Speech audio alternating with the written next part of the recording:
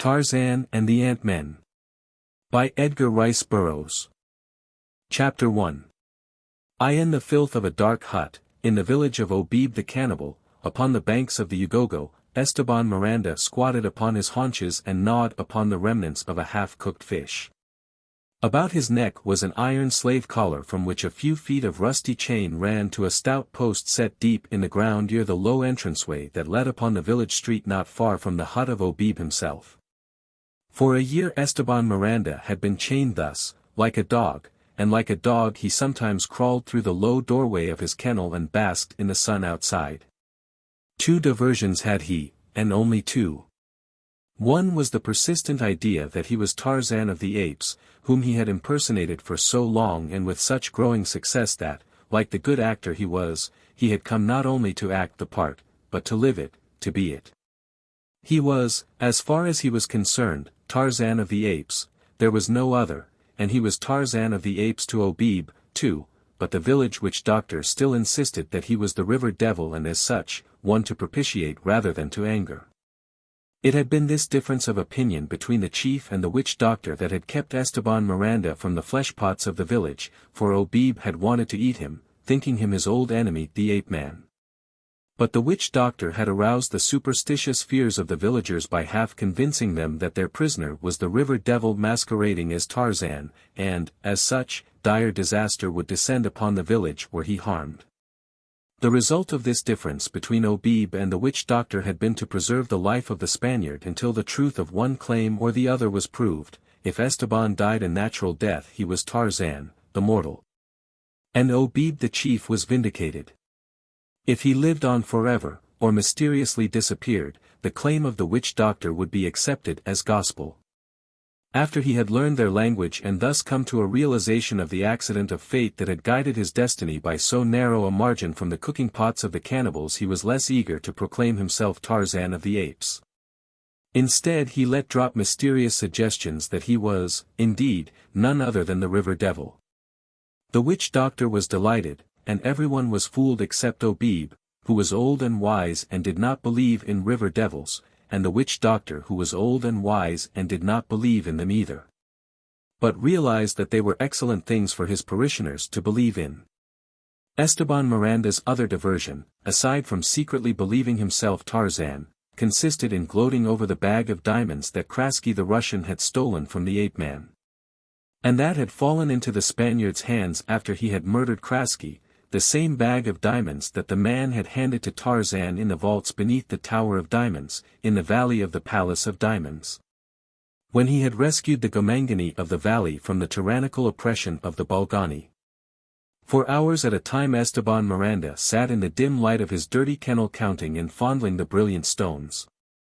1,000 times had he weighed each one in an appraising palm, computing its value and translating it into such pleasures of the flesh as great wealth might buy for him in the capitals of the world. Mired in his own filth, feeding upon rotted scraps tossed to him by unclean hands, he yet possessed the wealth of a Croesus, and it was as Croesus he lived in his imaginings. His dismal hut changed into the pomp and circumstance of a palace by the scintillant gleams of the precious stones. At the sound of each approaching footstep he would hastily hide his fabulous fortune in the wretched loin cloth that was his only garment, and once again become a prisoner in a cannibal hut. And now, after a year of solitary confinement, came a third diversion, in the form of Uha, the daughter of Comus the witch doctor. Uha was 14, comely and curious. For a year now she had watched the mysterious prisoner from a distance until, at last, familiarity had overcome her fears and one day she approached him as he lay in the sun outside his hut. Esteban, who had been watching her half-timorous advance, smiled encouragingly. He had not a friend among the villagers. If he could make but one his lot would be much the easier and freedom a step nearer. At last Uha came to a halt a few steps from him. She was a child, ignorant and a savage, but she was a woman-child and Esteban Miranda knew women. I have been in the village of the chief Obib for a year, he said haltingly, in the laboriously acquired language of his captors, but never before did I guess that its walls held one so beautiful as you. What is your name? Uha was pleased. She smiled broadly. I am Uha, she told him. My father is Comus the witch doctor. It was Esteban who was pleased now. Fate, after rebuffing him for long, was at last kind. She had sent him one who, with cultivation, might prove a flower of hope indeed. Why have you never come to see me before? Asked Esteban. I was afraid, replied Oha simply. Why? I was afraid, she hesitated. Afraid that I was the river devil and would harm you, demanded the Spaniard, smiling. Yes, she said. Listen, whispered Esteban, but tell no one. I am the river devil, but I shall not harm you. If you are the river devil, why then do you remain chained to a stake? Inquired Oha. Why do you not change yourself to something else and return to the river? You wonder about that, do you? Asked Miranda, sparring for time that he might concoct a plausible answer. It is not only Oha who wonders, said the girl. Many others have asked the same question of late. Obib asked it first and there was none to explain. Obib says that you are Tarzan, the enemy of Obib and his people. But my father Comus says that you are the river devil, and that if you wanted to get away you would change yourself into a snake and crawl through the iron collar that is about your neck. And the people wonder why you do not, and many of them are commencing to believe that you are not the river devil at all. Come closer, beautiful Oha, whispered Miranda, that no other ears than yours may hear what I am about to tell you. The girl came a little closer and leaned toward him where he squatted upon the ground. I am indeed the river devil, said Esteban, and I come and go as I wish. At night, when the village sleeps, I am wandering through the waters of the Ugogo, but always I come back again. I am waiting, Oha, to try the people of the village of Obib that I may know which are my friends and which my enemies. Already have I learned that Obib is no friend of mine, and I am not sure of Comus. Had Comus been a good friend he would have brought me fine food and beer to drink. I could go when I pleased, but I wait to see if there be one in the village of Obib who will set me free, thus may I learn which is my best friend. Should there be such a one, Oha, fortune would smile upon him always, his every wish would be granted and he would live to a great age, for he would have nothing to fear from the river devil, who would help him in all his undertakings. But listen, Oha, tell no one what I have told you.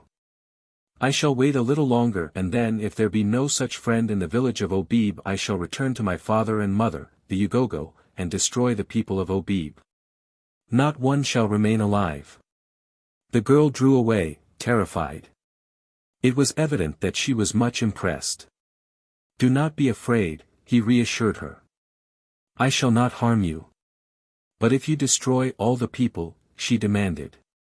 Then, of course, he said, I cannot help you, but let us hope that someone comes and sets me free so that I shall know that I have at least one good friend here. Now run along, Oha, and remember that you must tell no one what I have told you. She moved off a short distance and then returned. When will you destroy the village? She asked. In a few days, he said. Oha, trembling with terror, ran quickly away in the direction of the hut of her father, Comus, the witch doctor. Esteban Miranda smiled a satisfied smile and crawled back into his hole to play with his diamonds. Comus the witch doctor was not in his hut when Oha his daughter, faint from fright, crawled into the dim interior. Nor were his wives. With their children, the latter were in the fields beyond the palisade, where Oha should have been. And so it was that the girl had time for thought before she saw any of them again, with the result that she recalled distinctly, what she had almost forgotten in the first frenzy of fear. That the river devil had impressed upon her that she must reveal to no one the thing that he had told her. And she had been upon the point of telling her father all. What dire calamity then would have befallen her? She trembled at the very suggestion of a fate so awful that she could not even imagine it. How close a call she had had. But what was she to do? She lay huddled upon a mat of woven grasses, racking her poor, savage little brain for a solution of the immense problem that confronted her, the first problem that had ever entered her young life other than the constantly recurring one of how most easily to evade her share of the drudgery of the fields. Presently she sat suddenly erect, galvanized into statuesque rigidity by a thought engendered by the recollection of one of the river devil's remarks. Why had it not occurred to her before? Very plainly he had said, and he had repeated it, that if he were released he would know that he had at least one friend in the village of Obib, and that whoever released him would live to a great age and have everything he wished for. But after a few minutes of thought Oha drooped again. How was she, a little girl, to compass the liberation of the river devil alone? How, Baba, she asked her father, when he had returned to the hut, later in the day, does the river devil destroy those who harm him? As the fish in the river, so are the ways of the river devil, without number, replied Kamis. He might send the fish from the river and the game from the jungle and cause our crops to die. Then we should starve. He might bring the fire out of the sky at night and strike dead all the people of Obib. And you think he may do these things to us, Baba? He will not harm Kamis, who saved him from the death that Obib would have inflicted, replied the witch doctor. Oha recalled that the river devil had complained that Kamis had not brought him good food nor beer, but she said nothing about that. Although she realized that her father was far from being so high in the good graces of the river devil as he seemed to think he was. Instead, she took another tack. How can he escape, she asked, while the collar is about his neck, who will remove it for him? No one can remove it but Obib, who carries in his pouch the bit of brass that makes the collar open, replied Kamis.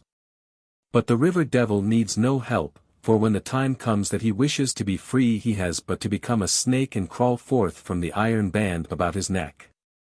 Where are you going, Oha? I am going to visit the daughter of Obib, she called back over her shoulder. The chief's daughter was grinding maize, as Oha should have been doing. She looked up and smiled as the daughter of the witch doctor approached. Make no noise, Oha, she cautioned, for Obib, my father, sleeps within. She nodded toward the hut. The visitor sat down and the two girls chatted in low tones. They spoke of their ornaments, their coiffures, of the young men of the village, and often, when they spoke of these, they giggled.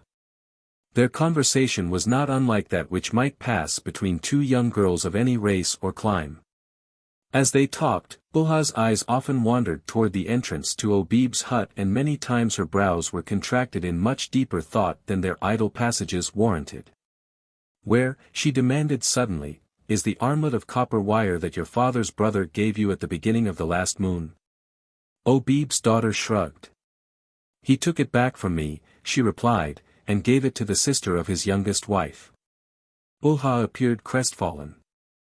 Could it be that she had coveted the copper bracelet? Her eyes closely scrutinized the person of her friend. Her brows almost met, so deeply was she thinking. Suddenly her face brightened. The necklace of many beads that your father took from the body of the warrior captured for the last feast, she exclaimed. You have not lost it? No, replied her friend. It is in the house of my father. When I grind maize it gets in my way and so I laid it aside. May I see it? Asked Oha. I will fetch it. No, you will awaken Obib and he will be very angry, said the chief's daughter. I will not awaken him, replied Oha, and started to crawl toward the hut's entrance. Her friend tried to dissuade her. I will fetch it as soon as Baba has awakened, she told Oha, but Oha paid no attention to her and presently was crawling cautiously into the interior of the hut. Once within she waited silently until her eyes became accustomed to the dim light. Against the opposite wall of the hut Obib lay sprawled upon a sleeping mat. He snored lustily. Oha crept toward him. Her stealth was the stealth of Sheeta the leopard. Her heart was beating like the tom-tom when the dance is at its height. She feared that its noise and her rapid breathing would awaken the old chief, of whom she was as terrified as of the river devil, but Obib snored on. Oha came close to him. Her eyes were accustomed now to the half-light of the hut's interior. At Obib's side and half beneath his body she saw the chief's pouch. Cautiously she reached forth a trembling hand and laid hold upon it. She tried to draw it from beneath Obib's weight. The sleeper stirred uneasily and Oha drew back, terrified. Obib changed his position and Oha thought that he had awakened. Had she not been frozen with horror she would have rushed into headlong flight, but fortunately for her she could not move, and presently she heard Obib resume his interrupted snoring. But her nerve was gone and she thought now only of escaping from the hut without being detected. She cast a last frightened glance at the chief to reassure herself that he still slept. Her eyes fell upon the pouch. Obib had turned away from it and it now lay within her reach, free from the weight of his body. She reached for it only to withdraw her hands suddenly. She turned away. Her heart was in her mouth. She swayed dizzily and then she thought of the river devil and of the possibilities for horrid death that lay within his power. Once more she reached for the pouch and this time she picked it up. Hurriedly opening it she examined the contents. The brass key was there. She recognized it because it was the only thing the purpose of which she was not familiar with. The collar, chain and key had been taken from an Arab slave raider that Obib had killed and eaten, and as some of the old men of Obib's village had worn similar bonds in the past. There was no difficulty in adapting it to its intended purpose when occasion demanded.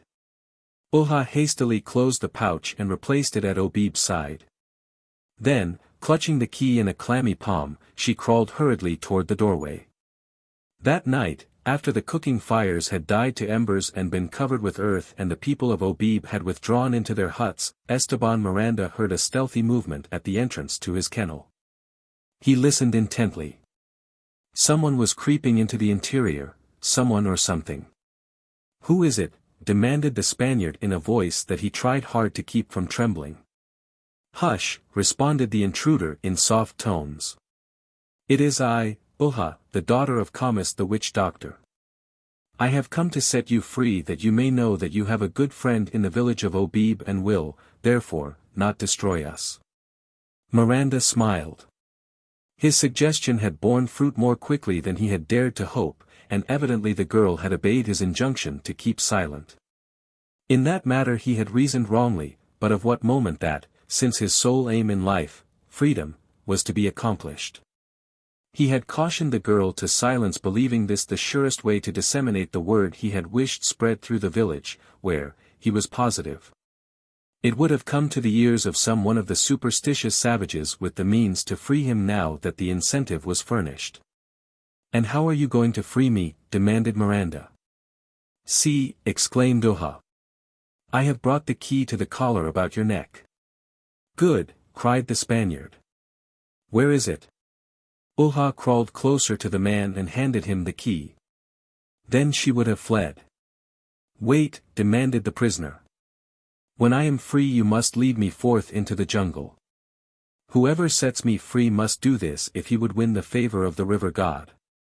Oha was afraid, but she did not dare refuse. Miranda fumbled with the ancient lock for several minutes before it at last gave to the worn key the girl had brought. Then he snapped the padlock again and carrying the key with him crawled toward the entrance. "Get me weapons," he whispered to the girl, and Oha departed through the shadows of the village street. Miranda knew that she was terrified but was confident that this very terror would prove the means of bringing her back to him with the weapons. Nor was he wrong, for scarce 5 minutes had elapsed before Oha had returned with a quiver of arrows, a bow and a stout knife. "Now lead me to the gate," commanded Esteban. Keeping out of the main street and as much in rear of the huts as possible, Oha led the fugitive toward the village gates. It surprised her a little that he, a river devil, should not know how to unlock and open them, for she had thought that river devils were all wise. But she did as he bid and showed him how the great bar could be withdrawn, and helped him push the gates open enough to permit him to pass through. Beyond was the clearing that led to the river, on either hand rose the giants of the jungle. It was very dark out there, and Esteban Miranda suddenly discovered that his newfound liberty had its drawbacks. To go forth alone at night into the dark, mysterious jungle filled him with a nameless dread. Oha drew back from the gates.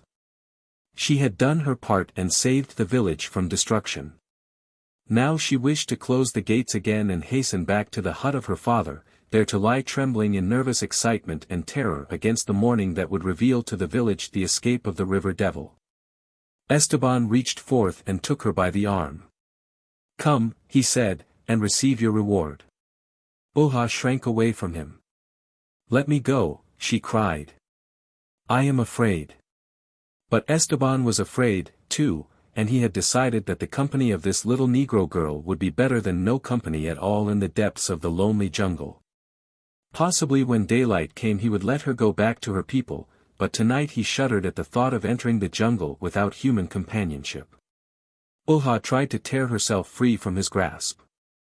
She struggled like a little lion cub, and at last would have raised her voice in a wild scream for help had not Miranda suddenly clapped his palm across her mouth, lifted her bodily from the ground and running swiftly across the clearing disappeared into the jungle. Behind them the warriors of Obib the cannibal slept in peaceful ignorance of the sudden tragedy that had entered the life of little Oha, and before them, far out in the jungle, a lion roared thunderously. How do you find this book? Any thoughts about the book or the author? Any suggestion for improvement? Please take a moment to share your thoughts in a comment. If you like it, share it with your friends who might enjoy it as well. Subscribe to keep in touch. Visit CompleteAudiobooks.com for more quality content. Chapter 2. 3 persons stepped from the veranda of Lord Greystoke's African bungalow and walked slowly toward the gate along a rose-embowered path that swung in a graceful curve through the well-ordered, though unpretentious grounds surrounding the ape-man's rambling, one-story home. There were 2 men and a woman, all in khaki, the older man carrying a flyer's helmet and a pair of goggles in one hand. He was smiling quietly as he listened to the younger man. "You wouldn't be doing this now if Mother were here," said the latter, "she would never permit it." "I'm afraid you are right, my son," replied Tarzan, "but only this one flight alone and then I'll promise not to go up again until she returns. You have said yourself that I am an apt pupil, and if you are any sort of an instructor you should have perfect confidence in me after having said that I was perfectly competent to pilot a ship alone." Miriam, isn't that true?" he demanded of the young woman. She shook her head. "Like my dear, I am always afraid for you, mon père," she replied.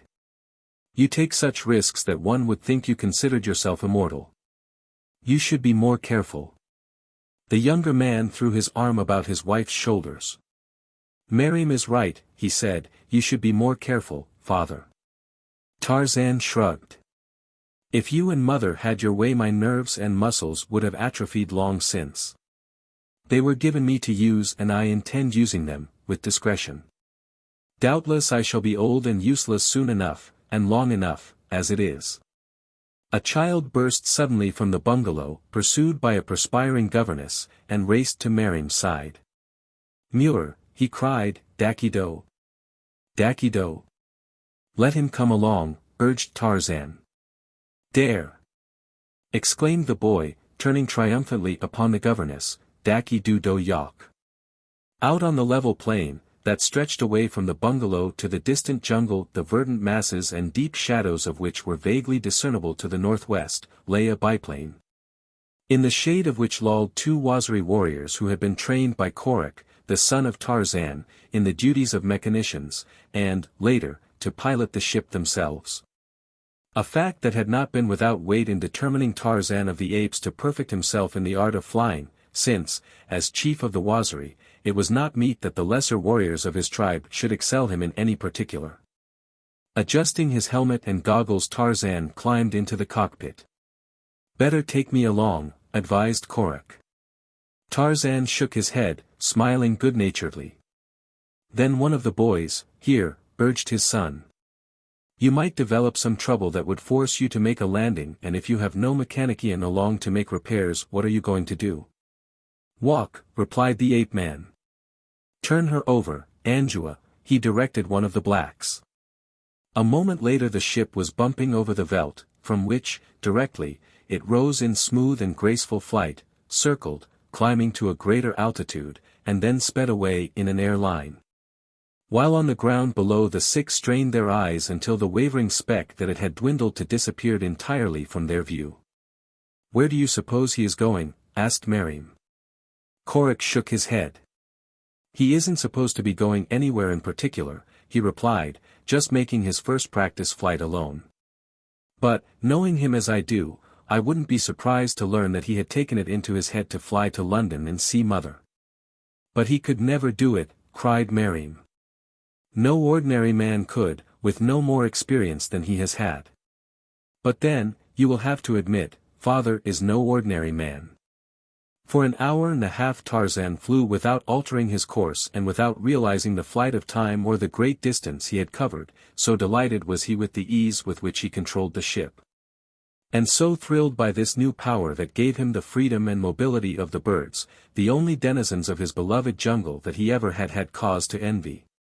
Presently, ahead, he discerned a great basin, or what might better be described as a series of basins, surrounded by wooded hills, and immediately he recognized to the left of it the winding Ugogo.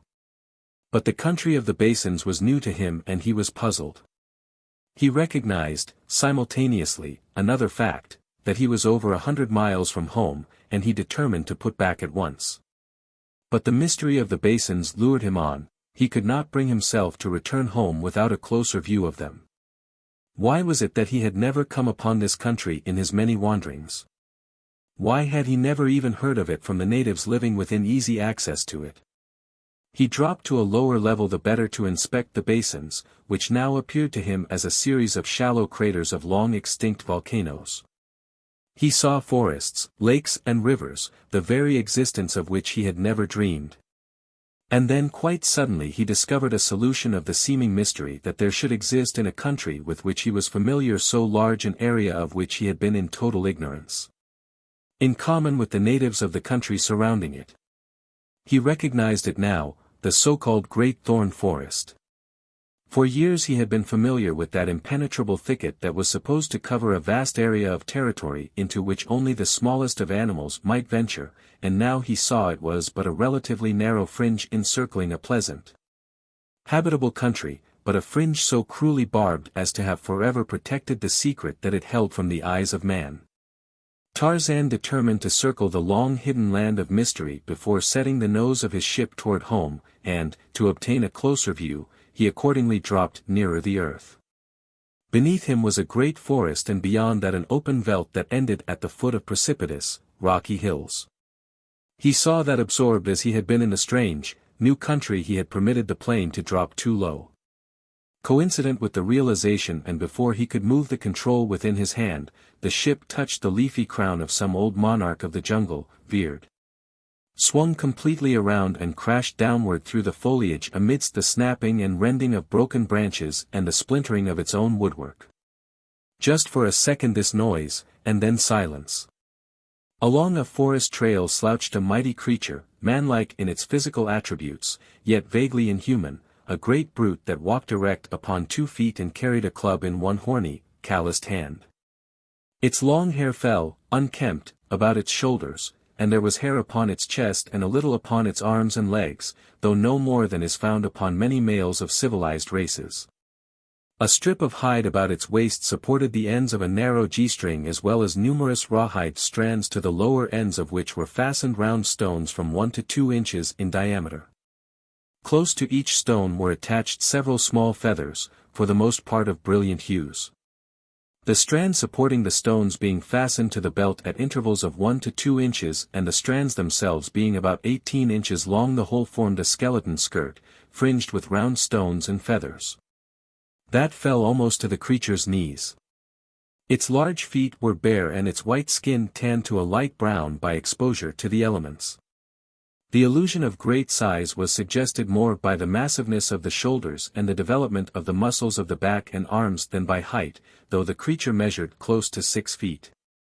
Its face was massive, with a broad nose, and a wide, full-lipped mouth. The eyes, of normal size, were set beneath heavy, beetling brows, topped by a wide, low forehead. As it walked it flapped its large, flat ears and occasionally moved rapidly portions of its skin on various parts of its head and body to dislodge flies, as you have seen a horse do with the muscles along its sides and flanks. It moved silently, its dark eyes constantly on the alert, while the flapping ears were often momentarily stilled as the woman listened for sounds of quarry or foe. She stopped now, her ears bent forward, her nostrils, expanded, sniffing the air. Some scent or sound that our dead sensatory organs could not have perceived had attracted her attention. Warily she crept forward along the trail until, at a turning, she saw before her a figure lying face downward in the path. It was Tarzan of the apes. Unconscious he lay while above him the splintered wreckage of his plane was wedged among the branches of the great tree that had caused its downfall. The woman gripped her club more firmly and approached. Her expression reflected the puzzlement the discovery of this strange creature had engendered in her elementary mind, but she evinced no fear. She walked directly to the side of the prostrate man, her club raised to strike.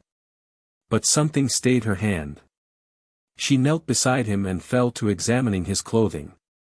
She turned him over on his back and placed one of her ears above his heart. Then, she fumbled with the front of his shirt for a moment and suddenly taking it in her two mighty hands tore it apart. Again she listened, her ear this time against his naked flesh. She arose and looked about, sniffing and listening, then she stooped and lifting the body of the ape-man she swung it lightly across one of her broad shoulders and continued along the trail in the direction she had been going. The trail, winding through the forest, broke presently from the leafy shade into an open, park-like strip of rolling land that stretched at the foot of rocky hills, and, crossing this, disappeared within the entrance of a narrow gorge. Eroded by the elements from the native sandstone fancifully as the capricious architecture of a dream, among whose grotesque domes and miniature rocks the woman bore her burden. A half-mile from the entrance to the gorge the trail entered a roughly circular amphitheater, the precipitous walls of which were pierced by numerous cave mouths before several of which squatted creatures similar to that which bore Tarzan into this strange, savage environment. As she entered the amphitheater all eyes were upon her, for their large, sensitive ears had warned them of her approach long before she had arrived within scope of their vision. Immediately they beheld her and her burden. Several of them arose and came to meet her. All females, these, similar in physique and scant garb to the captor of the ape-man, though differing in proportions and physiognomy as do the individuals of all races differ from their fellows. They spoke no words nor uttered any sounds, nor did she whom they approached, as she moved straight along her way which was evidently directed toward one of the cave mouths, but she gripped her bludgeon firmly and swung it to and fro. While her eyes, beneath their scowling brows, kept sullen surveillance upon the every move of her fellows. She had approached close to the cave, which was quite evidently her destination, when one of those who followed her darted suddenly forward and clutched at Tarzan. With the quickness of a cat the woman dropped her burden, turned upon the temerarious one, and swinging her bludgeon with lightning-like celerity felled her with a heavy blow to the head, and then, standing astride the prostrate Tarzan. She glared about her like a lioness at bay, questioning dumbly who would be next to attempt to wrest her prize from her. But the others slunk back to their caves, leaving the vanquished one lying, unconscious, in the hot sand and the victor to shoulder her burden, undisputed, and continue her way to her cave, where she dumped the ape-man unceremoniously upon the ground just within the shadow of the entranceway, and, squatting beside him, facing outward that she might not be taken unaware by any of her fellows, she proceeded to examine her find minutely. Tarzan's clothing either piqued her curiosity or aroused her disgust, for she began almost immediately to divest him of it, and having had no former experience of buttons and buckles, she tore it away by main force. The heavy, cordovan boots troubled her for a moment, but finally their seams gave way to her powerful muscles. Only the diamond-studded, golden locket that had been his mother's she left untouched upon its golden chain about his neck. For a moment she sat contemplating him and then she arose and tossing him once more to her shoulder she walked toward the center of the amphitheater, the greater portion of which was covered by low buildings constructed of enormous slabs of stone. Some set on edge to form the walls while others, lying across these, constituted the roofs. Joined end to end, with occasional wings at irregular intervals running out into the amphitheater, they enclosed a rough oval of open ground that formed a large courtyard. The several outer entrances to the buildings were closed with two slabs of stone, one of which, standing on edge, covered the aperture, while the other, leaning against the first upon the outside, held it securely in place against any efforts that might be made to dislodge it from the interior of the building. To one of these entrances the woman carried her unconscious captive, laid him on the ground, removed the slabs that closed the aperture and dragged him into the dim and gloomy interior, where she deposited him upon the floor and clapped her palms together sharply 3 times, with the result that there presently slouched into the room 6 or 7 children of both sexes, who ranged in age from 1 year to 16 or 17. The very youngest of them walked easily and seemed as fit to care for itself as the young of most lower orders at a similar age. The girls, even the youngest, were armed with clubs, but the boys carried no weapons either of offense or defense. At sight of them the woman pointed to Tarzan, struck her head with her clenched fist and then gestured toward herself, touching her breast several times with a calloused thumb. She made several other motions with her hands, so eloquent of meaning that one entirely unfamiliar with her sign language could almost guess their purport. Then she turned and left the building, replaced the stones before the entrance, and slouched back to her cave, passing, apparently without notice, the woman she had recently struck down and who was now rapidly regaining consciousness. As she took her seat before her cave mouth her victim suddenly sat erect, rubbed her head for a moment and then, after looking about dully, rose unsteadily to her feet. For just an instant she swayed and staggered, but presently she mastered herself, and with only a glance at the author of her hurt moved off in the direction of her own cave. Before she had reached it her attention, together with that of all the others of this strange community, or at least of all those who were in the open, was attracted by the sound of approaching footsteps. She halted in her tracks, her great ears up-pricked, listening, her eyes directed toward the trail leading up from the valley. The others were similarly watching and listening, and a moment later their vigil was rewarded by sight of another of their kind as she appeared in the entrance of the amphitheater. A huge creature this, even larger than she who captured the ape-man, broader and heavier, though little, if any, taller, carrying upon one shoulder the carcass of an antelope and upon the other the body of a creature that might have been half human and half beast, yet, assuredly, not entirely either the one or the other. The antelope was dead, but not so the other creature. It wriggled weakly, its futile movements could not have been termed struggles, as it hung, its middle across the bare brown shoulder of its captor, its arms and legs dangling limply before and behind, either in partial unconsciousness or in the paralysis of fear. The woman who had brought Tarzan to the amphitheater rose and stood before the entrance of her cave. We shall have to call her the first woman, for she had no name. In the muddy convolutions of her sluggish brain she never had sensed even the need for a distinctive specific appellation, and among her fellows she was equally nameless, as were they, and so, that we may differentiate her from the others, we shall call her the first woman, and, similarly, we shall know the creature that she felled with her bludgeon as the second woman, and she who now entered the amphitheater with a burden upon each shoulder, as the third woman. So the first woman rose, her eyes fixed upon the newcomer, her ears up-pricked. And the second woman rose, and all the others that were in sight, and all stood glaring at the third woman who moved steadily along with her burden, her watchful eyes ever upon the menacing figures of her fellows. She was very large, this third woman, so for a while the others only stood and glared at her, but presently the first woman took a step forward and turning, cast a long look at the second woman. And then she took another step forward and stopped and looked again at the second woman, and this time she pointed at herself, at the second woman and then at the third woman, who now quickened her pace in the direction of her cave. For she understood the menace in the attitude of the first woman. The second woman understood, too, and moved forward now with the first woman. No word was spoken, no sound issued from those savage lips, lips that never had parted to a smile, lips that never had known laughter, nor ever would. As the two approached her the third woman dropped her spoils in a heap at her feet, gripped her cudgel more firmly and prepared to defend her rights. The others, brandishing their own weapons, charged her.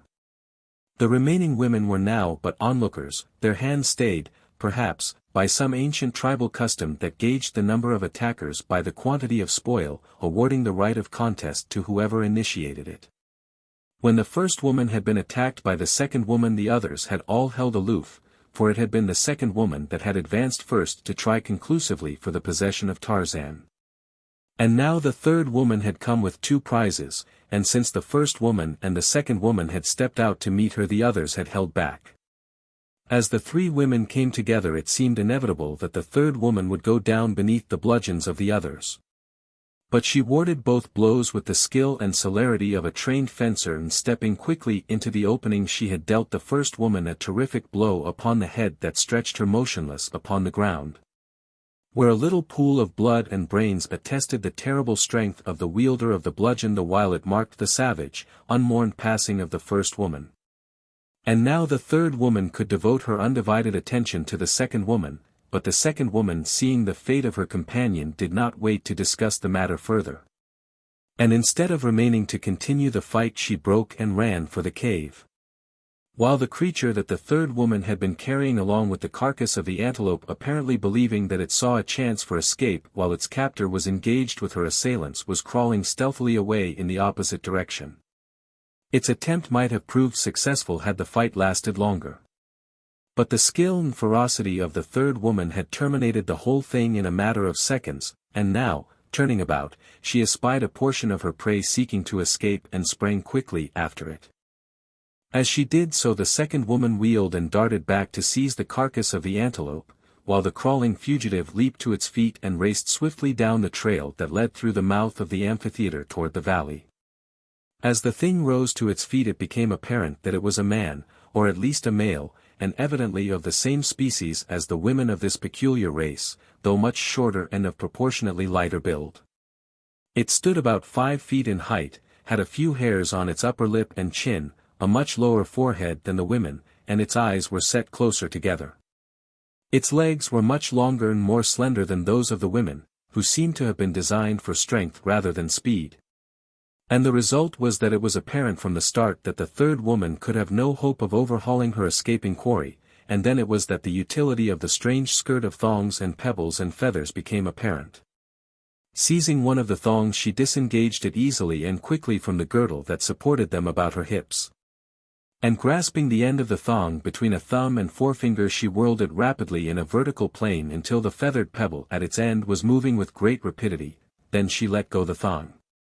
Like an arrow the missile sped toward the racing fugitive. The pebble, a fairly good-sized one as large as an English walnut, struck the man upon the back of his head, dropping him, unconscious, to the ground.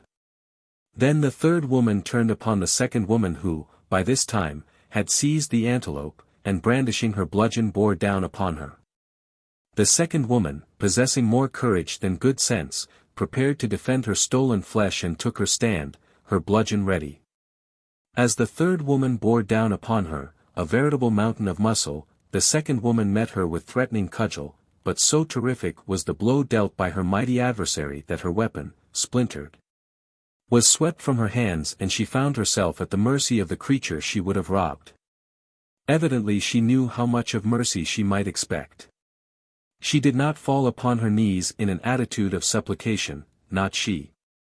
Instead she tore a handful of the pebble missiles from her girdle in a vain attempt to defend herself. Futilest of futilities. The huge, destroying bludgeon had not even paused, but swinging in a great circle fell crushingly upon the skull of the second woman. The third woman paused and looked about questioningly, as if to ask, "Is there another who wishes to take from me my antelope or my man? If so, let her step forward." But no one accepted the gage, and presently the woman turned and walked back to the prostrate man. Roughly she jerked him to his feet and shook him. Consciousness was returning slowly, and he tried to stand. His efforts, however, were a failure, and so she threw him across her shoulder again and walked back to the dead antelope, which she flung to the opposite shoulder and, continuing her interrupted way to her cave, dumped the 2 unceremoniously to the ground. Here, in the cave mouth, she kindled a fire, twirling a fire stick dexterously amidst dry tinder in a bit of hollowed wood, and cutting generous strips from the carcass of the antelope, ate ravenously. While she was thus occupied, the man regained consciousness and sitting up looked about, dazed. Presently his nostrils caught the aroma of the cooking meat and he pointed at it. The woman handed him the rude stone knife that she had tossed back to the floor of the cave and motioned toward the meat. The man seized the implement and was soon broiling a generous cut above the fire. Half burned and half raw as it was, he ate it with seeming relish, and as he ate the woman sat and watched him. He was not much to look at, yet she may have thought him handsome. Unlike the women, who wore no ornaments, the man had bracelets and anklets as well as a necklace of teeth and pebbles, while in his hair, which was wound into a small knot above his forehead, were thrust several wooden skewers 10 or 12 inches long, which protruded in various directions in a horizontal plane. When the man had eaten his fill, the woman rose and seizing him by the hair dragged him into the cave. He scratched and bit at her, trying to escape, but he was no match for his captor. Upon the floor of the amphitheater, before the entrances to the caves, lay the bodies of the first woman and the second woman in black. Upon them swarmed the circling scavengers of the sky. Ska, the vulture, was first always to the feast. Chapter 3. Within the dim interior of the strange rocky chamber where he had been so ruthlessly deposited, Tarzan immediately became the center of interest to the several alali young that crowded about him. They examined him carefully, turned him over, pawed him, pinched him, and at last one of the young males, attracted by the golden locket, removed it from the ape-man's neck and placed it about his own. Lowest, perhaps, in the order of human evolution, nothing held their interest over long, with the result that they soon tired of Tarzan and trooped out into the sunlit courtyard, leaving the ape-man to regain consciousness as best he could. Or not at all. It was immaterial to them which he did. Fortunately for the lord of the jungle, the fall through the roof of the forest had been broken by the fortuitous occurrence of supple branches directly in the path of his descent, with the happy result that he suffered only from a slight concussion of the brain. Already he was slowly regaining consciousness, and not long after the alali young had left him his eyes opened, rolled dully inspecting the dim interior of his prison, and closed again. His breathing was normal, and when again he opened his eyes it was as though he had emerged from a deep and natural slumber, the only reminder of his accident being a dull aching of the head. Sitting up, he looked about him, his eyes gradually accustoming themselves to the dim light of the chamber. He found himself in a rude shelter constructed of great slabs of rock. A single opening led into what appeared to be another similar chamber, the interior of which, however, was much lighter than that in which he lay. Slowly he rose to his feet and crossed to the opening. Across the second chamber he beheld another doorway leading into the fresh air and the sunshine.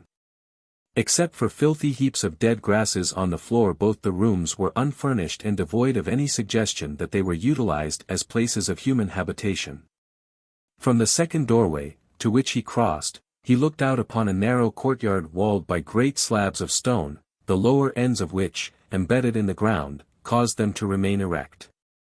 Here he saw the young alali squatting about, some in the sun, others in the shadow. Tarzan looked at them in evident puzzlement. What were they? What was this place in which he was, all too evidently, incarcerated? Were these his keepers, or were they his fellow prisoners? How had he come hither?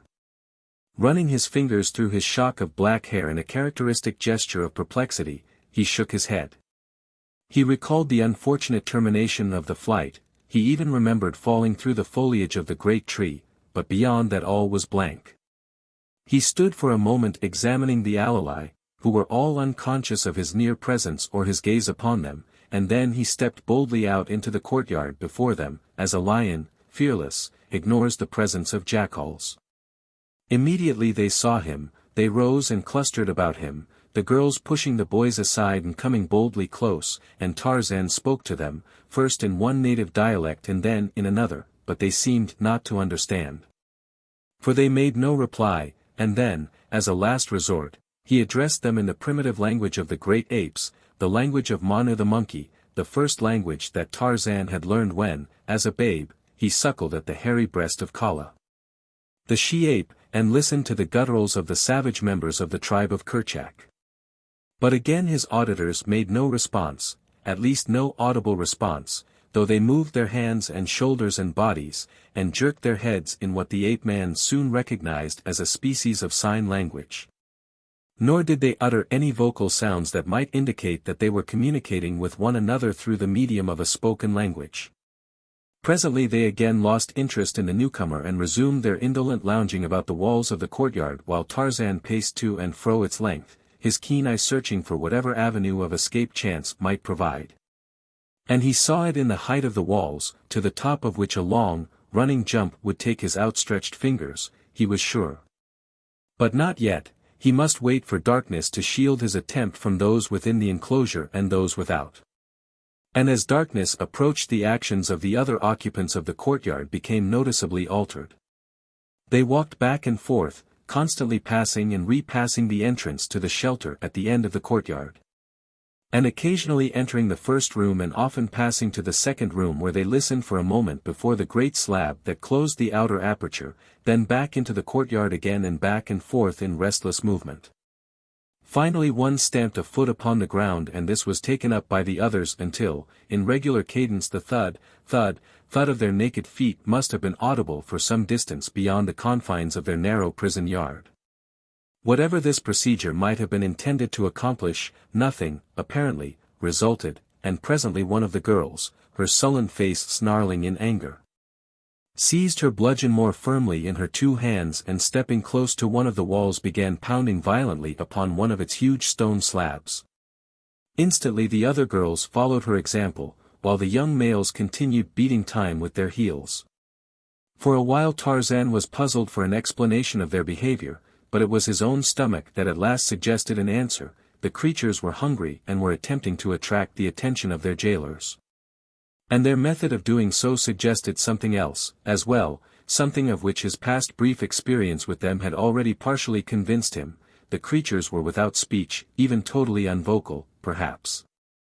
The girl who had started the pounding upon the wall suddenly stopped and pointed at Tarzan.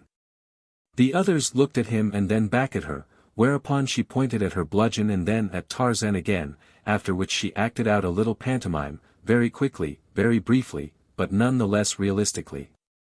The pantomime depicted the bludgeon falling upon Tarzan's head, following which the pantomimist, assisted by her fellows, devoured the ape-man. The bludgeon ceased to fall upon the wall, the heels no longer smote the earth.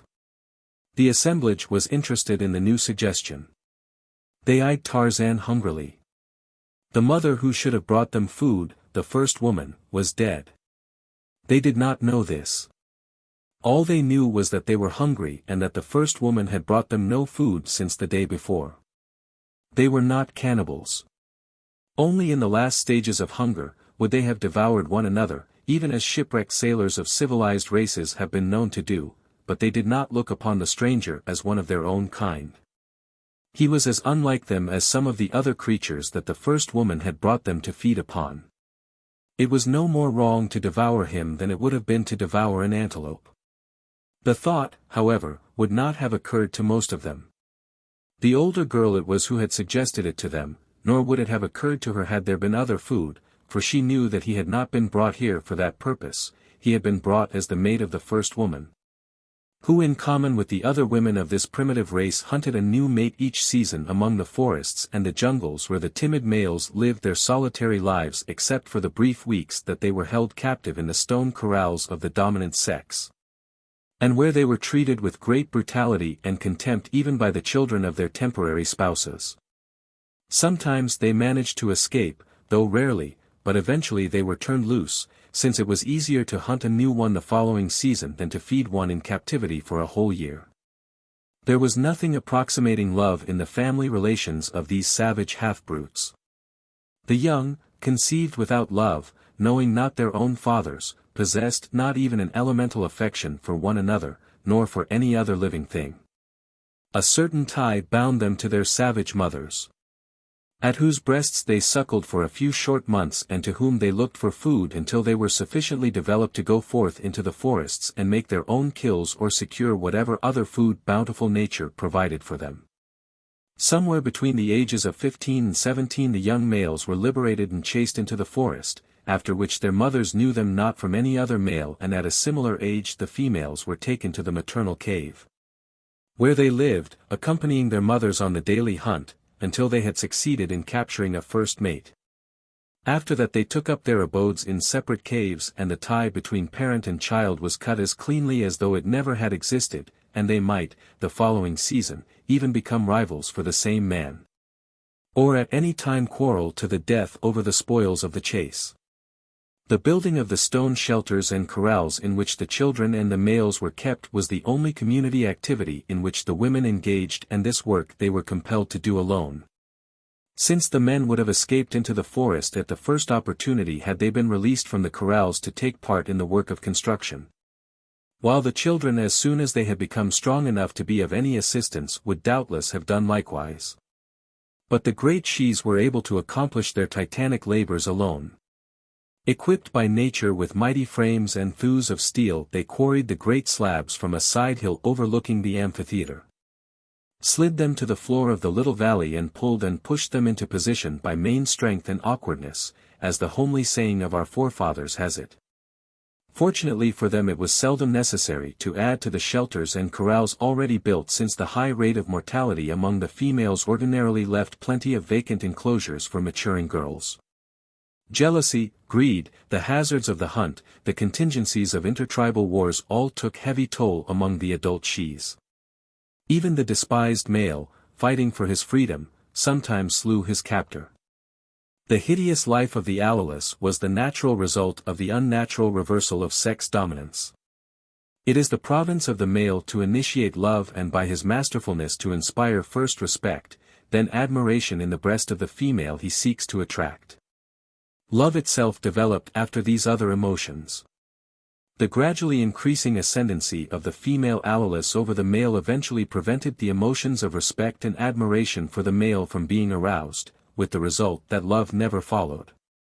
Having no love for her mate and having become a more powerful brute, the savage alleless woman soon came to treat the members of the opposite sex with contempt and brutality, with the result that the power, or at least the desire, to initiate love ceased to exist in the heart of the male. He could not love a creature he feared and hated, he could not respect or admire the unsexed creatures that the allelai women had become. And so he fled into the forests and the jungles, and there the dominant females hunted him lest their race perish from the earth.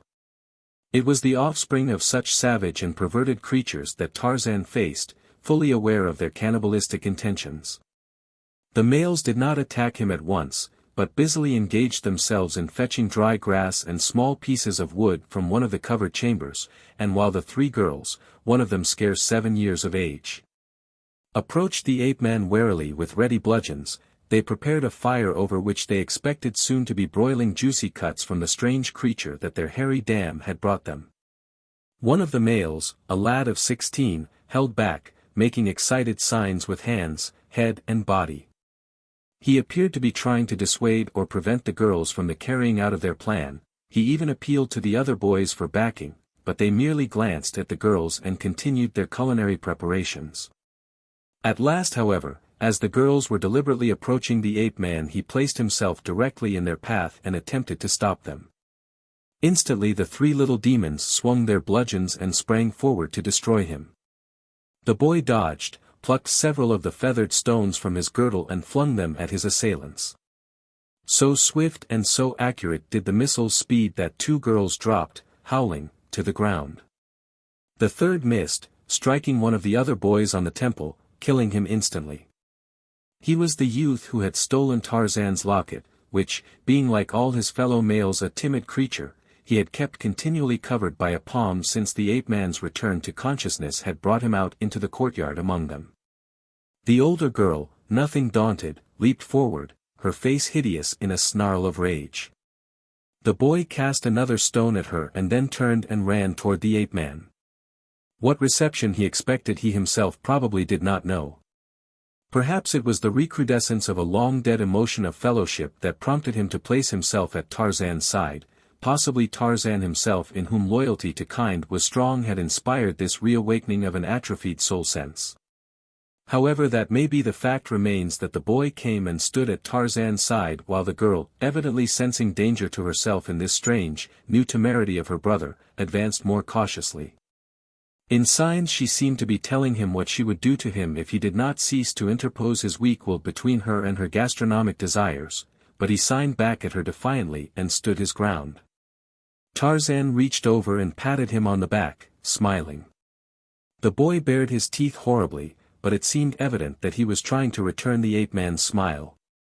And now the girl was almost upon them. Tarzan was quite at a loss as to how to proceed against her. His natural chivalry restrained him from attacking her and made it seem most repellent to injure her even in self-preservation. But he knew that before he was done with her he might even possibly have to kill her, and so, while looking for an alternative, he steeled himself for the deed he loathed, but yet he hoped to escape without that. The third woman, conducting her new mate from the cave to the corral where she would keep him imprisoned for a week or two, had heard the cadenced beating of naked heels and heavy bludgeons arising from the corral of the first woman and immediately guessed their import. The welfare of the offspring of the first woman concerned her not as an individual. Community instinct, however, prompted her to release them that they might search for food and their services not be lost to the tribe through starvation. She would not feed them, of course, as they did not belong to her, but she would open their prison gate and turn them loose to fend for themselves, to find food or not to find it. To survive or to perish according to the inexorable law of the survival of the fittest. But the third woman took her time. Her powerful fingers entangled in the hair of her snarling spouse, she dragged the protesting creature to her corral, removed the great slab from before the entrance, pushed the man roughly within, accelerating his speed with a final kick. Replaced the slab and turned leisurely toward the nearby corral of the first woman. Removing the stone door, she passed through the two chambers and entered the corral at the moment that the oldest girl was advancing upon Tarzan. Pausing by the entranceway, she struck her bludgeon against the stone wall of the shelter, evidently to attract the attention of those within the corral. Instantly all looked in her direction. She was the first adult female, other than their own dam, that the children of the first woman had seen. They shrunk from her in evident terror. The youth at Tarzan's side slunk behind the ape-man, nor did Tarzan wonder at their fear. The third woman was the first adult Allalus he had seen, since all of the time that he had been in the hands of the first woman he had been unconscious. The girl who had been threatening him with her great club seemed now to have forgotten him, and instead stood with snarling face and narrowed eyes confronting the newcomer. Of all the children she seemed the least terrified. The ape-man scrutinized the huge, brutish female standing at the far end of the corral with her savage eyes upon him. She had not seen him before, as she had been in the forest hunting at the time that the first woman had brought her prize back to the amphitheater. She had not known that the first woman had any male in her corral other than her own spawn. Here, indeed, was a prize. She would remove him to her own corral.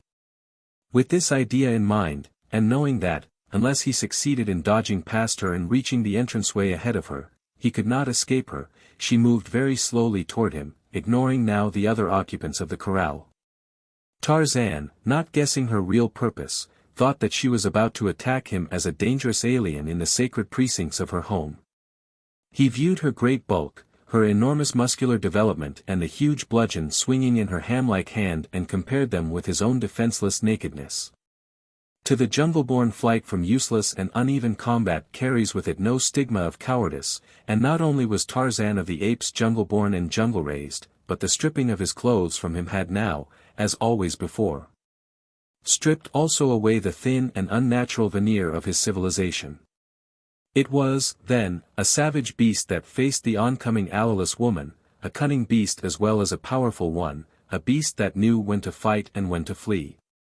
Tarzan cast a quick glance behind him. There crouched the Allalus lad, trembling in fear.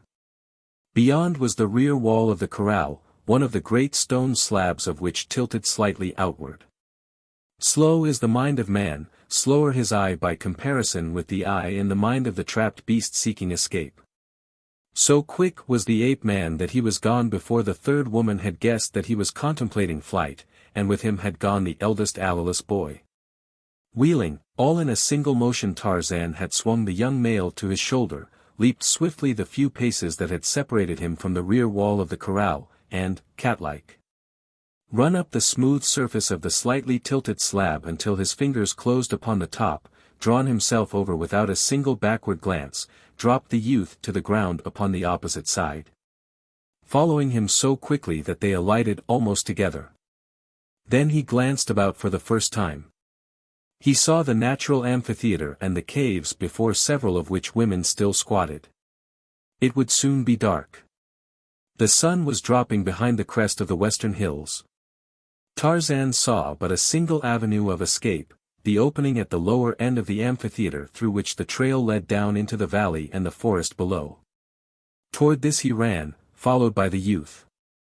Presently a woman, sitting before the entrance of her cave, saw him. Seizing her cudgel she leaped to her feet and gave immediate chase. Attracted by her another and another took up the pursuit, until 5 or 6 of them thundered along the trail. The youth, pointing the way, raced swiftly ahead of the ape-man, but swift as he was, he could not outdistance the lithe muscles that had so often in the past carried their master safely from the swift rush of a maddened Numa, or won him a meal against the fleetness of Bara the deer.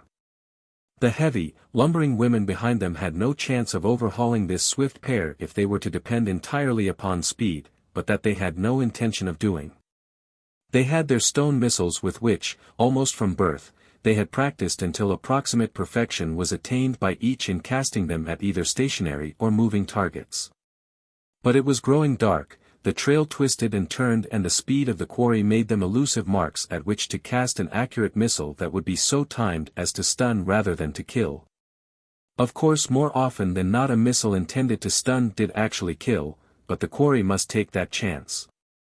Instinct warned the women against killing the males, though it did not warn them against treating them with the utmost brutality. Had Tarzan realized why the women were pursuing him he would have run even faster than he did, and when the missiles began to fly past his head perhaps he did accelerate his speed a trifle. Soon the ape-man reached the forest and as though he had dissolved into thin air disappeared from the astonished view of his pursuers, for now, indeed, was he in his own element. While they looked for him upon the ground he swung swiftly through the lower terraces, keeping in view the allowless boy racing along the trail beneath him. But with the man escaped, the women stopped and turned back toward the caves. The youth they did not want. For 2 or 3 years he would roam the forests unmolested by his own kind. And if he escaped the savage beasts and the spears and arrows of the ant people he would come to man's estate and be fair prey for any of the great shes during the mating season. For the time being, at least, he would lead a comparatively safe and happy existence. His chances of survival had been materially lessened by his early escape into the forest. Had the first woman lived she would have kept him safely within the walls of her corral for another year at least, when he would have been better fitted to cope with the dangers and emergencies of the savage life of the forest and the jungle. The boy, his keen ears telling him that the women had given up the pursuit, halted and looked back for the strange creature that had freed him from the hated corral. But he could see only a short distance through the darkness of the growing forest night. The stranger was not in sight. The youth pricked up his great ears and listened intently. There was no sound of human footsteps other than the rapidly diminishing ones of the retreating women. There were other sounds, however, unfamiliar forest sounds that filled his muddy brain with vague terrors, sounds that came from the surrounding underbrush, sounds that came from the branches above his head, and, too, there were terrifying odors. Darkness, complete and impenetrable, had closed in upon him with a suddenness that left him trembling. He could almost feel it weighing down upon him, crushing him and at the same time leaving him exposed to nameless terrors. He looked about him and could see naught, so that it seemed to him that he was without eyes, and being without a voice he could not call out either to frighten his enemies or attract the attention of the strange creature that had befriended him, and whose presence had so strangely aroused in his own breast an inexplicable emotion, a pleasurable emotion. He could not explain it, he had no word for it who had no word for anything, but he felt it and it still warmed his bosom and he wished in his muddy way that he could make a noise that would attract that strange creature to him again. He was lonely and much afraid. A crackling of the bushes nearby aroused him to new and more intimate terror. Something large was approaching through the black night. The youth stood with his back against a great tree. He dared not move. He sniffed, but what movement of the air there was took course from him in the direction of the thing that was creeping upon him out of the terrible forest, and so he could not identify it. But his instinct told him that the creature had identified him and was doubtless creeping closer to leap upon him and devour him. He knew not of lions, unless instinct carries with it a picture of the various creatures of which the denizens of the wild are instinctively afraid. In all his life he had never been outside the corral of the first woman, and as his people are without speech, his dam could have told him nothing of the outside world, yet when the lion roared he knew that it was a lion. Chapter 4. Esteban Miranda, clinging tightly to the wrist of little Uha, crouched in the darkness of another forest 20 miles away and trembled as the thunderous notes of another lion reverberated through the jungle. The girl felt the trembling of the body of the big man at her side and turned contemptuously upon him. "You are not the river devil," she cried. "You are afraid. You are not even Tarzan, for Kamis, my father, has told me that Tarzan is afraid of nothing. Let me go that I may climb a tree. Only a coward or a fool would stand here dead with terror waiting for the lion to come and devour him. Let me go, I say." And she attempted to wrench her wrist free from his grasp. "Shut up," he hissed. "Do you want to attract the lion to us?" But her words and struggles had aroused him from his paralysis, and stooping he seized her and lifted her until she could grasp the lower branches of the tree beneath which they stood. Then, as she clambered to safety, he swung himself easily to her side. Presently, higher up among the branches, he found a safer and more comfortable resting place, and there the two settled down to await the coming of the dawn, while below them Numa the lion prowled for a while, coughing and grunting, and occasionally voicing a deep roar that shook the jungle. When daylight came at last, the two, exhausted by a sleepless night, slipped to the ground. The girl would have delayed, hoping that the warriors of Obib might overtake them. But the man harbored a fear rather than a hope of the same contingency, and was, therefore, for hastening on as rapidly as possible that he might put the greatest possible distance between himself and the black cannibal chief. He was completely lost, having not the remotest idea of where he should search for a reasonably good trail to the coast, nor, at present, did he care. His one wish being to escape recapture by Obib, and so he elected to move northward, keeping always an eye open for any indication of a well-marked trail toward the west. Eventually, he hoped, he might discover a village of friendly natives who would aid him upon his journey toward the coast, and so the two moved as rapidly as they could in a northerly direction, their way skirting the great thorn forest along the eastern edge of which they traveled.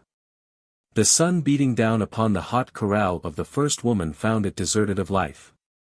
Only the corpse of a youth lay sprawled where it had fallen the previous evening. A speck appeared in the distant blue. It grew larger as it approached until it took upon itself the form of a bird gliding easily upon motionless wings. Nearer and nearer it came, now and again winging great, slow circles, until at last it swung above the corral of the first woman. Once again it circled and then dropped to earth within the enclosure. Ska, the vulture, had come. Within the hour the body of the youth was hidden by a mantle of the great birds.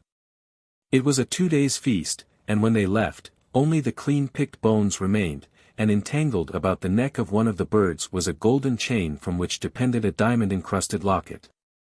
Ska fought the bauble that swung annoyingly beneath him when he flew and impeded his progress when he walked upon the ground, but it was looped twice about his neck and he was unable to dislodge it. And so he winged away across the great thorn forest, the bright gems gleaming and scintillating in the sun. Tarzan of the Apes, after eluding the women that had chased him and the alleless youth into the forest, halted in the tree beneath which the frightened son of the first woman had come to a terrified pause. He was there, close above him, when Numa charged, and reaching quickly down had seized the youth by the hair and dragged him to safety as the lion's raking talons embraced thin air beneath the feet of the alleless. The following day the ape-man concerned himself seriously in the hunt for food, weapons and apparel. Naked and unarmed as he was, it might have gone hard with him had he been other than Tarzan of the Apes, and it might have gone hard with the alleless had it not been for the ape-man. Fruits and nuts Tarzan found, and birds' eggs, but he craved meat, and for meat he hunted assiduously, not alone because of the flesh of the kill, but for the skin and the gut and the tendons that he could use in the fabrication of the things he required for the safety and comfort of his primitive existence. As he searched for the spoor of his prey he searched also for the proper woods for a spear and for bow and arrows, nor were they difficult to find in this forest of familiar trees, but the day was almost done before the gentle wind, up which he had been hunting, carried to his sensitive nostrils the scent spoor of Bara the deer. Swinging into a tree he motioned the Allalus to follow him, but so inept and awkward was the creature that Tarzan was compelled to drag him to a place among the branches, where, by signs, he attempted to impart to him the fact that he wished him to remain where he was, watching the materials that the ape-man had collected for his weapons, while the latter continued the hunt alone.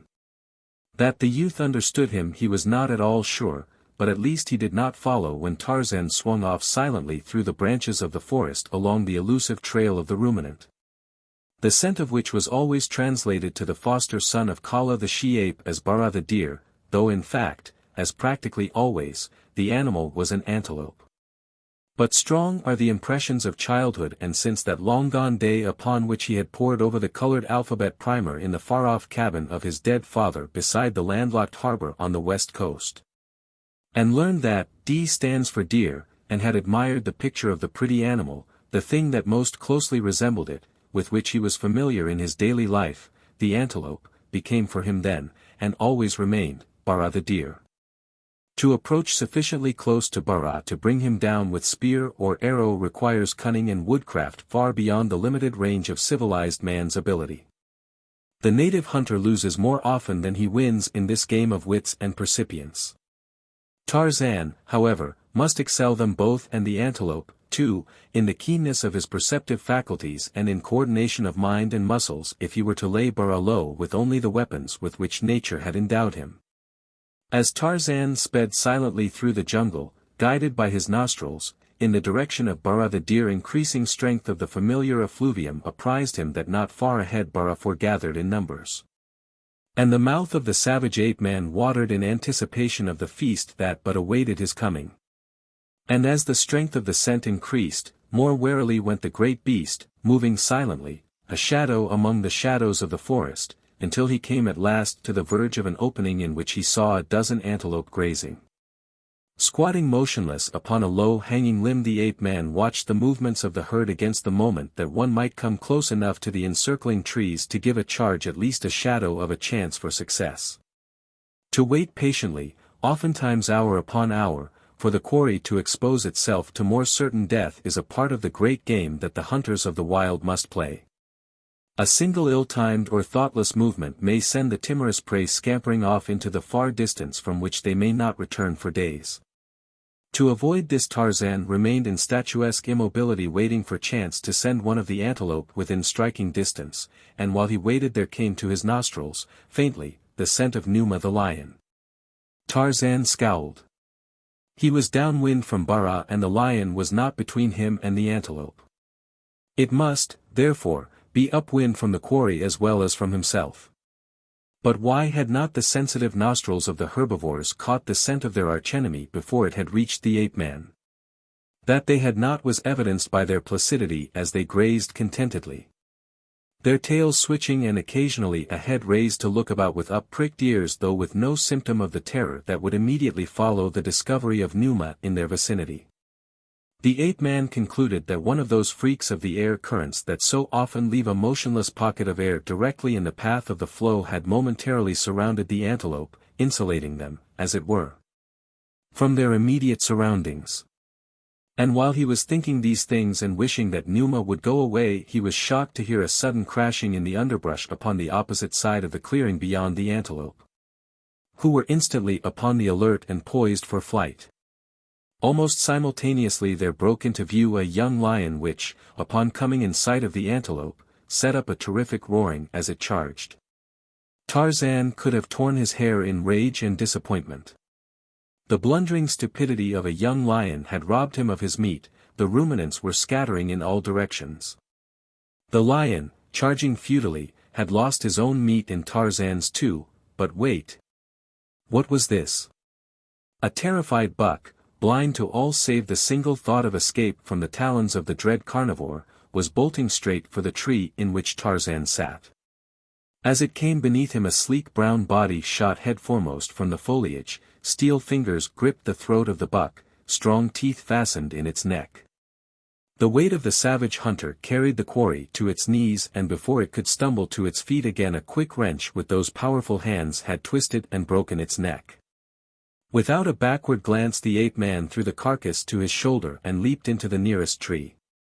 He had no need to waste time in looking back to know what Numa would be doing, for he realized that he had leaped upon Bara full in the sight of the king of beasts. Scarce had he drawn himself to safety ere the great cat crashed across the spot where he had stood. Numa, baffled, roared terribly as he returned to glare up at the ape-man perched above him.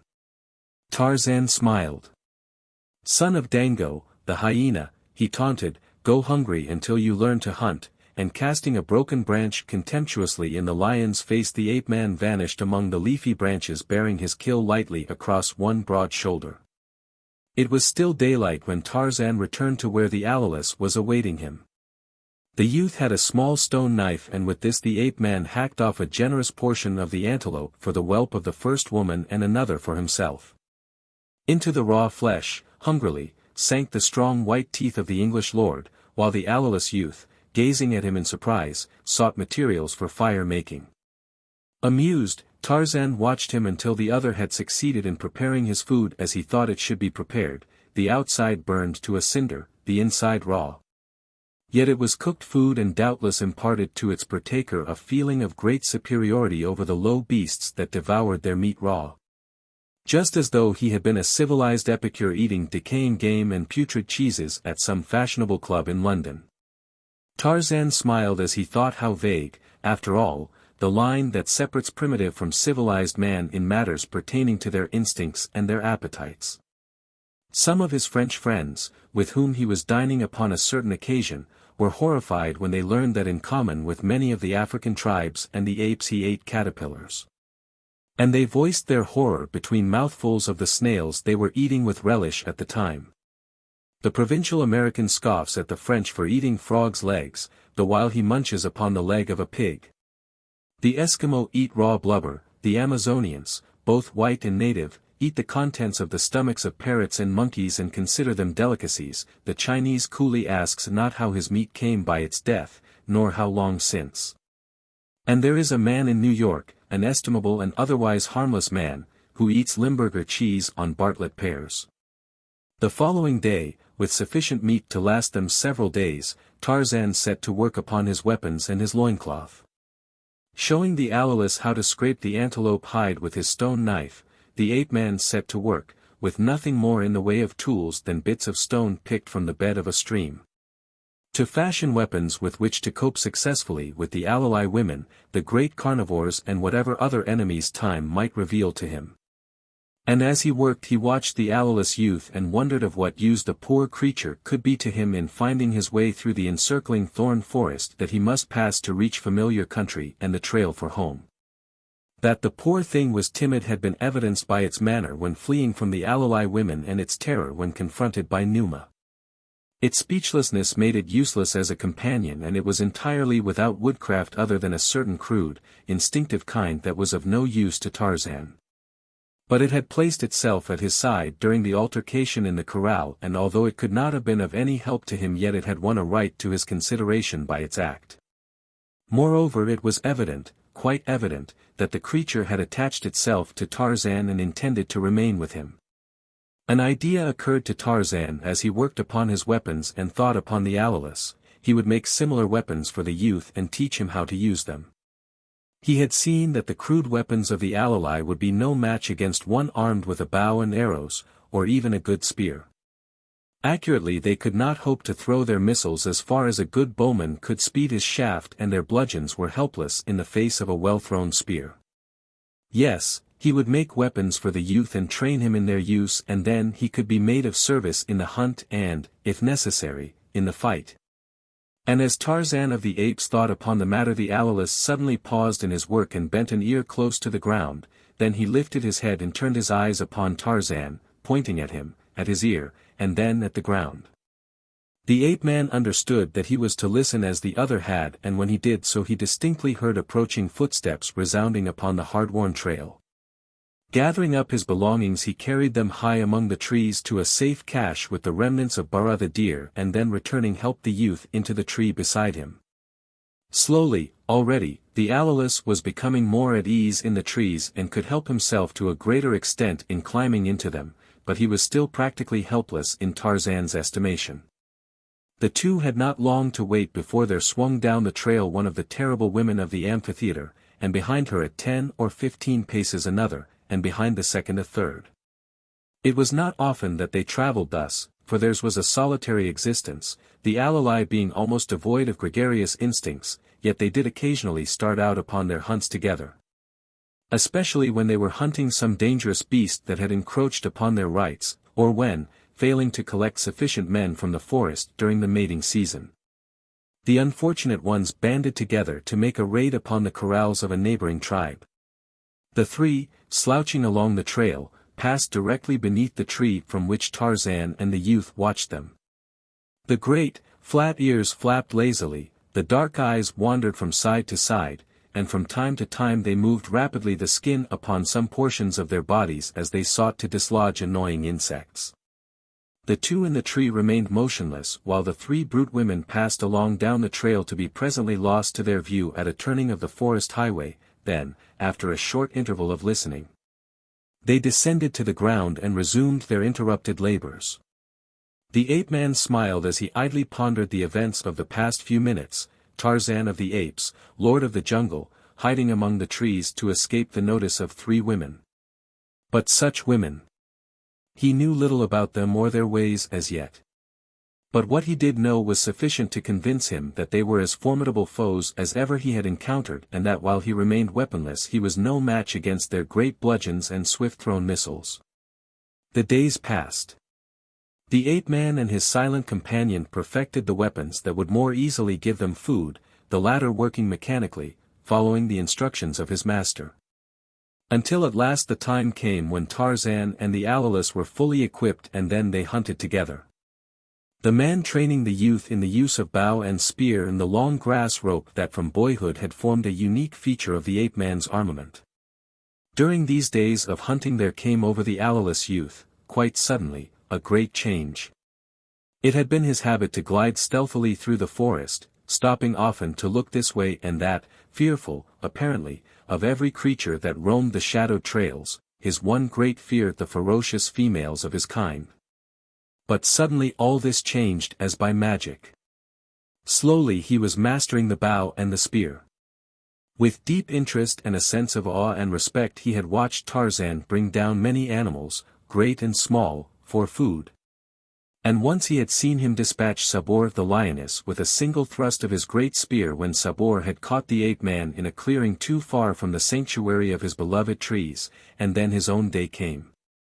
He and Tarzan were hunting when the former disturbed a small herd of wild pigs, bringing down two with his arrows. The others scattered in all directions and one of these, a boar, sighting the Alolus, charged him. The youth was of a mind to flee, for ages of inherited instinct prompted him to flight. Always the male Alolus fled from danger, and between fleeing from carnivorous animals and from their own women they had become very swift, so swift that no dangerous enemy could overtake them. An Alolus man could be captured only by craft. He could have escaped the boar by flight and for an instant he was upon the verge of flight, but a sudden thought checked him. Back flew his spear hand as the ape-man had taught him and then forward with all the weight of his body behind the cast. The boar was coming straight for him. The spear struck in front of the left shoulder and ranged downward through the heart. Horta the boar dropped in his tracks. A new expression came into the eyes and spread over the countenance of the Alolus. He no longer wore that hunted expression, he no longer slunk through the forest casting fearful glances from side to side. Now he walked erect, boldly and with fearless mien, and, perhaps, instead of dreading the appearance of a female he rather courted the event.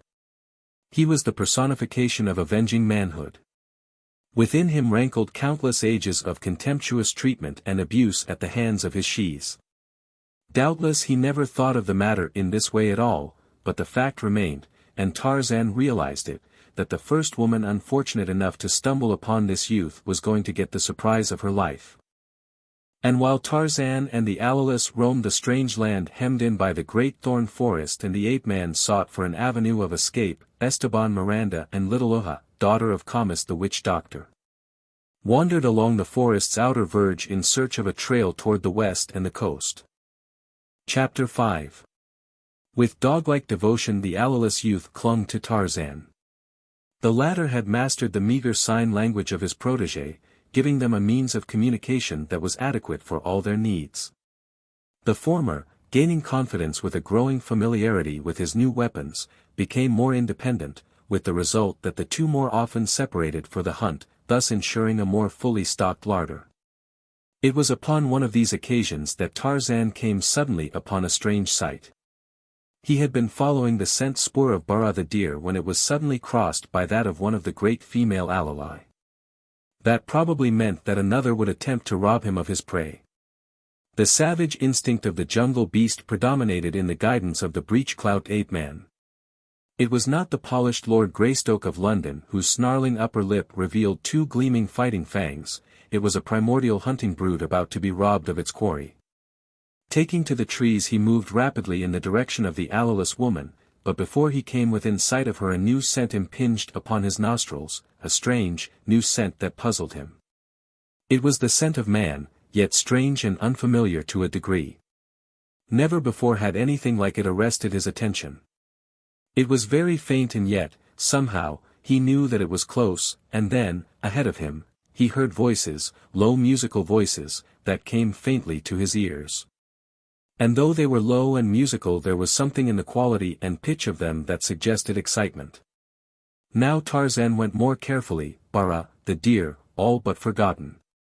As he drew nearer he realized that there were many voices and much commotion, and then he came upon a large plain that stretched away to distant hills, and in the foreground, not 100 yards from him, he looked upon a sight that might well have caused him to doubt the veracity of his own eyes. The only familiar figure was a giant alleless woman. Surrounding her was a horde of diminutive men, tiny white warriors, mounted upon what appeared to be a form of the royal antelope of the west coast. Armed with lances and swords they repeatedly charged at the huge legs of the alleless, who, backing slowly toward the forest, kicked viciously at her assailants and struck at them with her heavy bludgeon. It quickly became evident to Tarzan that they were attempting to hamstring her, and had they been successful they might easily have slain her then. But though there must have been fully 100 of them their chances of success appeared small, since, with a single kick of her mighty foot the woman could lay low a dozen or more of her assailants at a time. Already fully half the force was hors de combat, their bodies with those of many of their mounts being scattered out onto the plain, marking the trail of the combat up to the time that Tarzan had come upon the scene. The courage of the survivors, however, filled Tarzan with admiration as he watched them hurl themselves upon almost certain death in their stubborn efforts to bring down the female, and then it was that the ape-man saw the reason. Or the apparent reason, for the mad sacrifice of life. In her left hand the alleless clutched one of the tiny warriors. It was to rescue him, evidently, that the others were maintaining this forlorn hope. If the warriors filled Tarzan with admiration to scarcely a lesser extent did their courageous and agile mounts. Always had he thought of the royal antelope, the smallest known member of its family, as the most timid of creatures, but not so these cousins of theirs.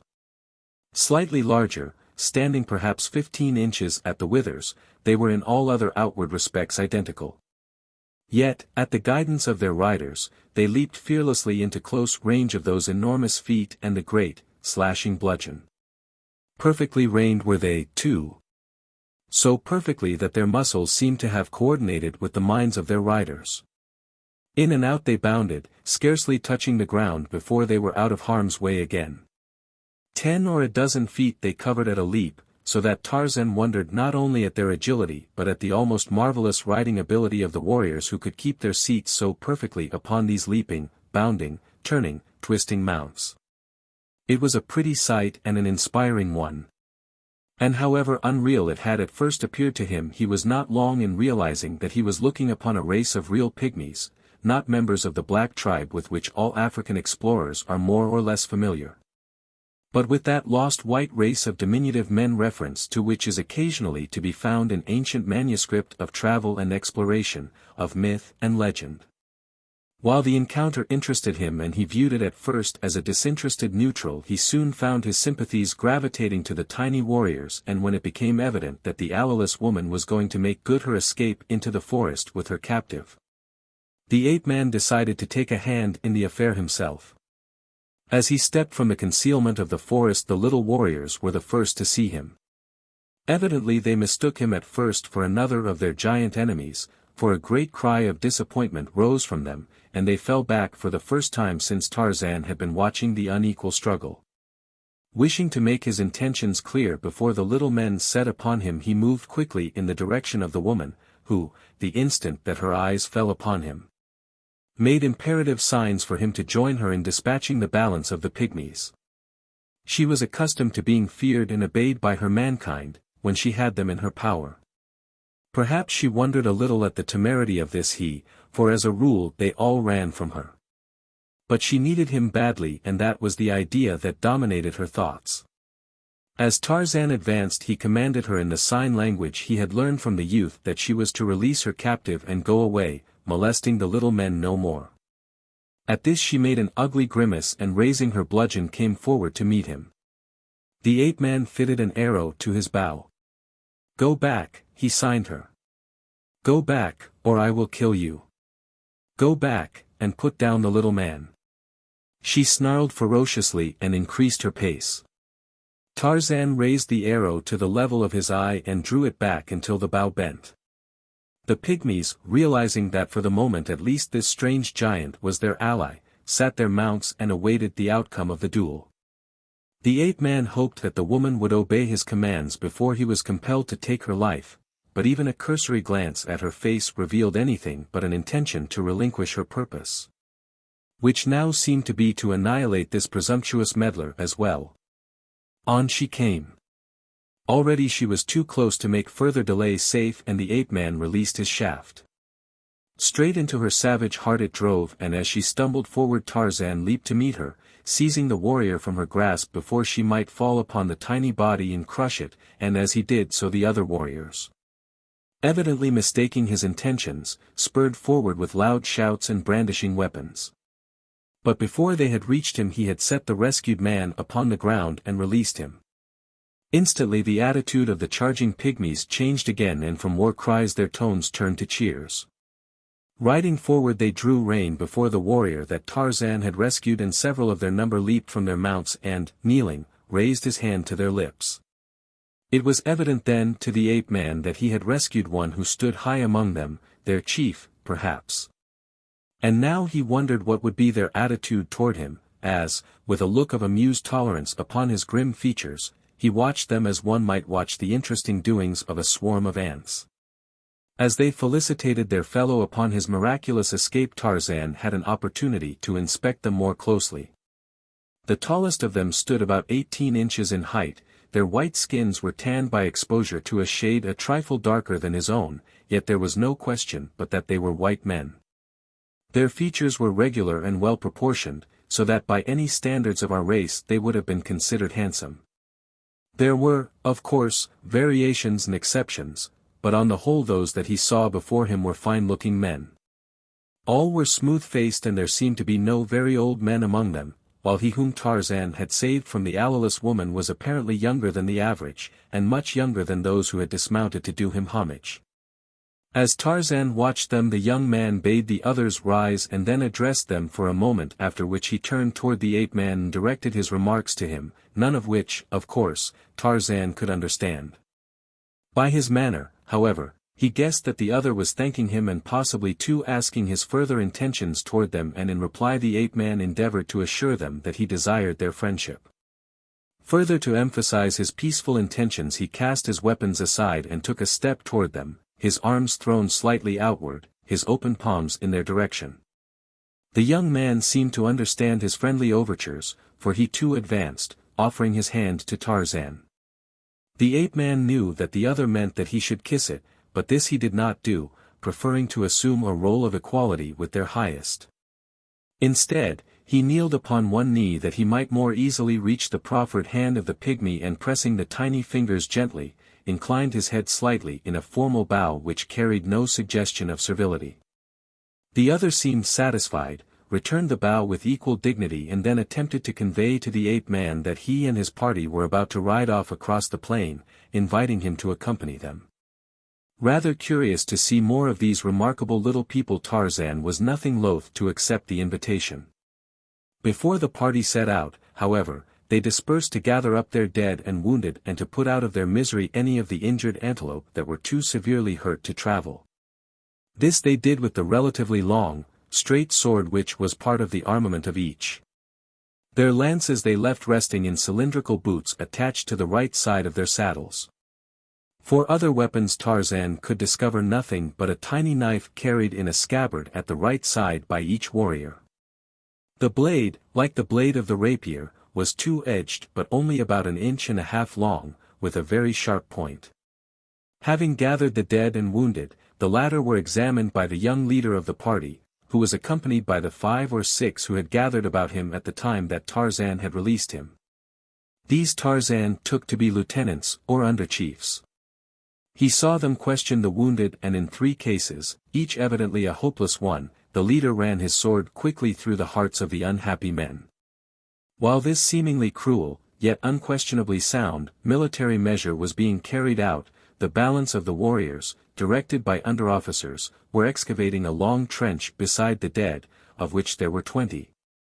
Their tool being a stout shovel blade carried attached to the saddle and which could be quickly fitted to the butt of the spear or lance.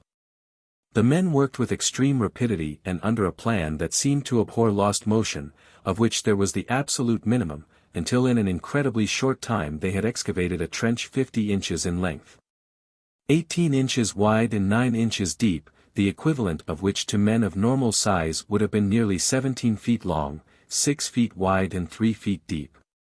Into this they packed the dead like sardines and in 2 layers. They then shoveled back sufficient earth to fill the interstices between the bodies and to come to a level with the top of the upper layer, after which loose stones were rolled in until the bodies were entirely covered by 2 inches of stones. The remaining earth from the excavation was then piled over all. By the time this work was completed the loose antelope had been caught and the wounded strapped to their backs. At a word from their commander the party formed with military precision, a detail started ahead with the wounded and a moment later the balance of the troop was mounted and on the way. The method of mounting and taking up the march was unique and a source of considerable interest to Tarzan. The dismounted warriors were standing in line facing the young leader who was mounted, as were the several officers who accompanied him. Each warrior held his mount by the bridle. The commander made a rapid signal with the raised point of his sword, there was no spoken word of command, immediately after which he dropped the point quickly at his side simultaneously wheeling his mount, which leaped quickly off in the direction that the troop was facing, the mounts of his officers wheeling with him as though actuated by a single brain. And at the same instant the mount of each alternate warrior in the line leaped forward and as it leaped its rider swung to his saddle, vaulting to his seat as lightly as a feather. The instant the first line had cleared them the antelopes of the second line leaped in pursuit. Their riders mounted as had the others before them and with a second and longer leap the intervals were closed and the whole troop raced forward in a compact line. It was a most clever and practical evolution and one that made it possible to put mounted troops in motion as rapidly as foot troops. There was no long delay caused by taking distance, mounting and closing ranks. As the troop galloped away 10 warriors wheeled from the left flank and, following one of the officers who had detached himself from the party of the commander of the troop, returned to Tarzan. By signs the officer conveyed to the ape-man the intelligence that he was to follow this party which would guide him to their destination. Already the main body was far away across the open plain, their lithe mounts clearing as many as 5 or 6 feet in a single bound. Even the swift Tarzan could not have kept pace with them. As the ape-man started away under the guidance of the detachment his thoughts reverted for an instant to the allowless youth who was hunting alone in the forest behind them. But he soon put the creature from his mind with the realization that it was better equipped to defend itself than any of its kind, and that when he had made his visit to the country of the pygmies he could doubtless return and find the allowless, if he so desired. Tarzan, inured to hardship and to long and rapid marches, fell into a dog-trot such as he could keep up for hours at a time without rest, while his guides, trotting their graceful mounts, kept just ahead of him.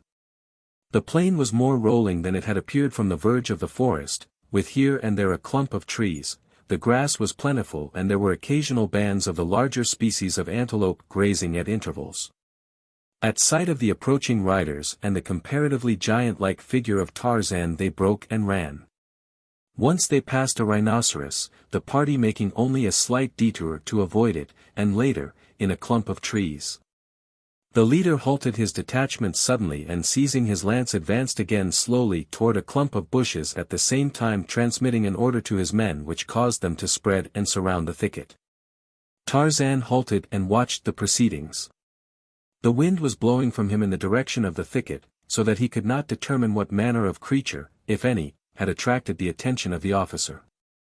But presently, when the warriors had completely surrounded the bushes and those upon the other side had ridden into it, their spears couched and ready, he heard an ugly snarl issuing from the center of the thicket, and an instant later an African wildcat sprang into view, leaping directly at the officer waiting with ready spear to receive it. The weight and momentum of the beast all but unseated the rider, the point of whose spear had met the cat full in the chest. There were a few spasmodic struggles before death ensued, during which, had the spear broken, the man would have been badly mauled and perhaps killed, for the cat was relatively as formidable a beast as is the lion to us.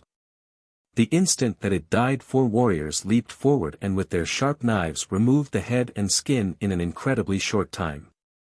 Tarzan could not but note that everything these people did was accomplished with maximum efficiency. Never did there seem to be any lost motion, never was one at a loss as to what to do, never did one worker get in the way of another. Scarcely 10 minutes had elapsed from the moment that they had encountered the cat before the detachment was again moving, the head of the beast fastened to the saddle of one of the warriors, the skin to that of another.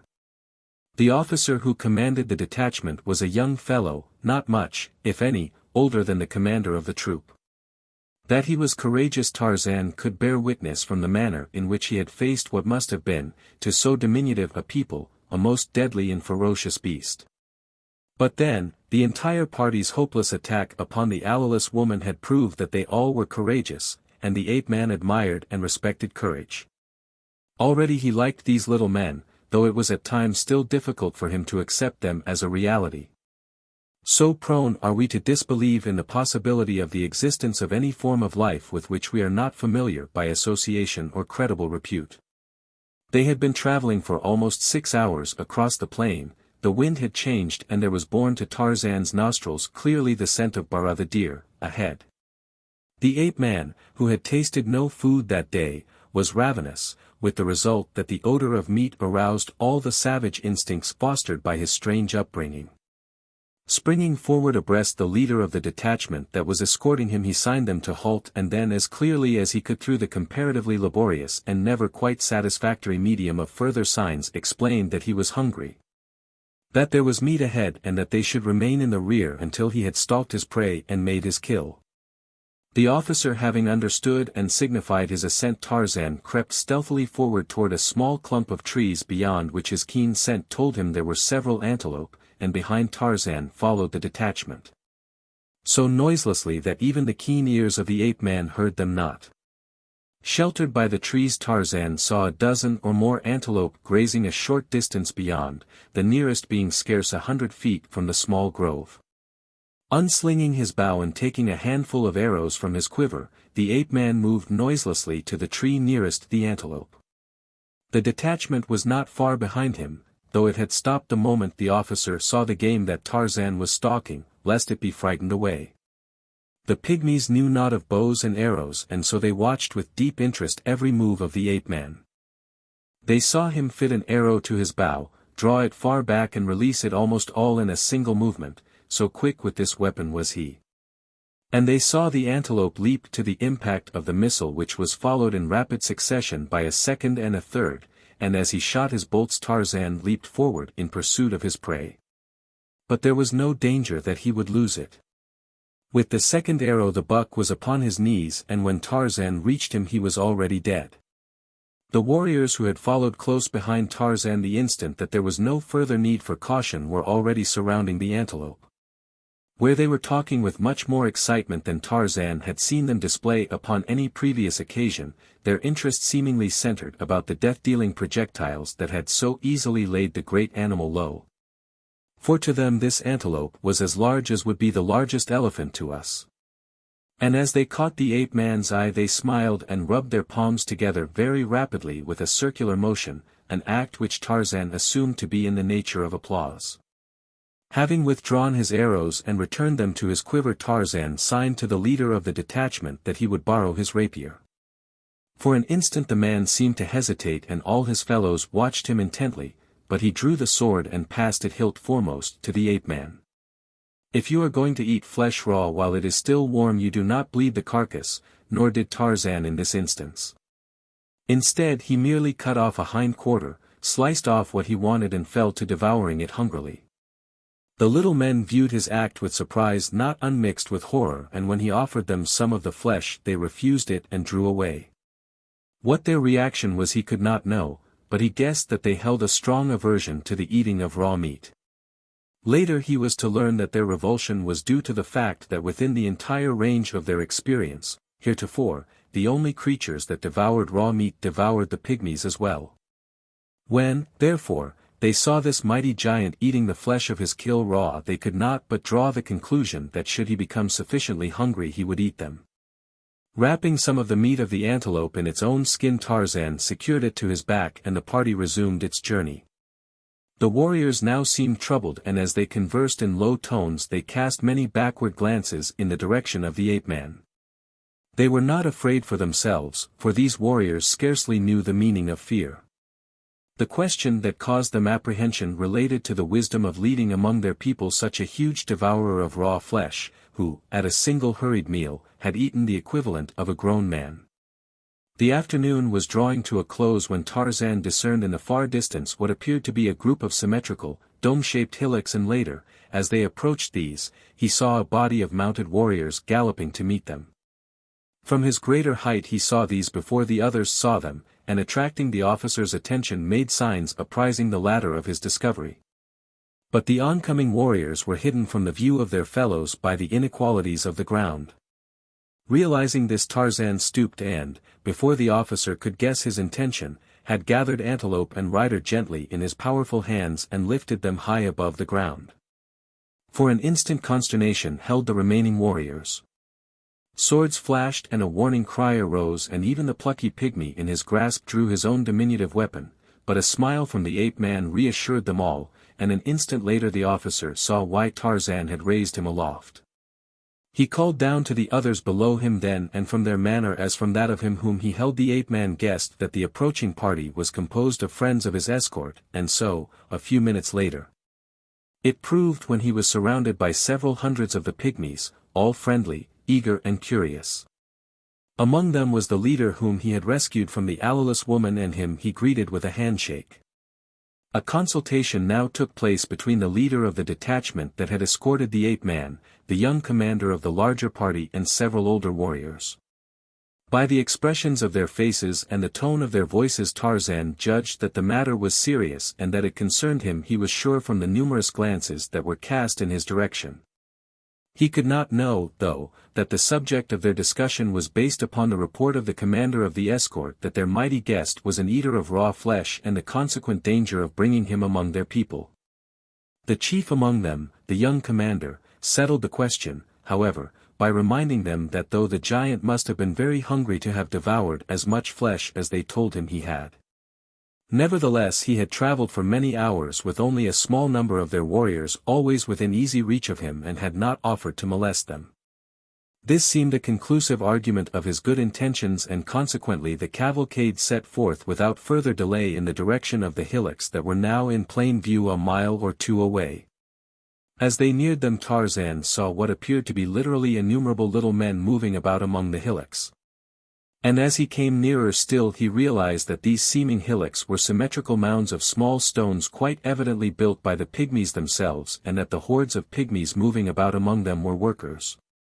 For here was a long line all moving in one direction, emerging from a hole in the ground and following a well-defined path to a half-completed hillock that was evidently in course of construction. Another line moved, empty-handed, in the opposite direction, entering the ground through a second hole, and upon the flanks of each line and at frequent intervals, marched armed warriors. While other similar lines of guarded workers moved in and out of openings in each of the other dome-like structures, carrying to the mind of the ape-man a suggestion of ants laboring about their hills. Chapter 6. Ska, the vulture, winged his way leisurely in great circles far above the right bank of the Ugogo. The pendant locket, sparkling in the sunlight, had ceased to annoy him while on the wing, only when he alighted and walked upon the ground did it become an encumbrance. Then he stepped upon it and tripped, but long since had he ceased to fight it, accepting it now as an inescapable evil. Beneath him he presently descried the still, recumbent form of Gorgo, the buffalo, whose posture proclaimed that he was already fit food for Ska. The great bird dropped, alighting in a nearby tree. All was well, no foes were in evidence. Satisfied of this, Ska flapped down to the fallen beast. Miles away a giant white man crouched in the concealment of a dense thicket with a little black girl. The fingers of one of the man's hands were across her mouth, those of the other held a knife at her heart. The man's eyes were not upon the girl, but were straining through the dense foliage toward a game trail along which two ebon warriors were advancing. Succor was close at hand for Oha, the daughter of Kamis the witch doctor, for the two approaching were hunters from the village of Obib, the chief. But she dared not call aloud to attract them lest the sharp point of Miranda's knife slip into her young heart, and so she heard them come and go until, their voices lost in the distance, the Spaniard arose and dragged her back upon the trail. Where they took up, what seemed to Oha, their endless and fruitless wanderings through the jungle. In the village of the ant-men Tarzan found a warm welcome, and having decided to remain for a while that he might study them and their customs, he set to work, as was his wont when thrown among strange peoples, to learn their language as quickly as possible. Having already mastered several languages and numerous dialects, the ape-man never found it difficult to add to his linguistic attainments. And so it was only a matter of a comparatively short time before he found it possible to understand his hosts and to make himself understood by them. It was then that he learned that they had at first thought that he was some form of Alolis and had consequently believed that it ever would be impossible to communicate with him by other means than signs. They were greatly delighted therefore when it had become apparent that he could utter vocal sounds identical to theirs, and when they comprehended that he desired to learn their tongue. Adendrohahkis, the king, placed several instructors at his disposal and gave orders that all his people, with whom the giant stranger might come in contact, should aid him to an early understanding of their language. Adendrohahkis was particularly well inclined toward the ape-man because of the fact that it had been the king's son, Komodoflorensal, whom Tarzan had rescued from the clutches of the Alolis woman. And so it was that everything was done to make the giant stay among them a pleasant one. 100 slaves brought his food to him where he had taken up his abode beneath the shade of a great tree that grew in lonely majesty just outside the city. When he walked among the group of dome houses, a troop of cavalry galloped ahead to clear a path for him, lest he trod upon some of the people of the city. But always was Tarzan careful of his hosts, so that no harm ever befell one of them because of him. As he mastered the language he learned many things concerning these remarkable people. Prince Komodoflorensal almost daily took it upon himself to assist in the instruction of his colossal guest, and it was from him that Tarzan learned most. Nor were his eyes idle as he strolled around the city. Particularly interesting was the method of construction used in erecting the comparatively gigantic dome houses which towered high above even the great Tarzan. The first step in the construction was to outline the periphery of the base with boulders of uniform size and weighing, perhaps, 50 pounds each.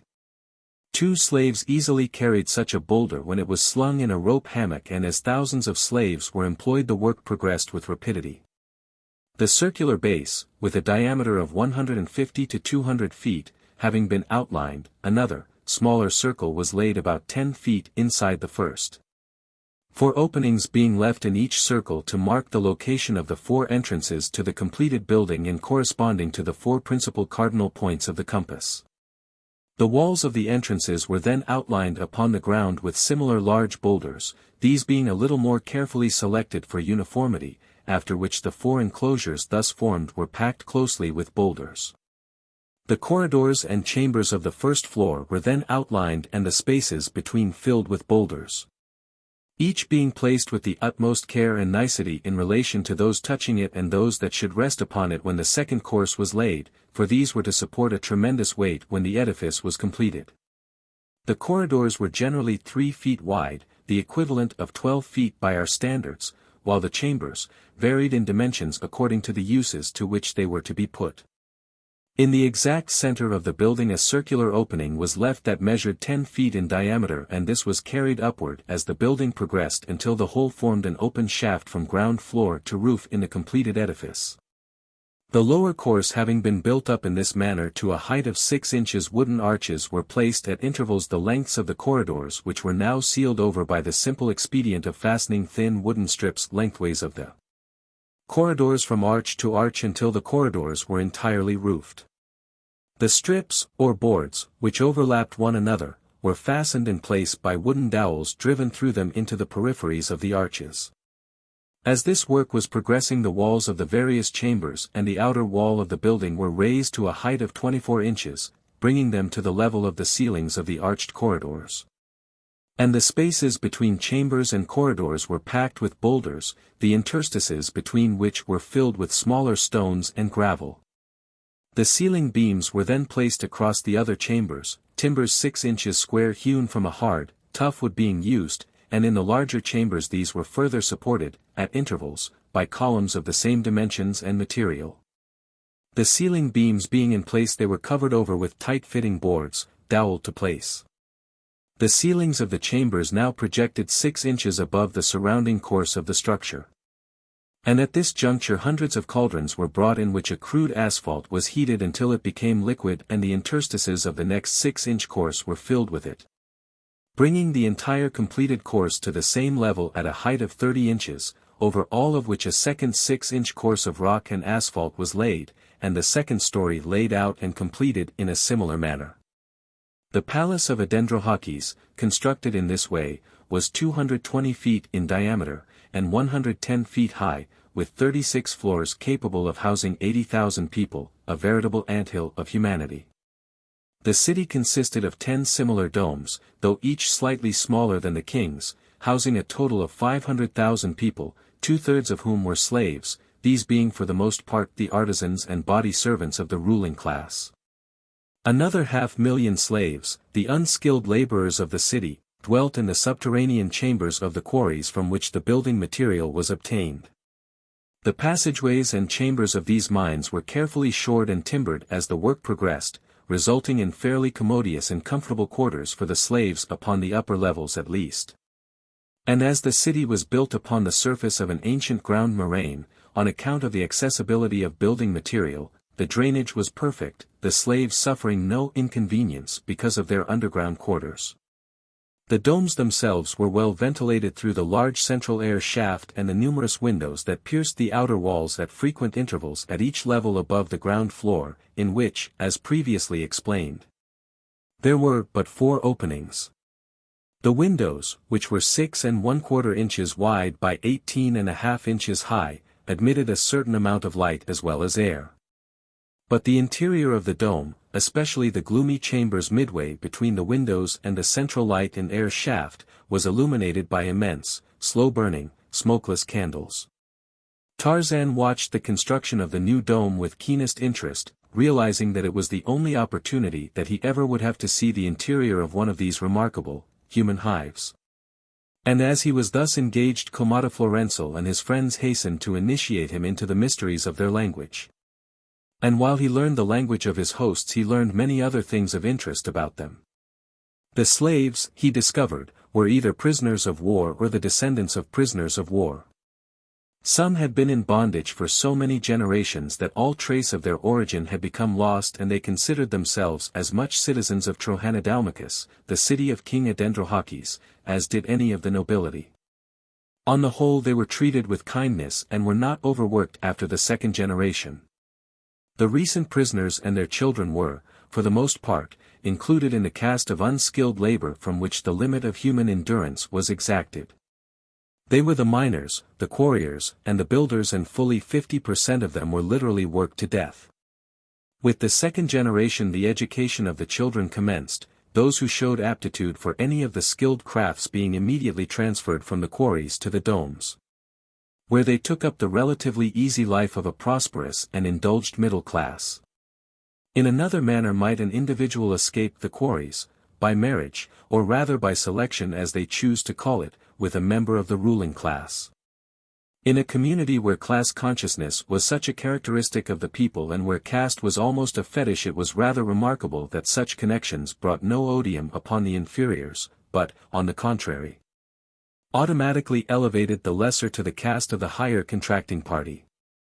It is thus, deliverer of the son of Adendrohahkis, explained Komodoflorensal, in reply to Tarzan's inquiry relative to this rather peculiar exception to the rigid class distinctions the king's son had so often impressed upon him, ages ago.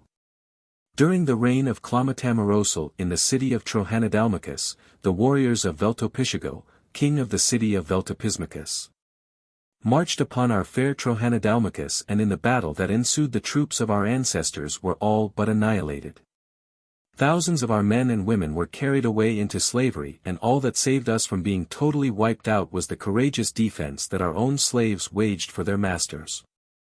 Komodoflorensal, from whom I am descended, fighting in the thick of the fray, noted the greater stamina of the slaves. They were stronger than the warriors of either city and seemed not to tire at all, while the high caste nobility of the fighting clans, though highly courageous, became completely exhausted after a few minutes of fighting.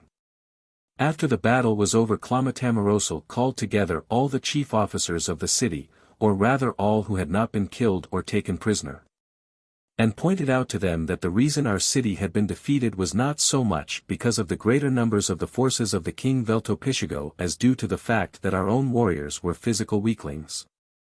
And he asked them why this should be and what could be done to remedy so grievous a fault.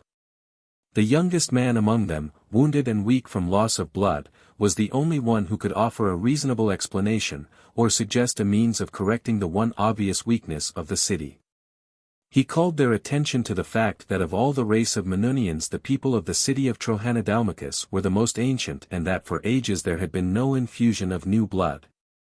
Since they were not permitted to mate outside their own caste, while their slaves, recruited from all the cities of Minuni, had interbred, with the result that they had become strong and robust while their masters, through inbreeding, had grown correspondingly weaker. He exhorted Komodoflorensal to issue a decree elevating to the warrior class any slave that was chosen as mate by either a man or woman of that class, and further to obligate each and every warrior to select at least one mate from among their slaves. At first, of course, the objections to so iconoclastic a suggestion were loud and bitter. But Komodoflorensal was quick to sense the wisdom of the idea, and not only did he issue the decree, but he was the first to espouse a slave woman, and what the king did all were anxious to do also. The very next generation showed the wisdom of the change, and each succeeding generation has more than fulfilled the expectations of Komodoflorensal until now. You see in the people of Trohanadalmakus the most powerful and warlike of the Minunians. Our ancient enemy, Veltopismakus, was the next city to adopt the new order, having learned of it through slaves taken in raids upon our own community, but they were several generations behind us. Now all the cities of Minuni wed their warriors with their slave women. And why not? Our slaves were all descended from the warrior class of other cities from which their ancestors were captured. We all are of the same race, we all have the same language and in all important respects the same customs. Time has made some slight changes in the manner of the selection of these new mates, and now it is often customary to make war upon another city for the sole purpose of capturing their noblest born and most beautiful women. For us of the royal family it has been nothing less than salvation from extinction. Our ancestors were transmitting disease and insanity to their progeny.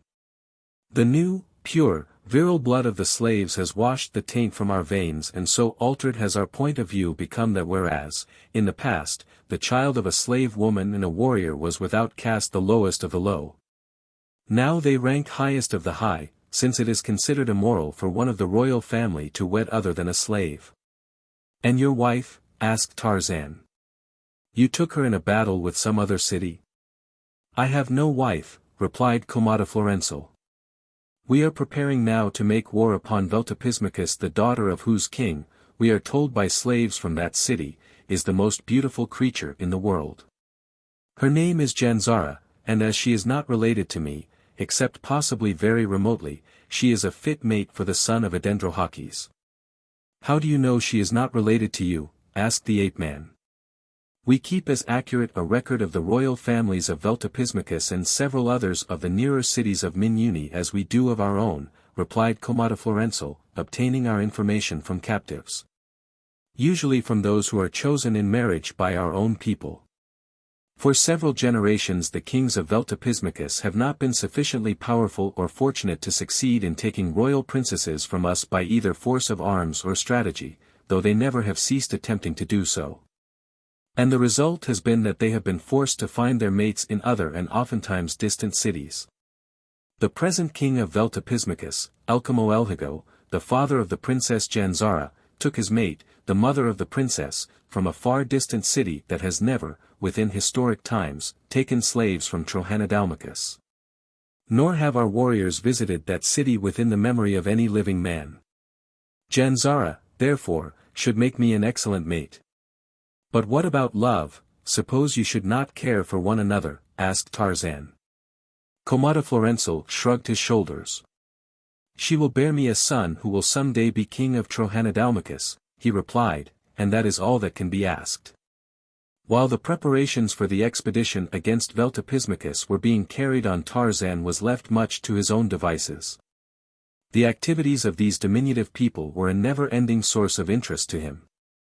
He watched the endless lines of slaves struggling with their heavy burdens toward the new dome that was rising with almost miraculous speed, or he strolled to the farmlands just beyond the city where other slaves tilled the rich soil, which they scratched with tiny plows drawn by teams of diodetes, the diminutive antelope that was their only beast of burden.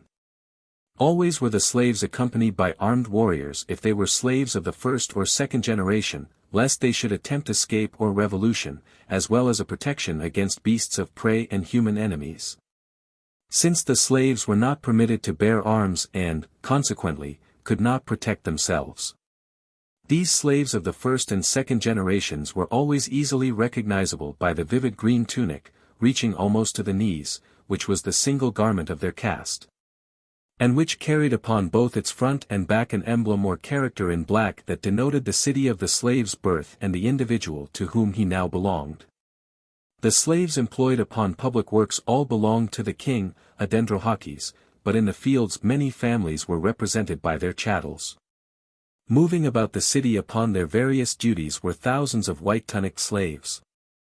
They exercised the mounts of their masters, they oversaw much of the more menial and laborious work of the lower caste slaves, they plied their trades and sold their wares in perfect freedom. But like the other slaves they wore but a single garment, together with rough sandals which were common to both classes. On their breasts and backs in red were the emblems of their masters. The second-generation slaves of the green tunics had a similar emblem, these having been born in the city and being consequently considered a part of it. There were other, though minor, distinguishing marks upon the tunics of the higher caste slaves, small insignia upon one shoulder or upon both, or upon a sleeve, denoting the occupation of the wearer. Groom, body servant, majordomo, cook, hairdresser, worker in gold and silver, potter, one could tell at a glance the vocation of each, and each belonged, body and soul, to his master, who was compelled to feed and dome these dependents, the fruits of whose labors belonged exclusively to him. The wealth of one warrior family might lie in the beauty and perfection of the gold and silver ornaments it sold to its wealthy fellows, and in such an instance all its skilled slaves, other than those required for personal and household duties, would be employed in the designing and fabrication of these articles. Another family might devote its attention to agriculture, another to the raising of diodetes.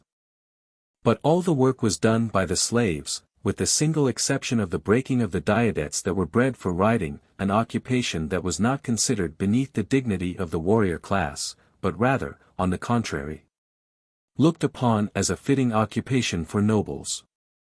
Even the king's son broke his own diadex.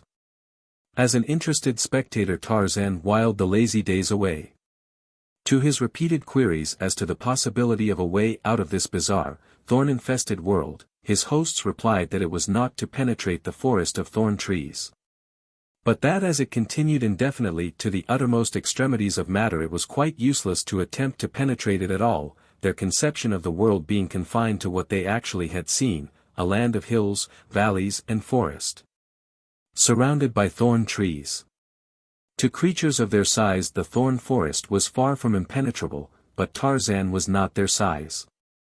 Still he never ceased to plan on a means of escape, though he was in no great haste to attempt it, since he found the Minunians interesting and it suited his present primitive mood to loll in lazy ease in the city of Trohanadalmakus. But of a sudden a change came, early of a morning, just as the first, faint promise of dawn was tinging the eastern sky. Chapter 7. The owlless youth, son of the first woman, ranged the forest in search of the ape-man, the only creature that ever had stirred within his savage, primitive breast any emotion even slightly akin to affection, but he did not find him. Instead he fell in with two older males of his own species, and these three hunted together, as was occasionally the custom of these inoffensive creatures. His new acquaintances showed little interest in his strange armament, they were quite content with a stick and a stone knife. To the former an occasional rodent fell and the latter discovered many a luscious grub and insect beneath the mold that floored the forest or hidden under the bark of a tree. For the most part, however, they fed upon fruits, nuts and tubers. Not so the son of the first woman, however. He brought in many birds and an occasional antelope, for he was becoming daily more proficient with the bow and the spear, and as he often brought in more than he could eat and left the remainder to his two fellows. They were permanently attached to him, or at least until such time as some fearsome woman should appear upon the scene to shatter their idyllic existence and drag one of them away to her corral. They wondered a little at him in their slow and stupid minds, for he seemed to differ in some vague, intangible way from them and all others of their sex that they had known. He held his chin higher for one thing and his gaze was far less shifty and apologetic. He strode with a firmer step and with less caution. But perhaps they smiled inwardly as they cogitated muddily upon that inevitable moment that would discover one of their coarse, brutal, hairy she's felling him with her bludgeon and dragging him off toward the caves by the hair of his head. And then one day the thing happened, or at least a part of it happened, they met a huge she suddenly in an open place in the forest.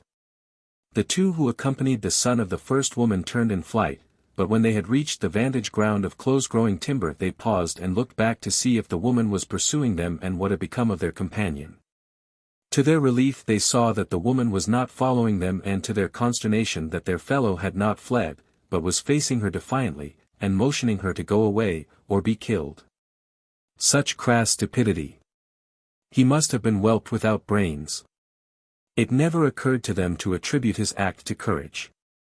Courage was for the shes, the male spent his life in fleeing danger and the female of his species. But they were grateful to him, for his rash act would save them since the she would take but one of them and that one would be he who thus foolishly remained behind to defy her. The woman, unaccustomed to having her rights challenged by mere man, was filled with surprise and righteous anger. Her surprise brought her to a sudden halt 20 paces from the man and her anger caused her to reach for one of the stone missiles hanging at her girdle. That was her undoing. The son of the first woman, standing before her with an arrow already fitted to his bow, waited not to discover her further intentions, but even as the woman's fingers loosed the feathered messenger of defeat from the leather thong of her girdle, he drew the shaft to his cheek and released it. His two companions, watching from the seclusion of the wood, saw the woman stiffen, her face contorted in a spasm of pain. They saw her clutch frantically at a feathered shaft protruding from her chest, sink to her knees and then sprawl to earth, where she lay kicking with her feet and clutching with her fingers for a brief moment before she relapsed into eternal quiet. Then they emerged from their concealment, and as the son of the first woman approached his victim and wrenched the arrow from her heart they joined him, half stunned as they were by surprise. and gazed first at the corpse of the she with expressions of incredulity and then at him with what was closely akin to awe and reverence. They examined his bow and arrows and again they returned to the wound in the woman's chest. It was all quite too amazing. And the son of the first woman?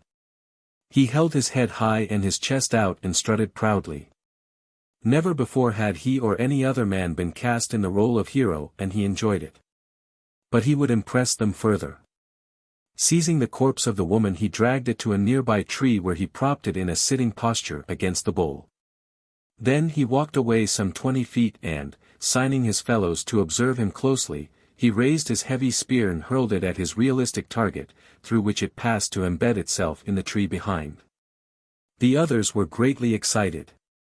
One of them wanted to attempt this wondrous feat and when he had thrown, and missed, his fellow insisted upon having a turn. Later they craved practice with the bow and arrow. For hours the three remained before their grisly target. Nor did they desist until hunger prompted them to move on and the son of the first woman had promised to show them how to fashion weapons similar to his own, a momentous occurrence in the history of the Alali. Though these three sensed it as little as did the hundreds of allaless women repairing to their caves that night in blissful ignorance of the blow that had been struck at their supremacy by the militant suffragists of Minuni.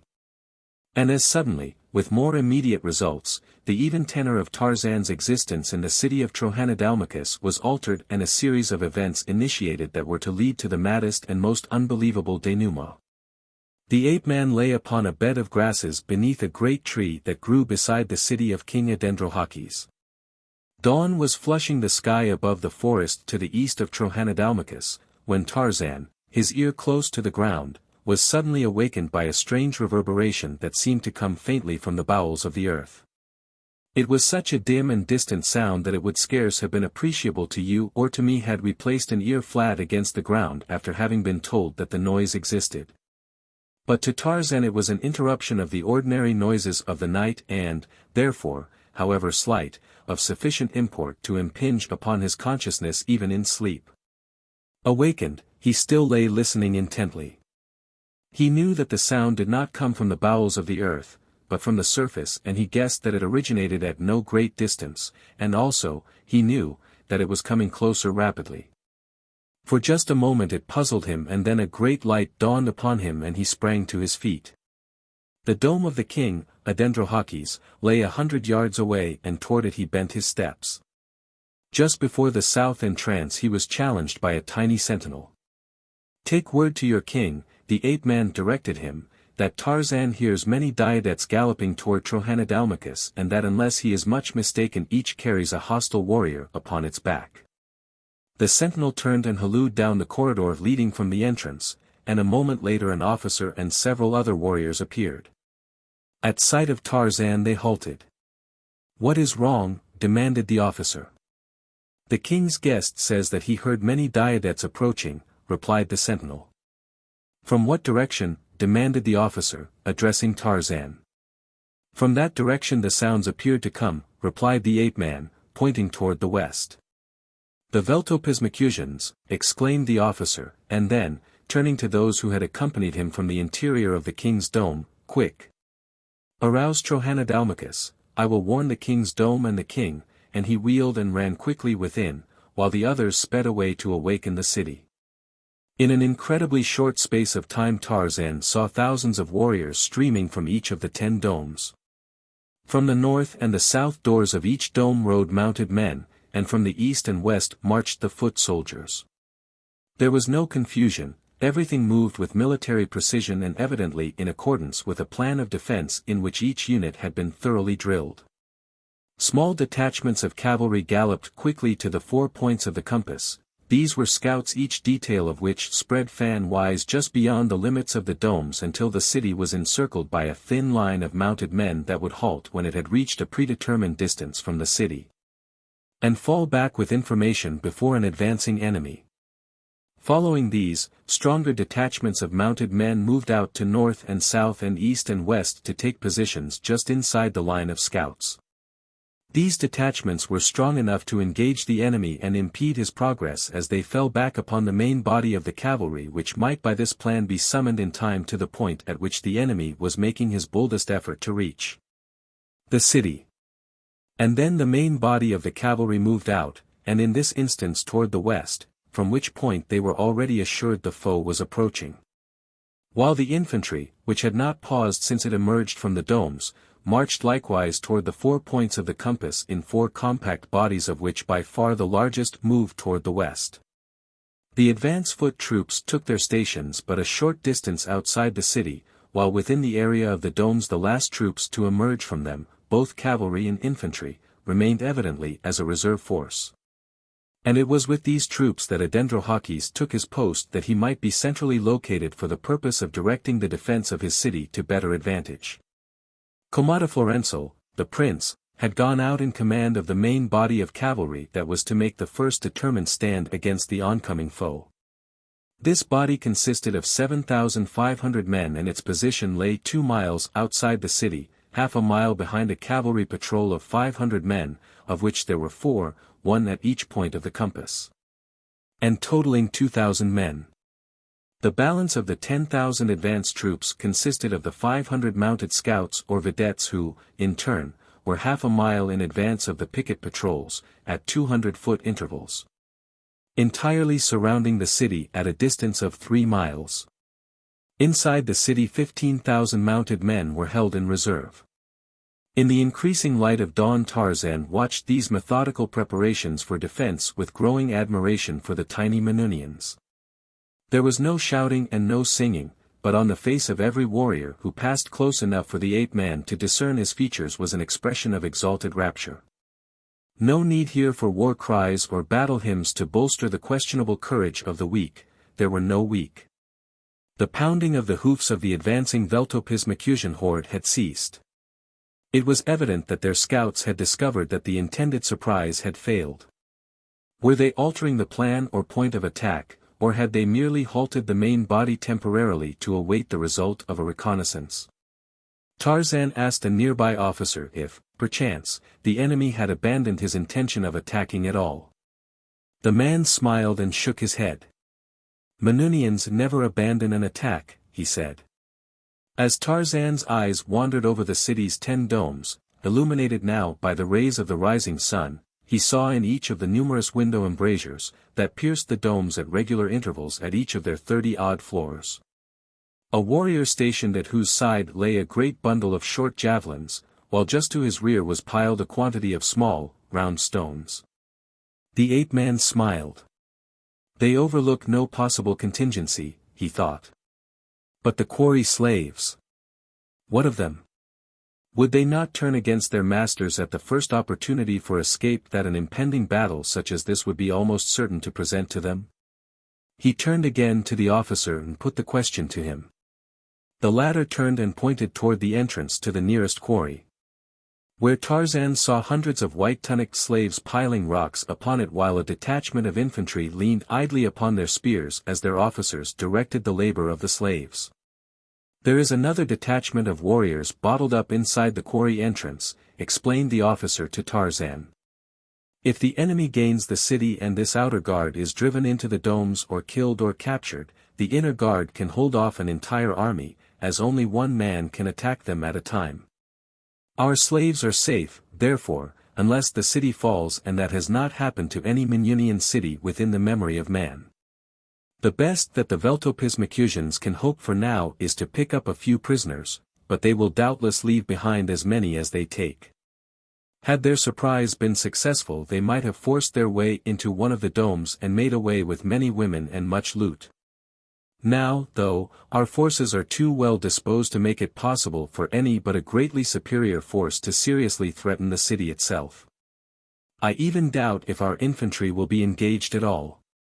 "How is the infantry disposed?" asked Tarzan. 5,000 men are stationed within the windows of the domes," replied the officer. 5,000 more comprise the reserve which you see about you, and from which detachments have been detailed to guard the quarries.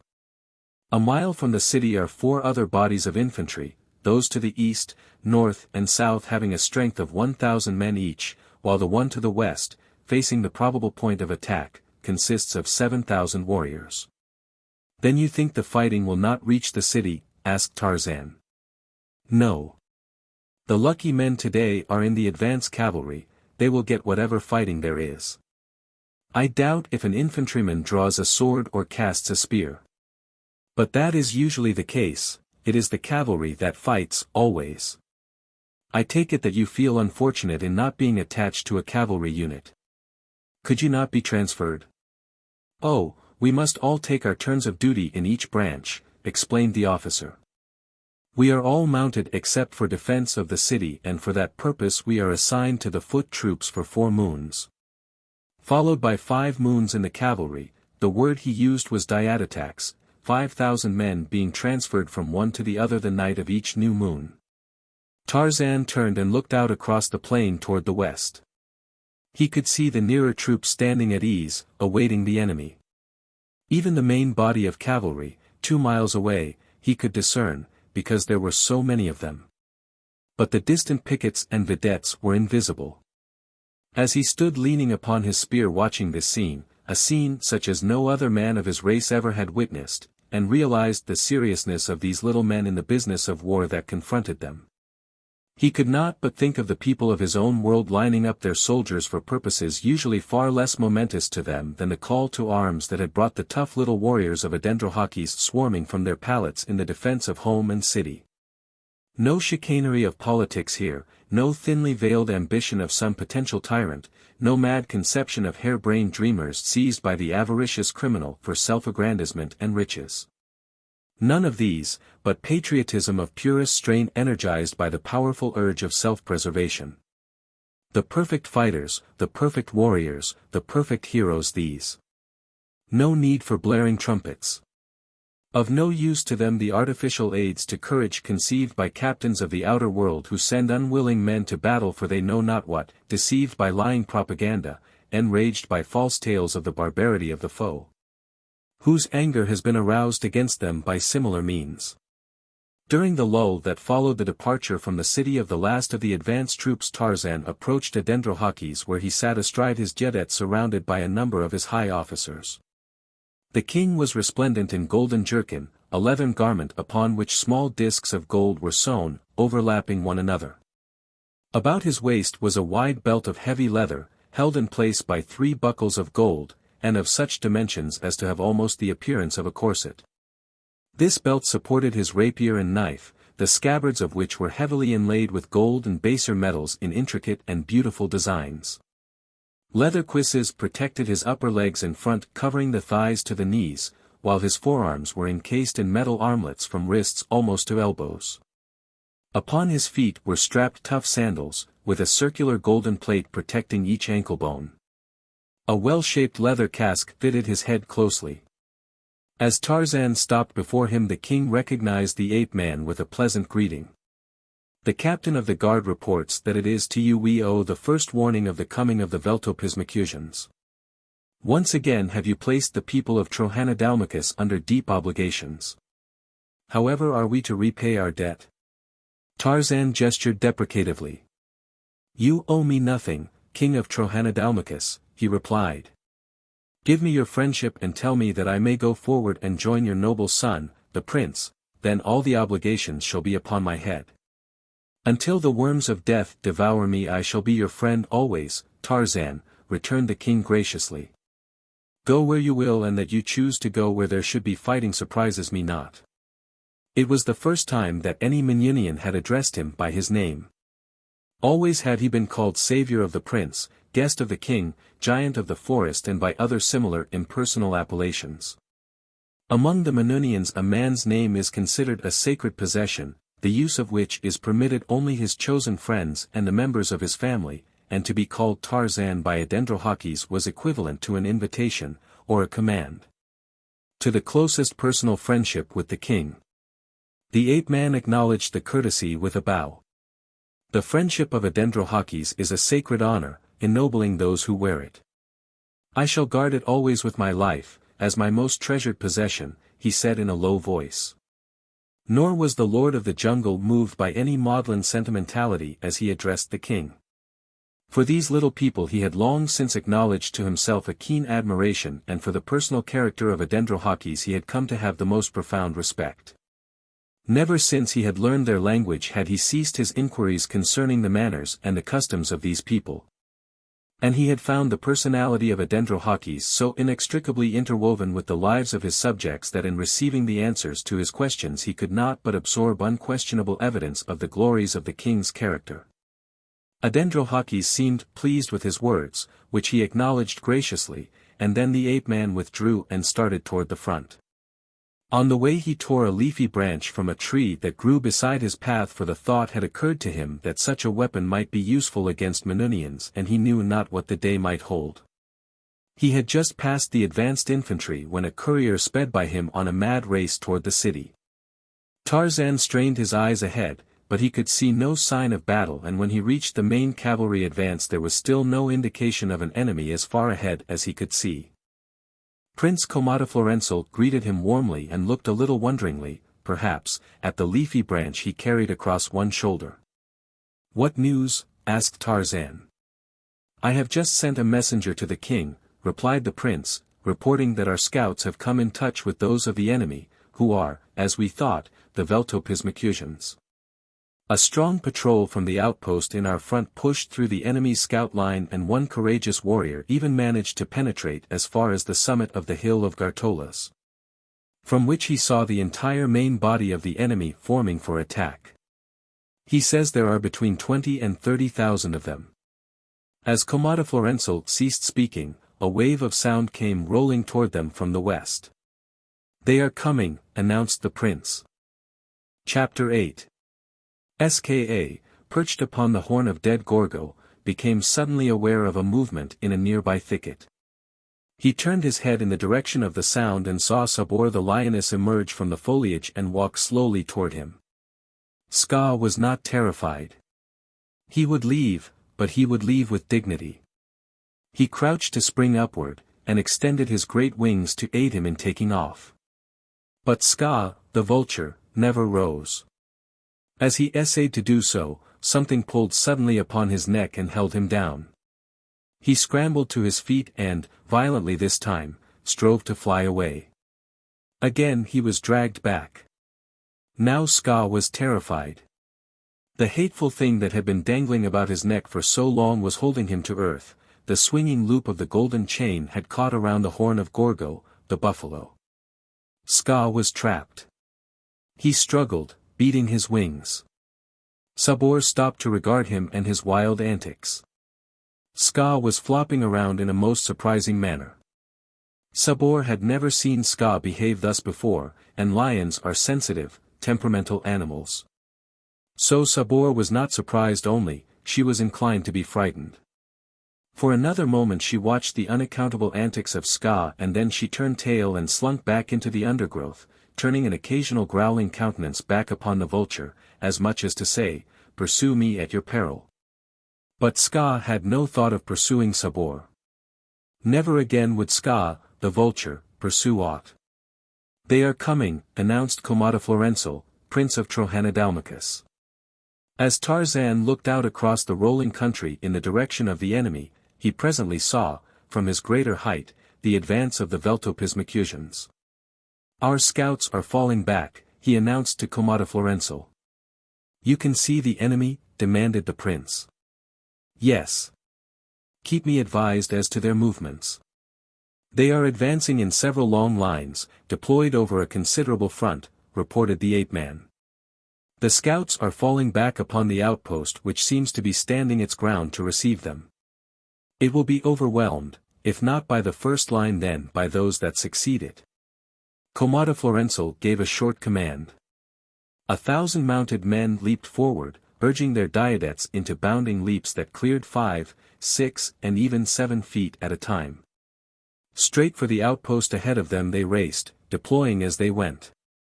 Another 1,000 moved quickly toward the right and a third toward the left of the advance cavalry's position, following Tarzan's announcement that the enemy had divided into 2 bodies just before it engaged the outpost. And that one of these was moving as though with the intention of turning the right flank of the main cavalry of Trohanadalmakus, while the other circled in the direction of the left flank. "They are striking boldly and quickly for prisoners," said the prince to Tarzan. "Their second and third lines are ploying upon the center and moving straight for us," said Tarzan. "They have reached the outpost, which is racing forward with them, giving battle vigorously with rapiers." Komodoflorensal was dispatching messengers toward the rear. "It is thus that we fight," he said, evidently in explanation of the action of the outpost. "It is time that you return to the rear, for in another few moments you will be surrounded by the enemy if you remain. When they reach us we, too, will turn and fight them hand to hand back toward the city. If it still is their intention to enter the city, the battle will resemble more a race than aught else, for the speed will be too great for effective fighting. But if they have abandoned that idea and intend contenting themselves with prisoners, there will be plenty of fighting before we reach the infantry, past which I doubt if they will advance. With their greatly superior numbers they will take some prisoners, and we shall take some, but, quick! You must get back to the city, if already it is not too late." "I think I shall remain here," replied the ape-man. "But they will take you prisoner, or kill you." Tarzan of the Apes smiled and shook his leafy branch. "I do not fear them," he said, simply. "That is because you do not know them," replied the prince. "Your great size makes you overconfident, but remember that you are only 4 times the size of a Minunian and there may be 30,000 seeking to overthrow you." The Veltopismakusians were driving swiftly forward. The prince could give no more time to what he saw was but a futile attempt to persuade Tarzan to retreat, and while he admired the strange giant's courage he likewise deplored his ignorance. Komodoflorensal had grown fond of their strange guest and he would have saved him had it been possible, but now he must turn to the command of his troops, since the enemy was almost upon them. Tarzan watched the coming of the little men on their agile, wiry mounts.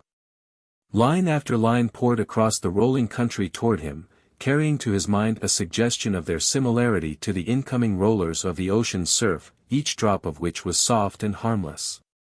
But in their countless numbers combined into a relentless and terrifying force of destruction, and the ape-man glanced at his leafy bough and smiled, albeit a trifle ruefully. But now his whole attention was riveted by the fighting in the first 2 lines of the advancing horde. Racing neck and neck with the Veltopismakusian warriors were the men of Adendrohahkis' outpost and the thousands who had reinforced them. Each had selected an enemy rider whom he sought to strike from his saddle, and at top speed each duel was carried on with keen rapiers, though here and there was a man wielding his spear, and sometimes to good effect. A few riderless diedettes leaped forward with the vanguard, while others, seeking to break back or to the flanks, fouled the racing ranks, often throwing beasts and riders to the ground. But more frequently the warriors leaped their mounts entirely over these terrified beasts. The riding of the Minunians was superb, and their apparently effortless control of their swift and nervous steeds bordered upon the miraculous. Now a warrior, lifting his mount high into the air, cleared an adversary and as he rose above him cut down viciously with his rapier at his foeman's head, striking him from the saddle.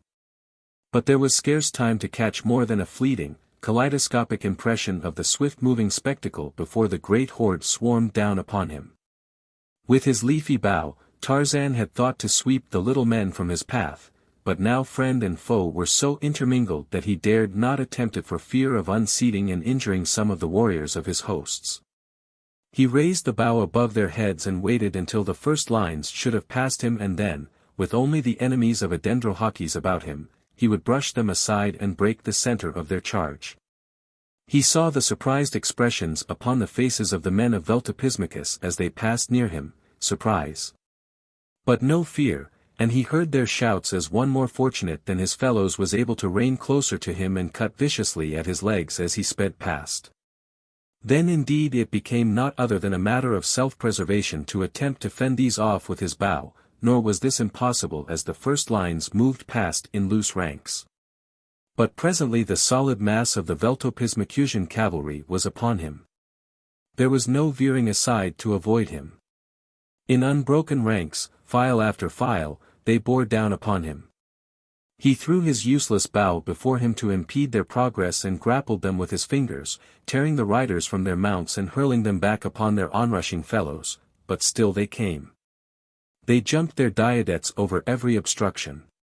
One rider, leaping straight for him, struck him head-on in the pit of the stomach, half-winding him and sending him back a step. Another and another struck his legs and sides. Again and again the needle-like points of their rapiers pierced his brown hide until from hips to feet he was red with his own blood, and always there were more thousands bearing down upon him. His weapons, useless against them, he made no attempt to use, and though he wrought havoc among them with his bare hands, there were always 100 to take the place of each that he disposed of. He smiled grimly as he realized that in these little people, scarce 1/4 his size, he, the incomparable Tarzan, the lord of the jungle, had met his Wellington. He realized that he was entirely surrounded by the Veltopismakusians now. The warriors of Trohanadalmakus, having engaged the advancing enemy, were racing onward with them toward the 7,000 dismounted men who were to receive the brunt of that terrific charge. Tarzan wished that he might have witnessed this phase of the battle, but he had fighting enough and to spare to engage all his attention where he was. Again he was struck in the stomach by a charging rider, and again the blow staggered him. Before he could recover himself another struck him in the same place, and this time he went down, and instantly he was covered, buried by warriors and diadetes, swarming over him, like ants, in countless numbers. He tried to rise, and that was the last he remembered before he sank into unconsciousness. Ulha, daughter of Kamas the witch doctor of the tribe of Obib the cannibal, lay huddled upon a little pile of grasses in a rude thorn shelter in an open jungle. It was night, but she was not asleep. Through narrowed lids she watched a giant white man who squatted just outside the shelter before a tiny fire. The girl's lids were narrowed in hate as her smoldering eyes rested upon the man.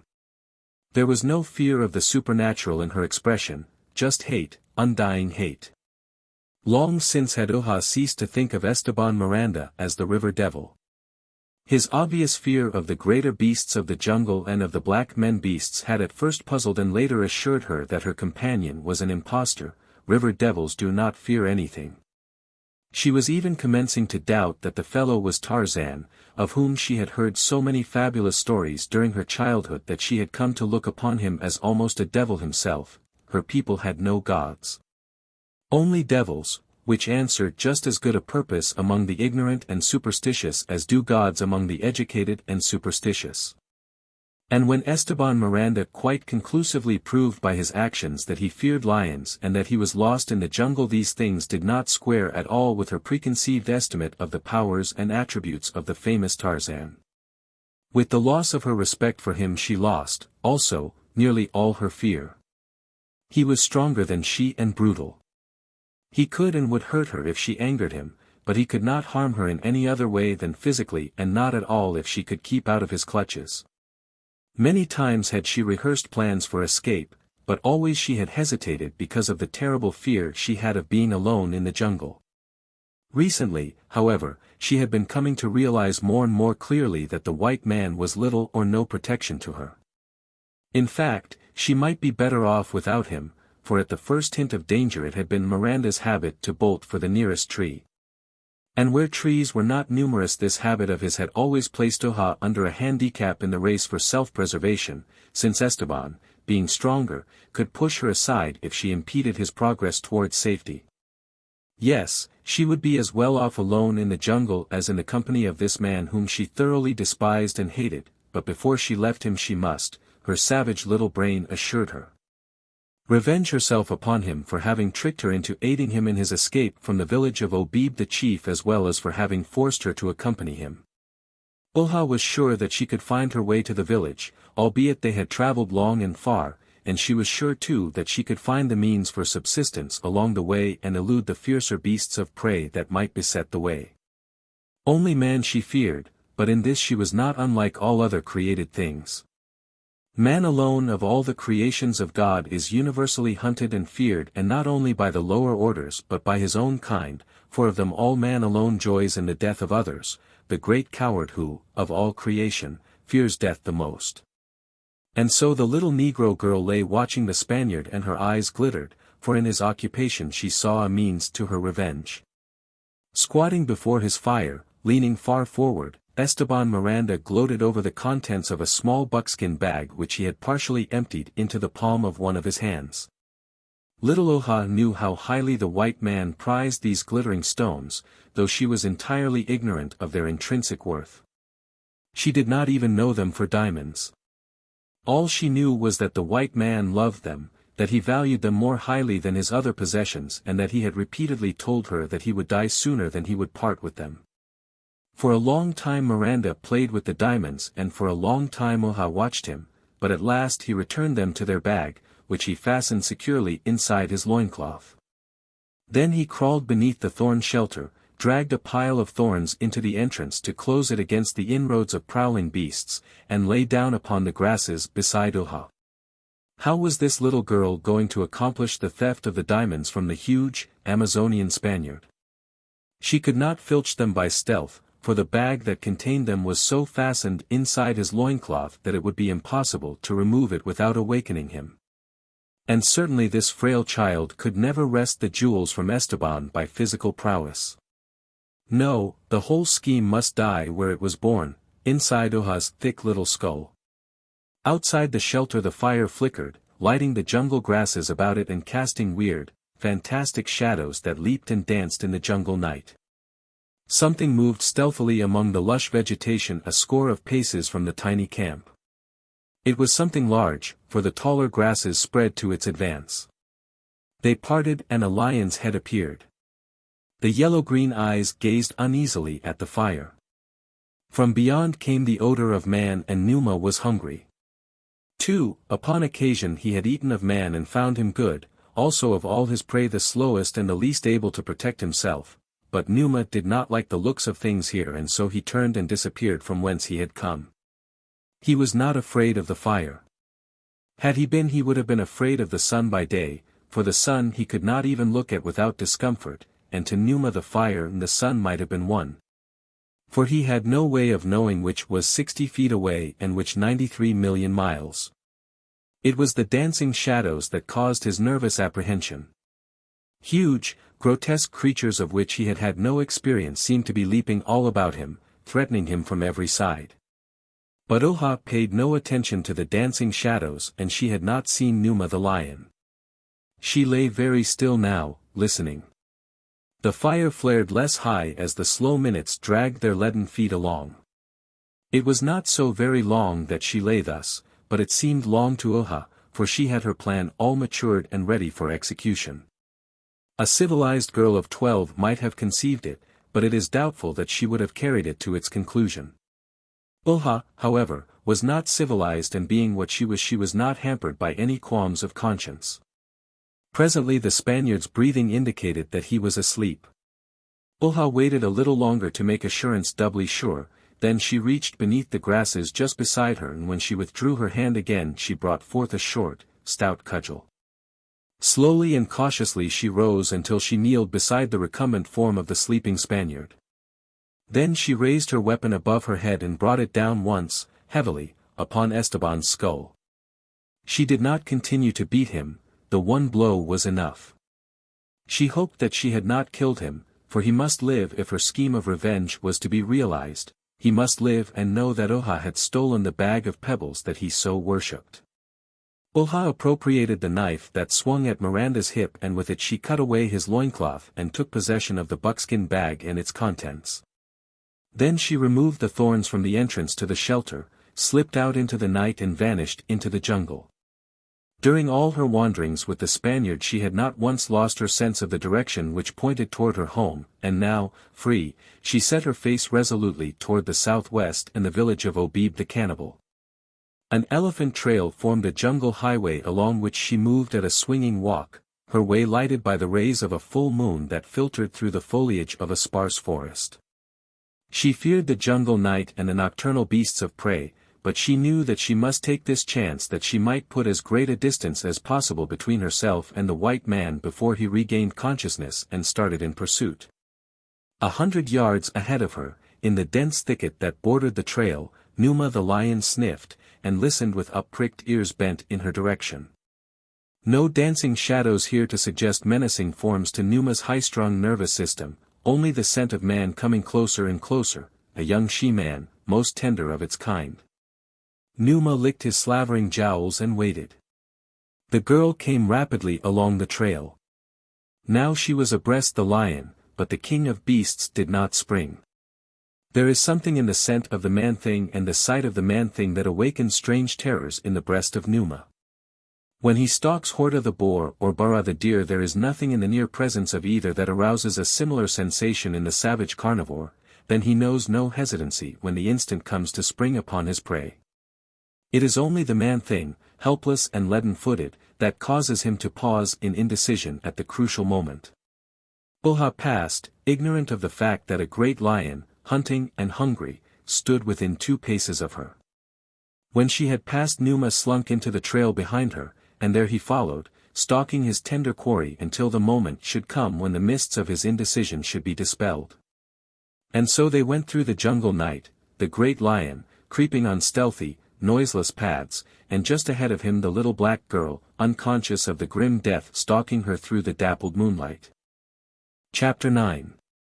When Tarzan of the Apes regained consciousness, he found himself lying upon an earthen floor in a large chamber.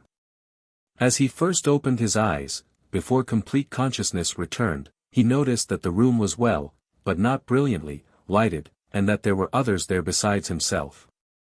Later, as he commenced to collect and dominate his faculties of thought, he saw that the room was lighted by 2 immense candles that appeared to be fully 3 feet in diameter and, though evidently partially melted away, yet at least 5 feet tall.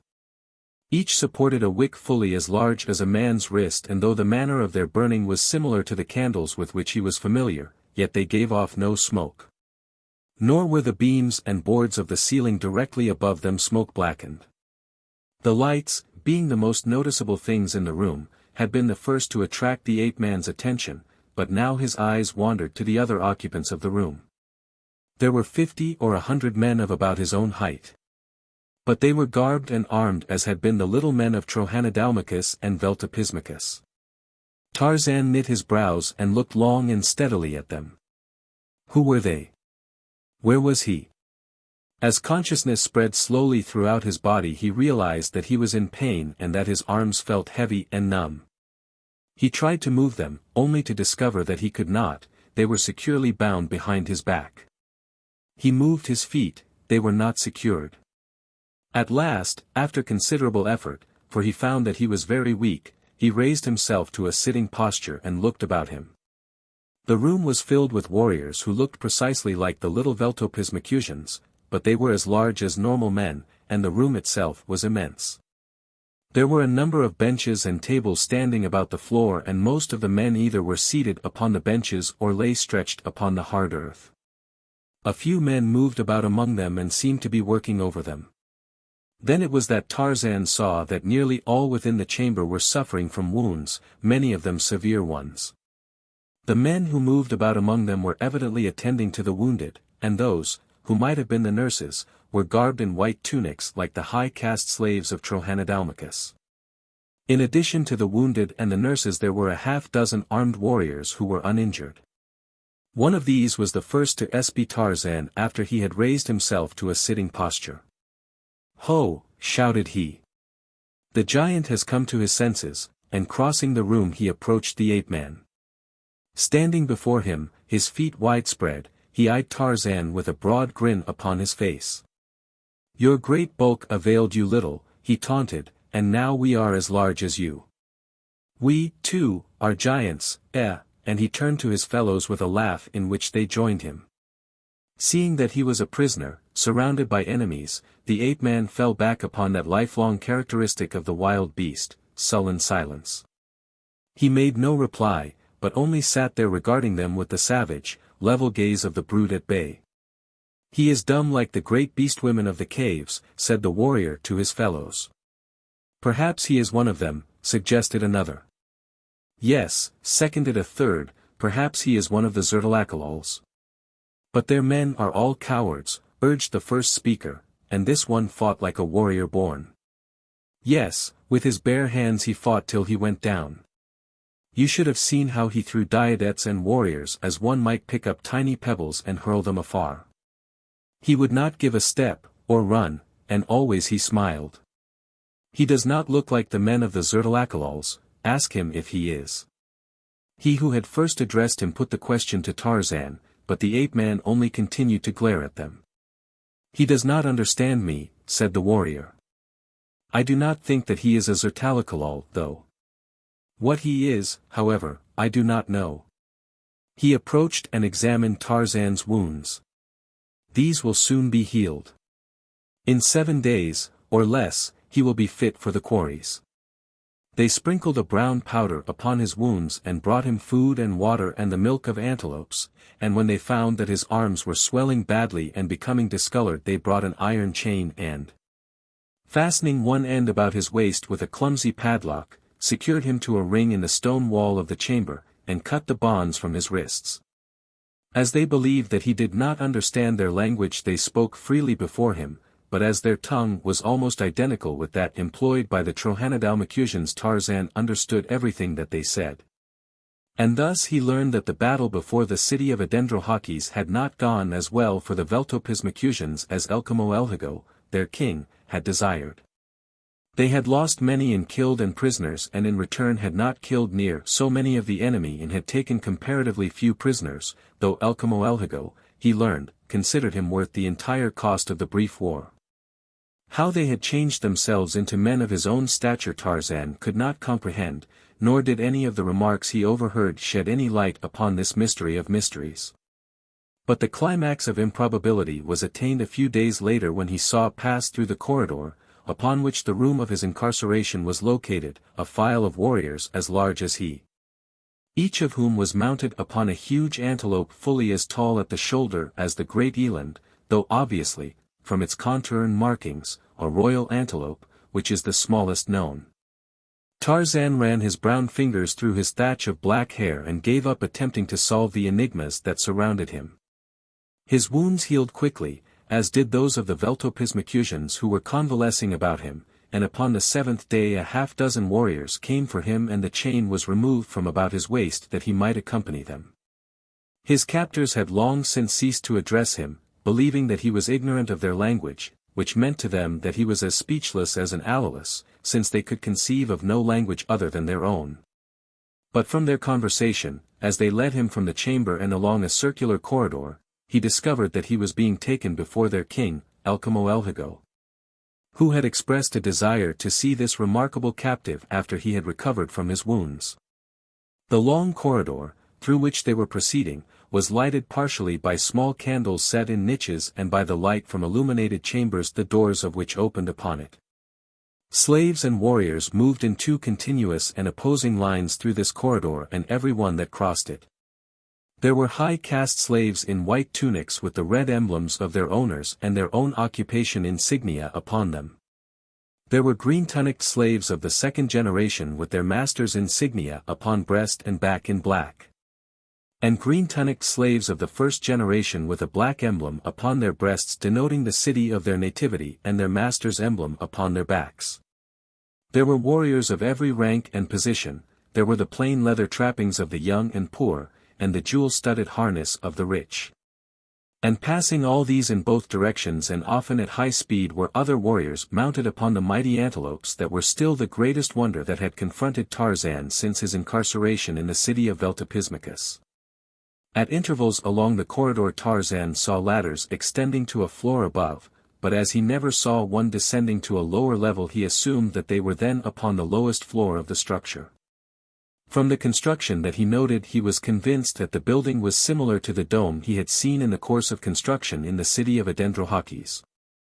But when he permitted his mind to dwell upon the tremendous proportions of such a dome capable of housing men of his own size he was staggered. Had Adendrohahkis' dome been duplicated in these greater dimensions, though in the same proportions, it would have been 880 feet in diameter and 440 feet high.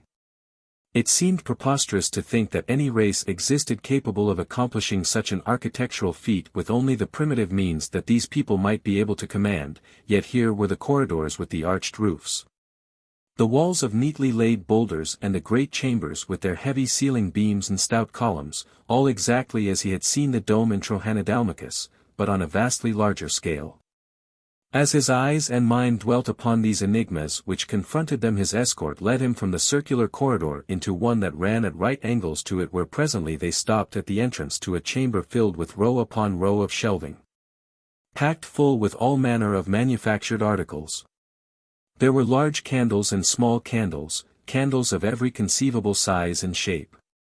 There were helmets, belts, sandals, tunics, bowls, jars, vases, and 1,000 other articles of the daily life of the Minunians with which Tarzan had become more or less familiar during his sojourn among the Trohanadalmakusians. As they halted before the entrance to this room, a white-tunicked slave came forward in response to the summons of one of the warriors of the escort.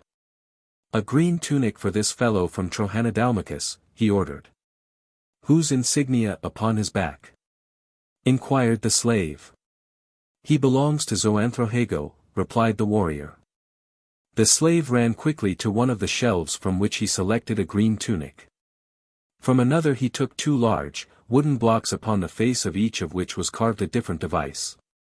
These he covered evenly with some sort of paint or ink, slipped a smooth board inside the tunic, placed one of the dies face downward upon the cloth, tapped it smartly with a wooden mallet several times, and then repeated the operation with the other die upon the reverse side of the tunic. When he handed the garment to Tarzan with the instructions to don it, the ape-man saw that it bore a device in black upon the breast and another upon the back, but he could not read them. His education had not progressed thus far.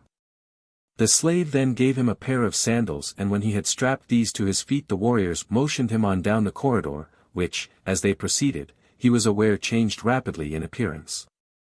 The rough boulder walls were plastered now and decorated with colored paintings portraying, most often, battle scenes and happenings of the hunt, usually framed in panels bordered in intricate, formal designs. Vivid colorings predominated. Many-hued candles burned in frequent niches. Gorgeously trapped warriors were numerous. The green-tunicked slave almost disappeared, while the white tunics of the higher caste bondsmen were of richer material, and the slaves themselves were often resplendently trapped with jewels and fine leather. The splendor of the scene, the brilliancy of the lighting, increased until the corridor came to an abrupt end before 2 massive doors of hammered gold, in front of which stood gorgeously trapped warriors who halted them and questioned the commander of the escort as to their business. "By the king's command we bring the slave of Zoanthrohago," replied the commander, the giant who was taken prisoner at Trohanadalmakus. The warrior who had challenged them turned to one of his fellows.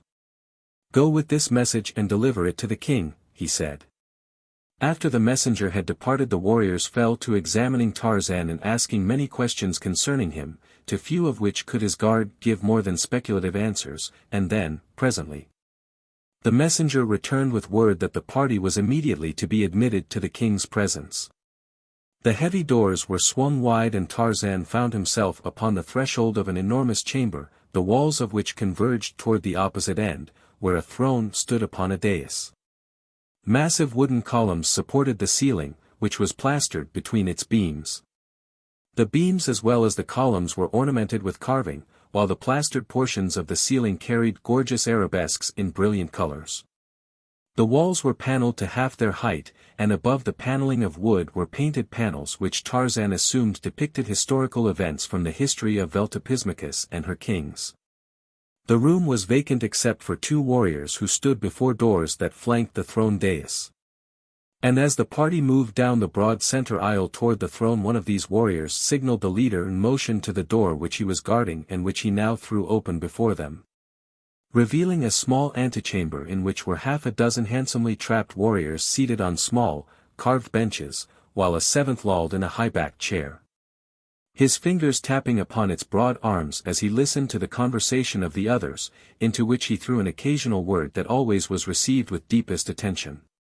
If he scowled when he spoke, the others scowled still more deeply; if he smiled, they broke into laughter, and scarcely for an instant did their eyes leave his face, lest they miss some fleeting index of his changing moods. Just inside the doorway the warriors who were conducting Tarzan halted, where they remained in silence until the man in the high-backed armchair deigned to notice them. Then the leader knelt upon one knee, raised his arms, palms forward, High above his head, leaned as far back as he could and in a monotonous dead level intoned his salutation. "O, Elkamoelhago, king of Veltopismakus, ruler of all men, master of created things, all-wise, all-courageous, all-glorious.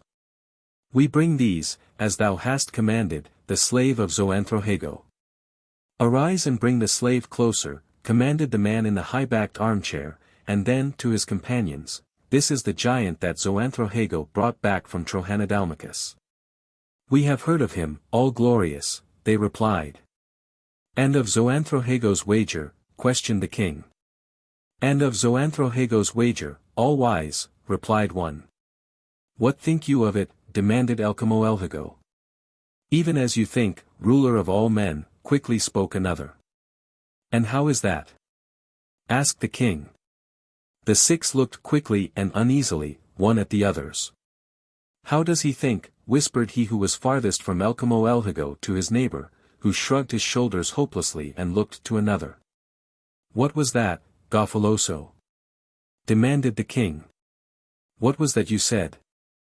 "I was about to remark that unless Zoanthrohago first consulted our august and all-wise ruler and is now acting upon his judgment he must, almost of necessity, lose the wager," replied Gafaloso glibly.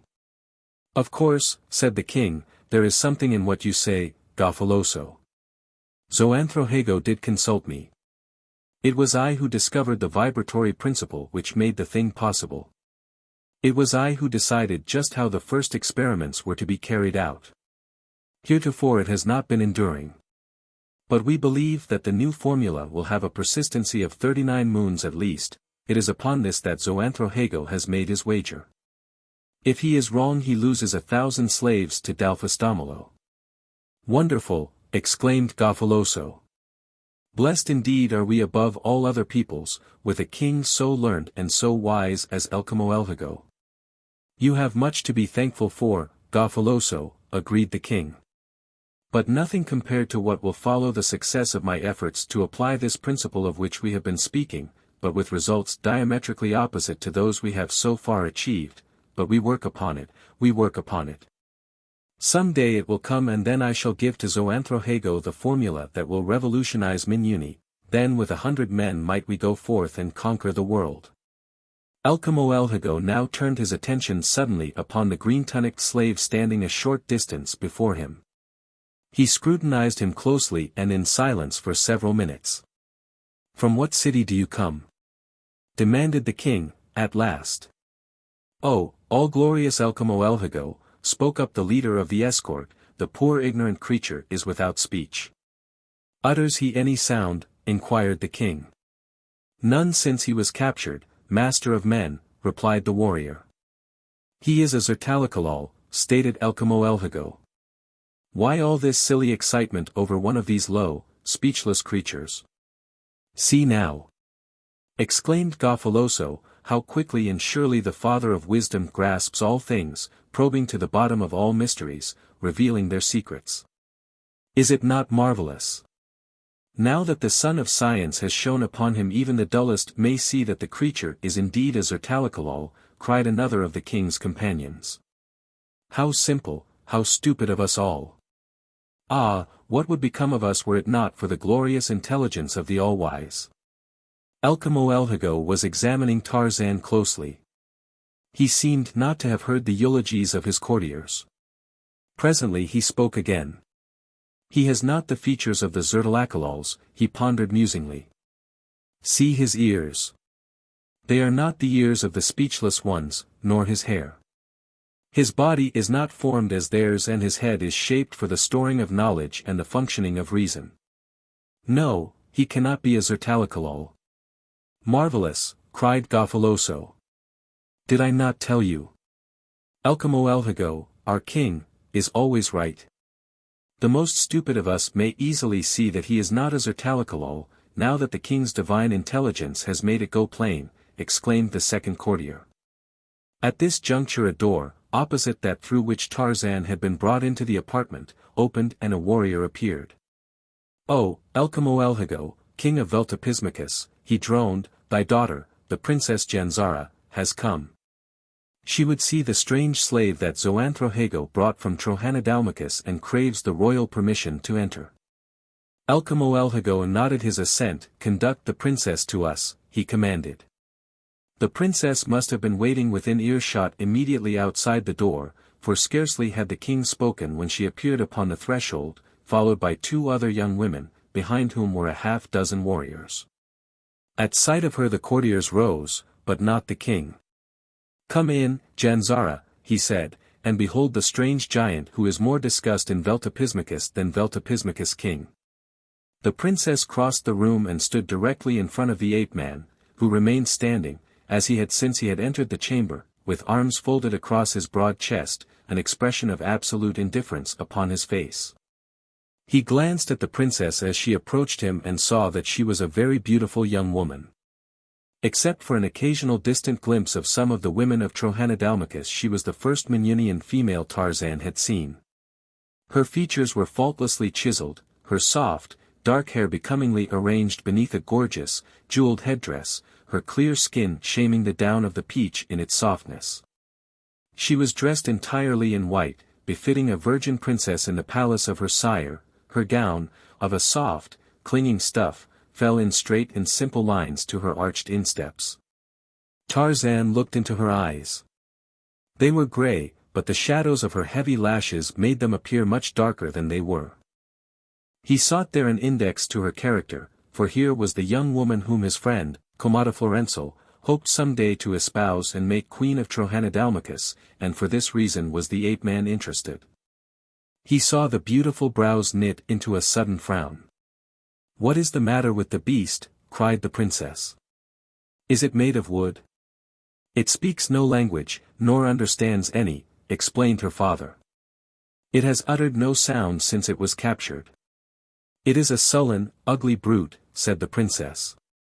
"I'll wager to make it utter a sound," and that quickly, with which she snatched a thin dagger from her belt and plunged it into Tarzan's arm. With such celerity had she moved that her act had taken all who witnessed it by surprise, but she had given the lord of the jungle an instant's warning in the few words she had spoken before she struck, and these had been sufficient for him. He could not avoid the blow, but he could and did avoid giving her the satisfaction of seeing her cruel experiments succeed, for he uttered no sound. Perhaps she would have struck again, for she was very angry now, but the king spoke sharply to her. "Enough, Janzara," he cried. "We would have no harm befall this slave upon whom we are conducting an experiment that means much to the future of Veltopismakus." "He has dared to stare into my eyes," cried the princess, "and he has refused to speak when he knew that it would give me pleasure. He should be killed." "He is not yours to kill," returned the king. "He belongs to Zoanthrohago. I will buy him," and turning to one of her warriors, "Fetch Zoanthrohago." Chapter 10. When Esteban Miranda regained consciousness, the fire before his rude shelter was but a heap of cold ashes and dawn had almost come. He felt weak and dizzy and his head ached. He put his hand to it and found his thick hair matted with coagulated blood. He found something else as well, a great wound in his scalp, that made him shudder and turn sick, so that he fainted. When again he opened his eyes it was quite daylight. He looked about him questioning. Where was he? He called aloud in Spanish, called to a woman with a musical name. Not Flora Hawks, but a soft, Spanish name that Flora never had heard. He was sitting up now and presently he regarded his nakedness in evident surprise. He picked up the loincloth that had been cut from his body. Then he looked all about him on the ground, his eyes dull, stupid, wondering. He found his weapons and picking them up examined them.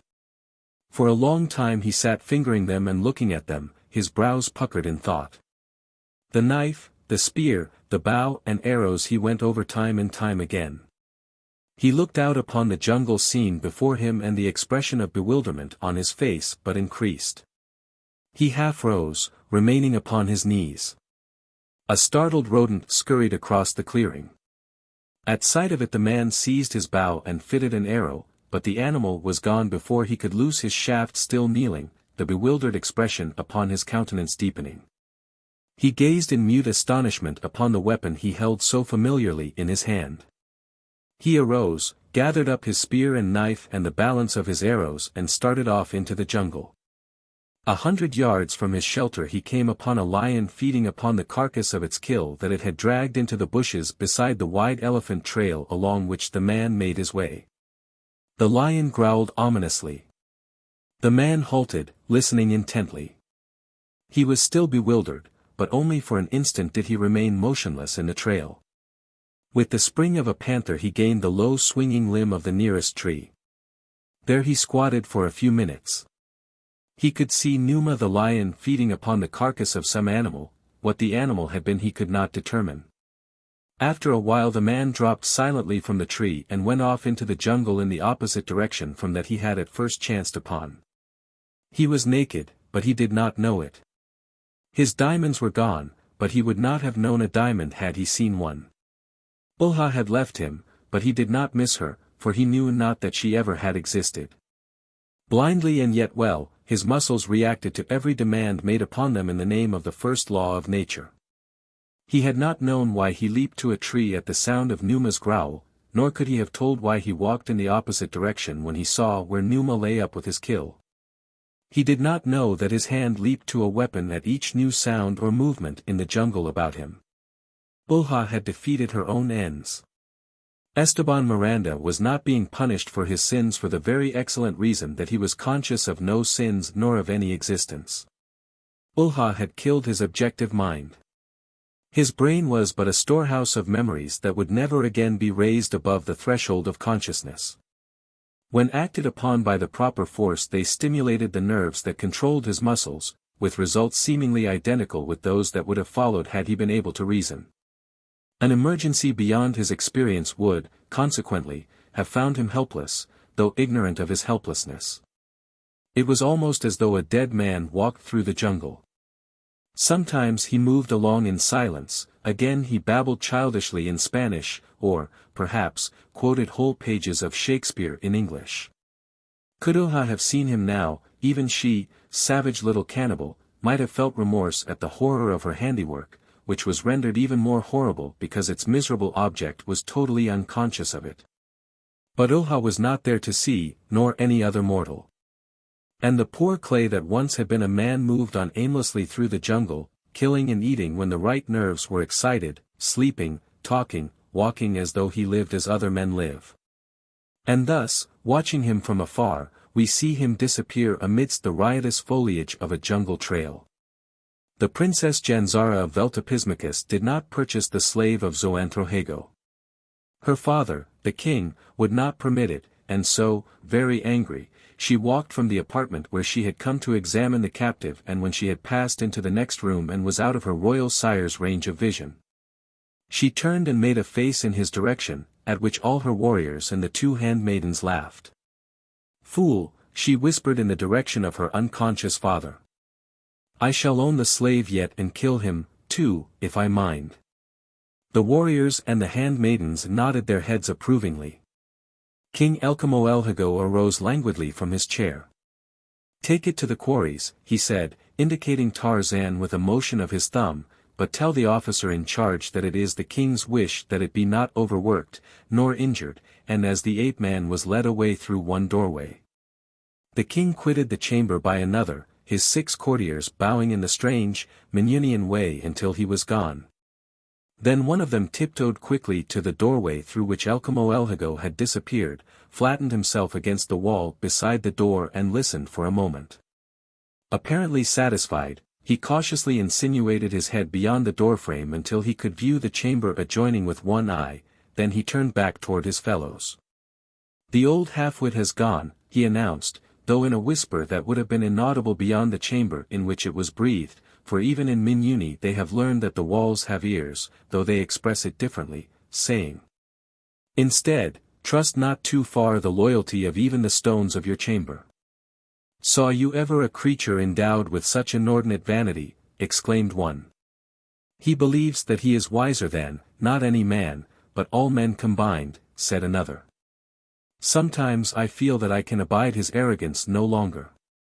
"But you will, Gafasto," said Gafaloso. "To be chief of warriors of Veltopismakus is too rich a birth to be lightly thrown aside. When one might simultaneously throw away one's life at the same time, added Trohanadalmakus, chief of quarries. But the colossal effrontery of the man, ejaculated another, Zoanthrohago, chief of buildings. He has had no more to do with Zoanthrohago's success than have I, and yet he claims the successes all for himself and blames the failures upon Zoanthrohago. The glory of Veltopismakus is threatened by his egotism, cried Trohanadalmakus, chief of agriculture. He has chosen us as his advisers, 6 princes, whose knowledge of their several departments should be greater than that of any other individuals and whose combined knowledge of the needs of Veltopismakus and the affairs of state should form a bulwark against the egregious errors that he is constantly committing. But never will he heed our advice. To offer it he considers a usurpation of his royal prerogatives, to urge it, little short of treason. To question his judgment spells ruin. Of what good are we to Veltopismakus? What must the people of the state think of us? It is well known what they think of us, snapped Gafaloso. They say that we were chosen, not for what we know, but for what we do not know. Nor can you blame them. I, a breeder of diodetes, master of 10,000 slaves who till the soil and raise a half of all the food that the city consumes, am chosen chief of chiefs, filling an office for which I have no liking and no training, while Trohanadalmakus, who scarce knows the top of a vegetable from its roots, is chief of agriculture. Zoanthrohago worked the quarry slaves for 100 moons and is made chief of buildings, while Trohanadalmakus, who is acclaimed the greatest builder of our time, is chief of quarries. Gafasto and Vestako, alone, are masters of their bureaus. Vestako the king chose wisely as chief of the royal dome, that his royal comfort and security might be assured, but in Gafasto behold his greatest blunder. He elevated a gay young pleasure-seeker to the command of the army of Veltopismakus and discovered in his new chief of warriors as great a military genius as Veltopismakus has ever produced. Gafasto bowed his acknowledgment of the compliment. Had it not been for Gafasto the Trohanadalmakusians would have trapped us fairly the other day, continued Gafaloso. I advised the king against pushing the assault, interjected Gafasto, as soon as it became evident that we had failed to surprise them. We should have withdrawn. It was only after we had advanced and I was free from him that I could direct the affair without interference, and then, as you saw, I quickly extricated our troops and withdrew them with as little loss of men and prestige as possible. It was nobly done, Gafasto, said Trohanadalmakus. The troops worship you. They would like a king who led them in battle as you might lead them. And let them have their wine as of old, interjected Zoanthrohago. We would all rally around a king who permitted us the innocent pleasure of our wine, said Gafaloso. What say you, Vestako? The chief of the royal dome, the king's majordomo, who had remained silent throughout the arraignment of his master, shook his head. It is not wise to speak treason now, he said. The 3 looked sharply at him and glanced quickly at one another.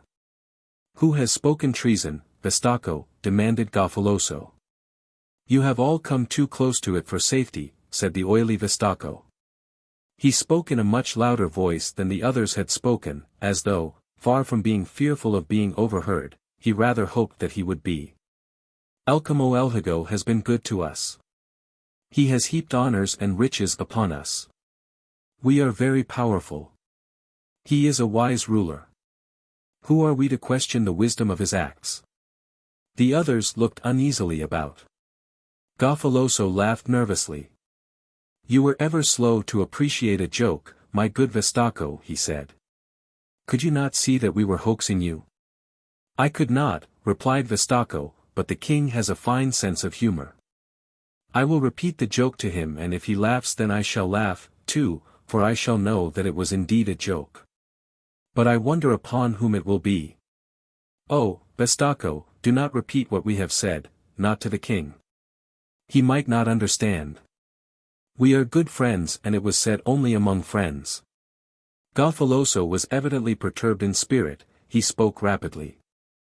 By the way, my good Vestako, I just happened to recall that the other day you admired one of my slaves. I have intended giving him to you. If you will accept him he is yours. I admire 100 of your slaves, said Vestako, softly. They are yours, Vestako, said Gafaloso. Come with me now and select them. It is a pleasure to make my friend so trifling a present. Vestako looked steadily at the other four. They shifted uneasily in momentary silence, which was broken by Trohanadalmakus, chief of agriculture. If Vestako would accept 100 of my poor slaves I should be overwhelmed with delight, he said. I hope they will be slaves of the white tunic, said Vestako. They will, said Trohanadalmakus. I cannot be outdone in generosity, said Trohanadalmakus, you must accept 100 slaves from me. And from me, cried Makahago, chief of buildings. If you will send them to my head slave at my quarters before the sun enters the warrior's corridor I shall be overwhelmed with gratitude, said Vestako, rubbing his palms and smiling unctuously. Then he looked quickly and meaningly at Gafasto, chief of warriors of Veltopismakus.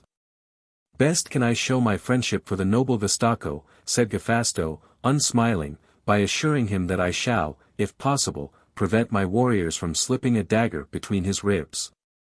Should aught of harm befall me, however, I fear that I cannot be responsible for the acts of these men, who, I am told, love me.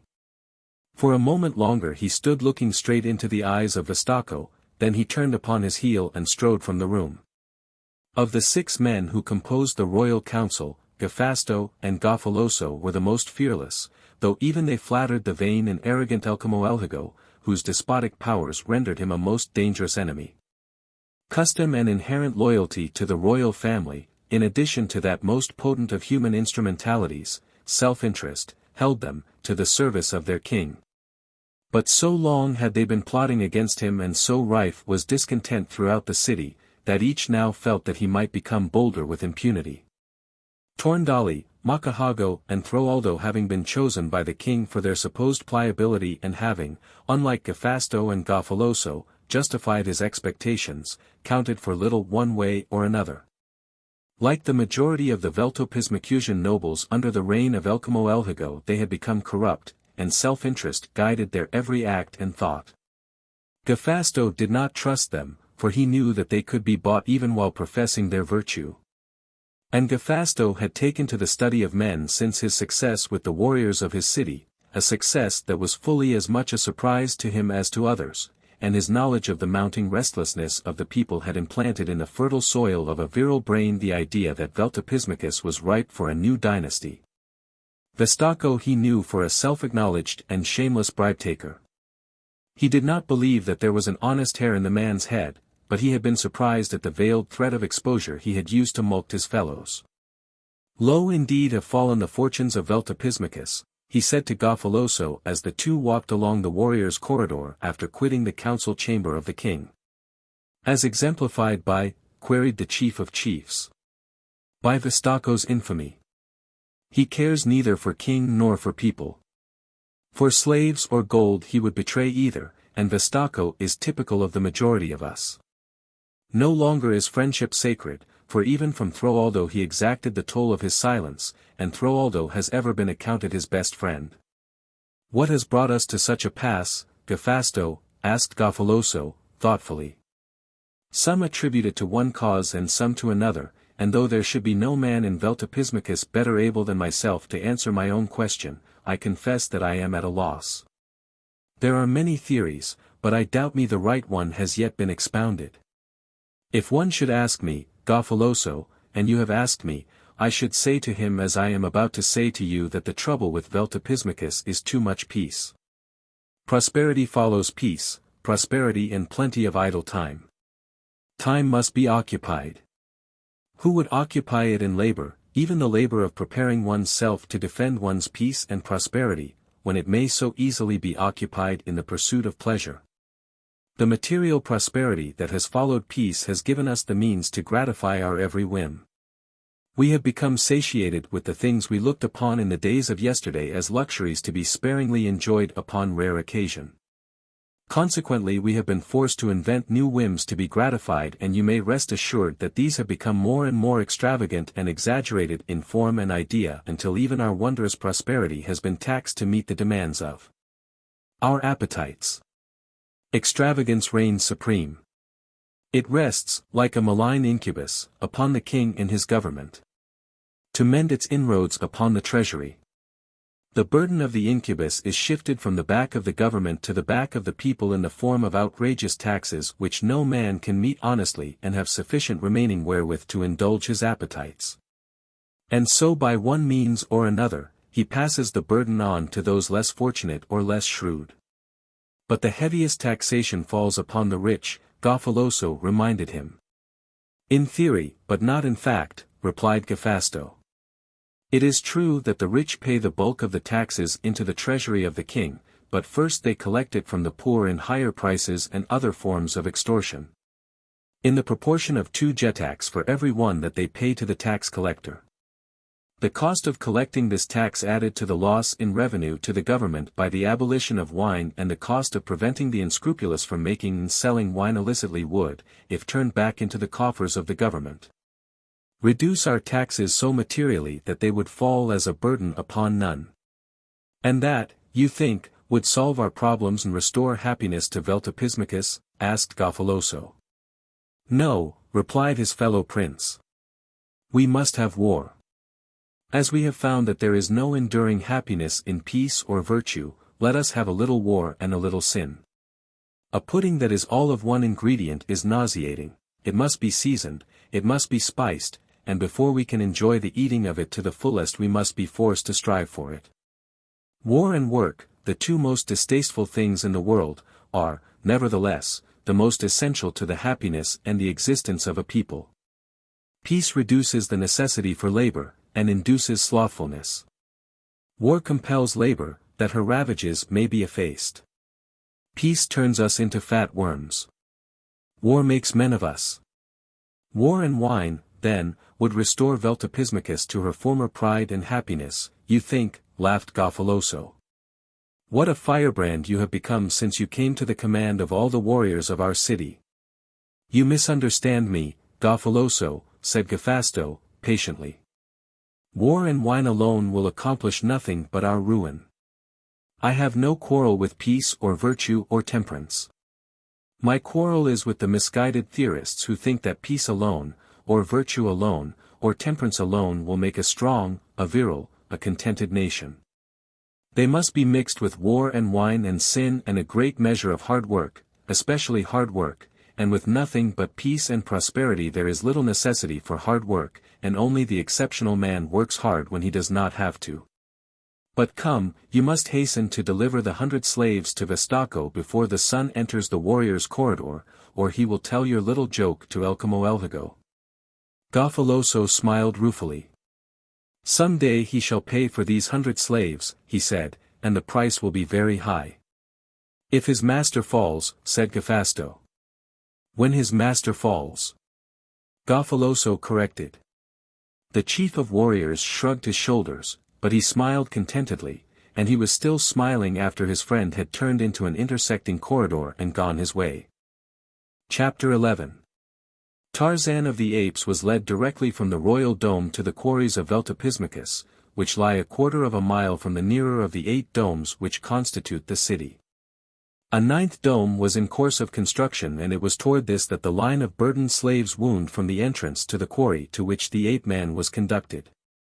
Just below the surface, in a well-lighted chamber, he was turned over to the officer in charge of the quarry guard, to whom the king's instructions concerning him were communicated. Your name? Demanded the officer, opening a large book that lay upon the table at which he was seated. He is as dumb as the Zoanthrohagos, explained the commander of the escort that had brought him to the quarry. Therefore he has no name.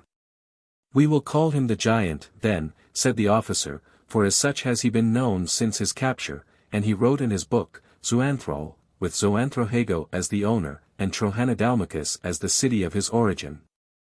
And then he turned to one of the warriors lolling upon a nearby bench.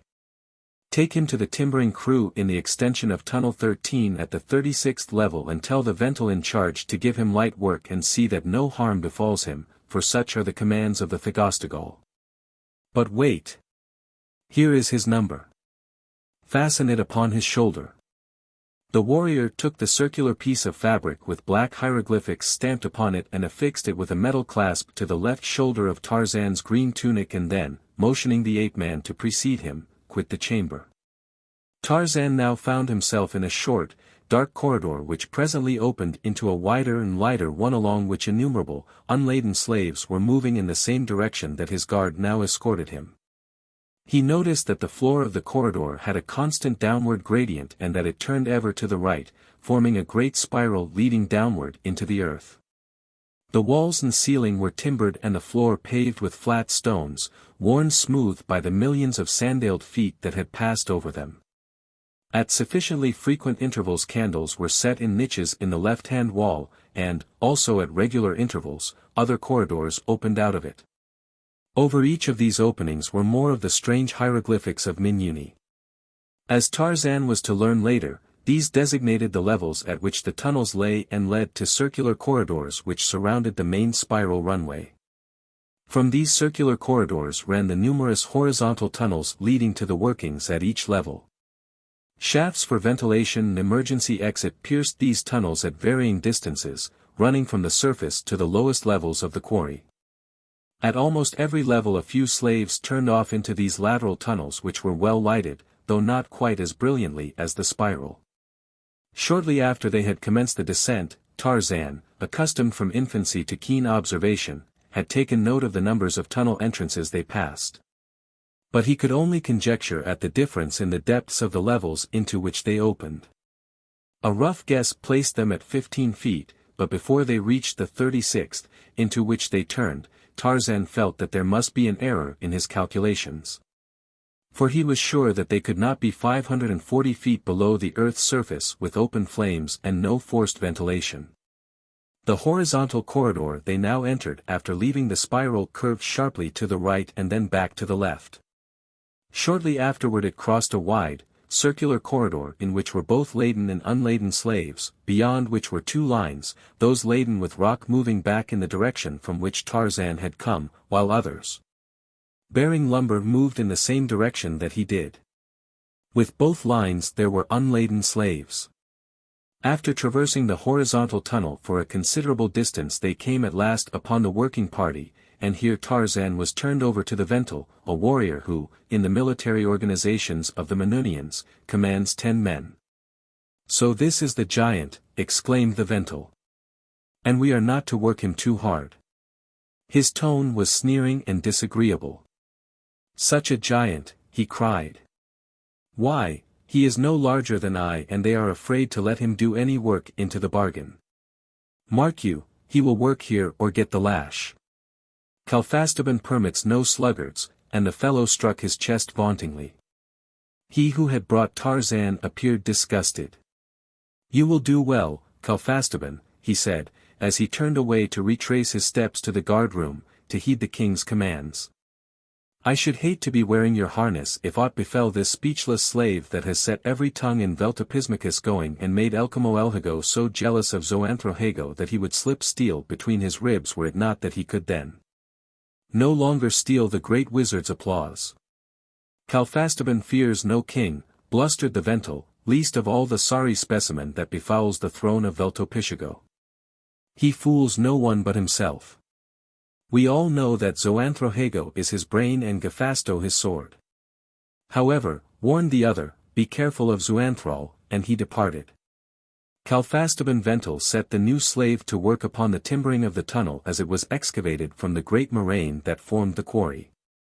The line of slaves coming from the surface empty-handed passed down one side of the tunnel to the end, loosened each a rock, or if heavy a rock to 2 men, and turned back up the tunnel's opposite side, carrying their burdens back to the spiral runway used by those leaving the workings and so up and out to the new dome.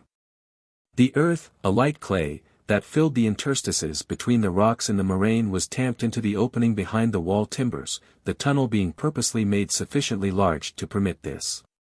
Certain slaves were detailed for this work, others carried timbers cut to the right dimensions down to the timbering crew, of which Tarzan was one.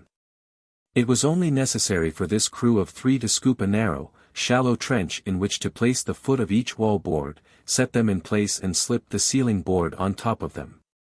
At each end of the ceiling boards was a cleat, previously attached at the surface, which kept the wall boards from falling in after being set in place. The dirt tamped behind them fastened them solidly in their places, the whole making a quickly erected and substantial shoring. The work was light for the ape-man, though he still was weak from the effects of his wounds. And he had opportunities constantly to observe all that went on around him and to gather new information relative to the people in whose power he found himself. Kalfastaban he soon set down as a loud-mouthed braggart, from whom one need have nothing to fear during the routine of their everyday work. But who would bear watching if ever opportunity came for him to make a show of authority or physical prowess before the eyes of his superiors? The slaves about him worked steadily, but seemed not to be overtaxed, while the guards, which accompanied them constantly, in the ratio of about 1 warrior to every 50 slaves, gave no indications of brutality in the treatment they accorded their charges, insofar as Tarzan was able to observe. The fact that puzzled him most now, as it had since the moment of his first return to consciousness, was the stature of these people. They were no pygmies, but men fully as large as the usual run of Europeans. There was none quite as tall as the ape-man, but there were many who missed it by but the scantiest fraction of an inch. He knew that they were Veltopismakusians, the same people he had seen battling with the Trohanadalmakusians. They spoke of having captured him in the battle that he had seen waged. And they called him Zoanthrohago, the giant, yet they were as large as he, and as he had passed from the royal dome to the quarry he had seen their gigantic dome dwellings rising fully 400 feet above his head. It was all preposterous and impossible, yet he had the testimony of all his faculties that it was true. Contemplation of it but tended to confuse him more, and so he gave over all attempts to solve the mystery and set himself to the gathering of information concerning his captors and his prison against that time which he well knew must some day come when the means of escape should offer itself to the alert and cunning instincts of the wild beast that, at heart, he always considered himself. Wherever he had been in Veltopismakus, whoever he had heard refer to the subject, he had had it borne in upon him that the people were generally dissatisfied with their king and his government. And he knew that among a discontented people efficiency would be at low ebb and discipline demoralized to such an extent that, should he watch carefully, he must eventually discover the opportunity he sought, through the laxity of those responsible for his safe-keeping. He did not expect it today or tomorrow, but today and tomorrow were the days upon which to lay the foundation of observation that would eventually reveal an avenue of escape. When the long working day at last drew to a close, the slaves were conducted to their quarters, which, as Tarzan discovered, were always on levels near to those in which they labored. He, with several other slaves, was conducted to the 35th level and into a tunnel the far end of which had been widened to the proportions of a large chamber. The narrow entrance to which had been walled up with stone except for a small aperture through which the slaves were forced to pass in and out of their chamber upon all fours, and when the last of them was within. This was closed and secured by a heavy door outside which 2 warriors watched throughout the night. Once inside and standing upon his feet, the ape-man looked about him to discover himself within a chamber so large that it seemed easy to accommodate the great throng of slaves that must have numbered fully 5,000 souls of both sexes. The women were preparing food over small fires, the smoke of which found its way from the chamber through openings in the ceiling. For the great number of fires the amount of smoke was noticeably little, a fact which was, however, accounted for by the nature of the fuel, a clean, hard charcoal. But why the liberated gases did not asphyxiate them all was quite beyond the ape-man, as was still the riddle of the open flames and the pure air at the depth where the workings lay. Candles burned in niches all about the walls, and there were at least half a dozen large ones standing upon the floor. The slaves were of all ages from infancy to middle age, but there were no aged venerables among them. The skins of the women and children were the whitest Tarzan had ever seen, and he marveled at them until he came to know that some of the former and all of the latter had never seen daylight since birth. The children who were born here would go up into the daylight some time, when they were of an age that warranted beginning the training for the vocations their masters had chosen for them. But the women who had been captured from other cities would remain here until death claimed them, unless that rarest of miracles occurred, they should be chosen by a Veltopismakusian warrior as his mate. But that was scarce even a remote possibility, since the warriors almost invariably chose their mates from the slaves of the white tunic with whom they came in daily contact in the domes above ground. The faces of the women bore the imprint of a sadness that brought a spontaneous surge of sympathy to the breast of the savage ape-man. Never in his life had he seen such abject hopelessness depicted upon any face. As he crossed the room, many were the glances that were cast upon him, for it was obvious from his deep tan that he was a newcomer, and, too, there was that about him that marked him of different clay from them. And soon there were whispers running through the throng, for the slaves who had entered with him had passed the word of his identity to the others, and who, even in the bowels of the earth, had not heard of the wondrous giant captured by Zoanthrohago during the battle with the Trohanadalmakusians. Presently a young girl, kneeling above a brazier over which she was grilling a cut of flesh, caught his eye and motioned him to her. As he came he saw that she was very beautiful, with a pale, translucent skin the whiteness of which was accentuated by the blue-black of a wealth of lustrous hair. "You are the giant?" she asked. "I am Zoanthrohago," he replied. "He has told me about you," said the girl. "I will cook for you, too." "I cook for him. Unless," she added with a trace of embarrassment, "there is another you would rather have cook for you."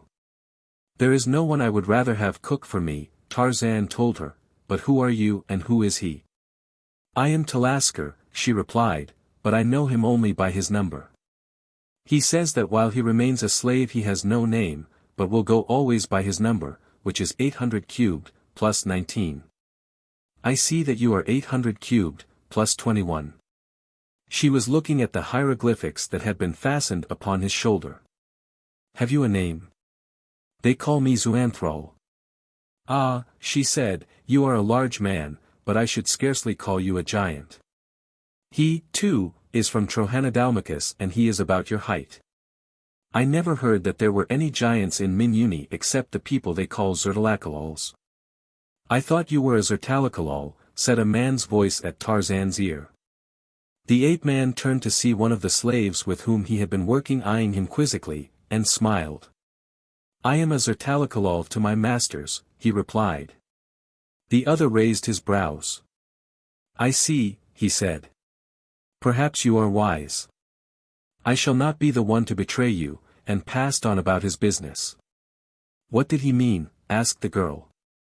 "I have never spoken, until now, since they took me prisoner," he explained, "and they think I am speechless, though I am sure that I do not look like a Zertalakalal, yet some of them insist that I am one."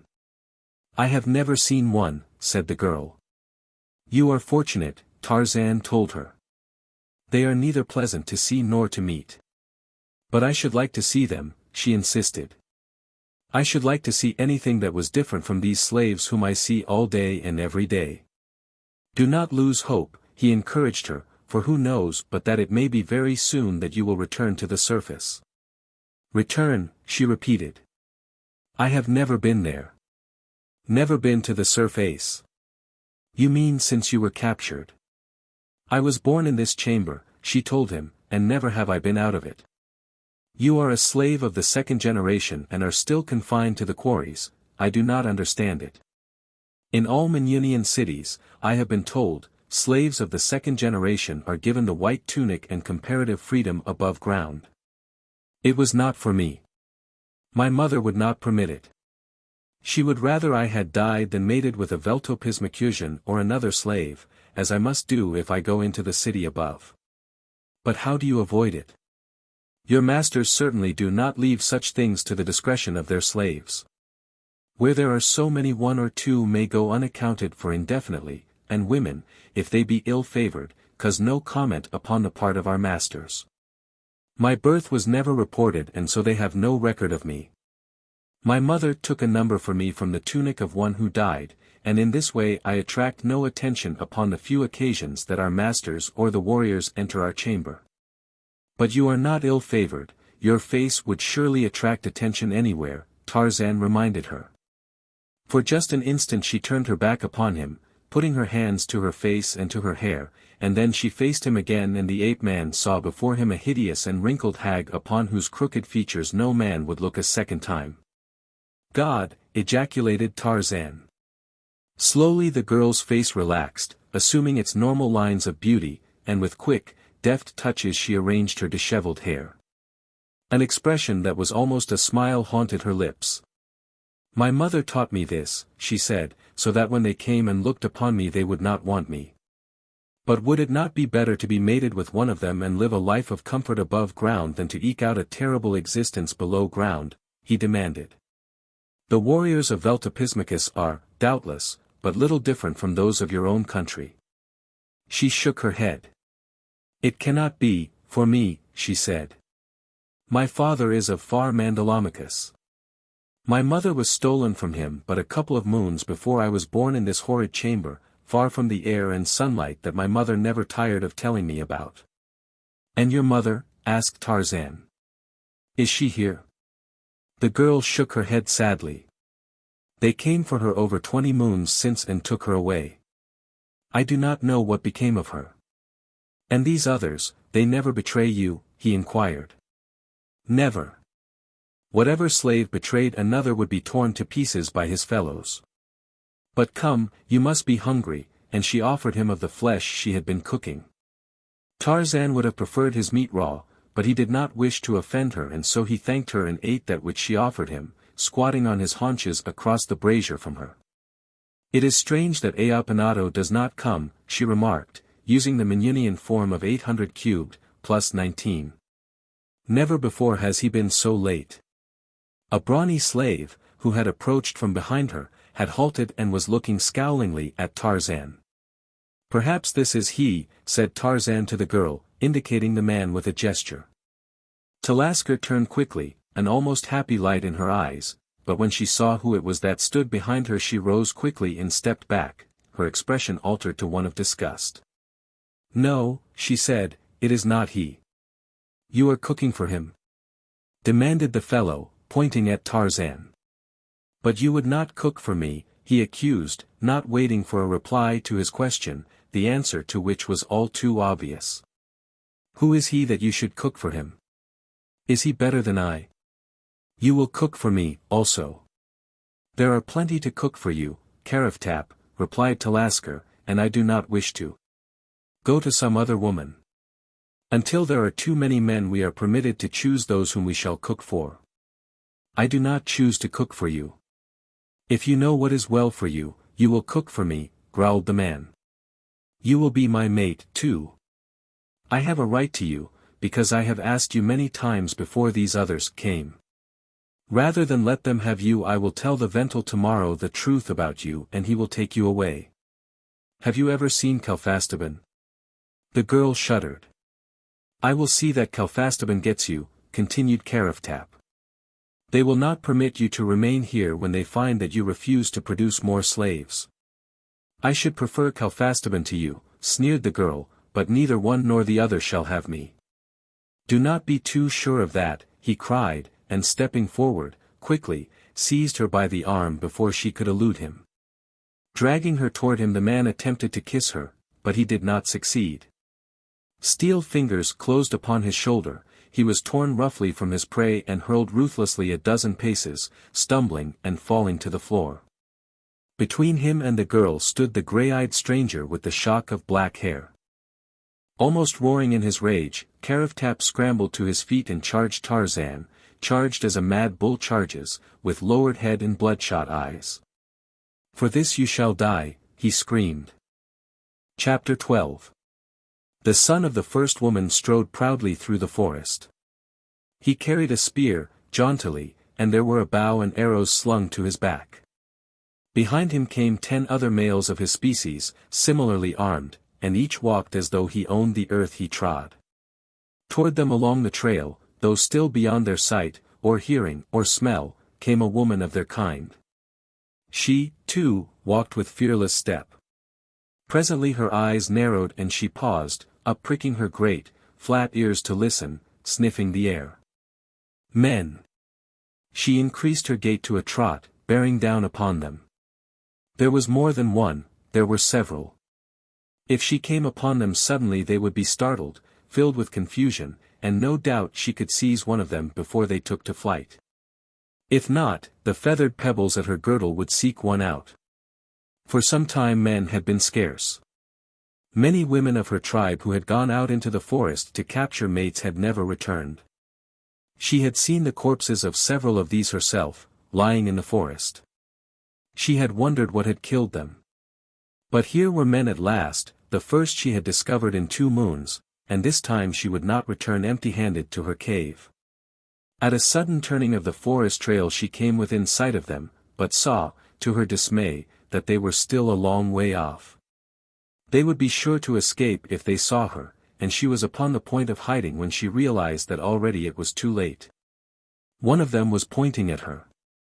Loosing a missile from her girdle and grasping her cudgel more firmly, she started toward them at a rapid, lumbering run. She was both surprised and pleased when she saw that they made no attempt to escape. How terrified they must be to stand thus docilely while she approached them. But what was this? They were advancing to meet her. And now she saw the expressions upon their faces. No fear there, only rage and menace. What were the strange things they carried in their bands? One who was running toward her, the nearest, paused and hurled a long pointed stick at her. It was sharp, and when it grazed her shoulder it brought blood. Another paused and holding a little stick across a longer stick, the ends of which were bent back with a piece of gut, suddenly released the smaller stick, which leaped through the air and pierced the flesh beneath one of her arms. And behind these 2 the others were rushing upon her with similar weapons. She recalled the corpses of women she had seen in the forest and the dearth of men for the past several moons. And though she was dull of wit, yet she was not without reasoning faculties, and so she compared these facts with the occurrences of the past few seconds with a resultant judgment that sent her lumbering away, in the direction from which she had come. As fast as her hairy legs could carry her, nor did she once pause in her mad flight until she sank exhausted at the mouth of her own cave. The men did not pursue her.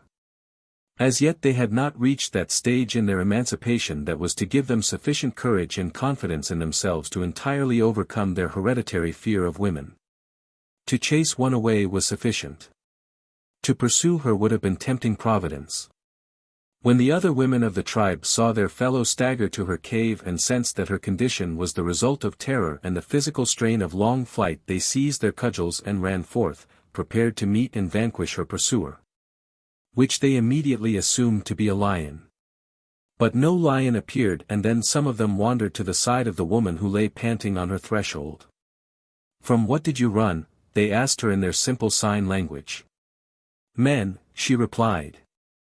Disgust showed plainly upon every face, and one of them kicked her and another spat upon her.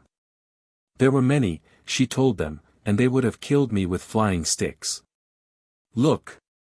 And she showed them the spear wound, and the arrow still embedded in the flesh beneath her arm. They did not run from me, but came forward to attack me. Thus have all the women been killed whose corpses we have seen in the forest during the past few moons. This troubled them. They ceased to annoy the prostrate woman. Their leader, the fiercest of them, paced to and fro, making hideous faces. Suddenly she halted. "Come," she signaled. "We shall go forth together and find these men, and bring them back and punish them." She shook her cudgel above her head and grimaced horribly. The others danced about her, imitating her expression and her actions, and when she started off toward the forest they trooped behind her, a savage, bloodthirsty company, all but the woman who still lay panting where she had fallen. She had had enough of man, she was through with him forever. "For this you shall die," screamed Karaftap, as he rushed upon Tarzan of the apes in the long gallery of the slaves' quarters in the quarry of Komodoflorensal, king of Veltopismakus.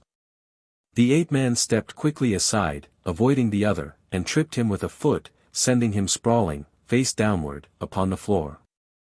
Karaftap, before he arose, looked about as though in search of a weapon and, his eyes alighting upon the hot brazier, he reached forth to seize it. A murmur of disapproval rose from the slaves who, having been occupied nearby, had seen the inception of the quarrel. "No weapons," cried one. "It is not permitted among us. Fight with your bare hands or not at all." But Karaftap was too drunk with hate and jealousy to hear them or to heed, and so he grasped the brazier and, rising, rushed at Tarzan to hurl it in his face. Now it was another who tripped him, and this time 2 slaves leaped upon him and wrenched the brazier from his hand. "Fight fair," they admonished him, and dragged him to his feet. Tarzan had stood smiling and indifferent, for the rage of others amused him where it was greater than circumstances warranted, and now he waited for Karaftap, and when his adversary saw the smile upon his face it but increased his spleen. So that he fairly leaped upon the ape-man in his madness to destroy him, and Tarzan met him with the most surprising defense that Karaftap, who for long had been a bully among the slaves, ever had encountered. It was a doubled fist at the end of a straight arm, and it caught Karaftap upon the point of his chin, stretching him upon his back.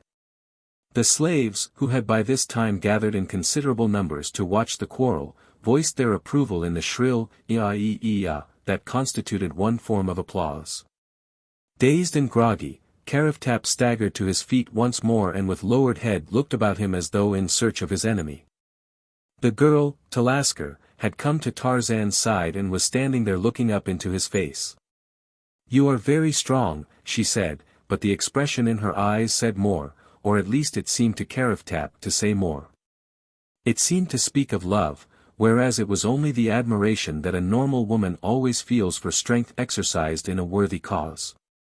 Karaftap made a noise in his throat that sounded much like the squeal of an angry pig, and once again he rushed upon the ape-man.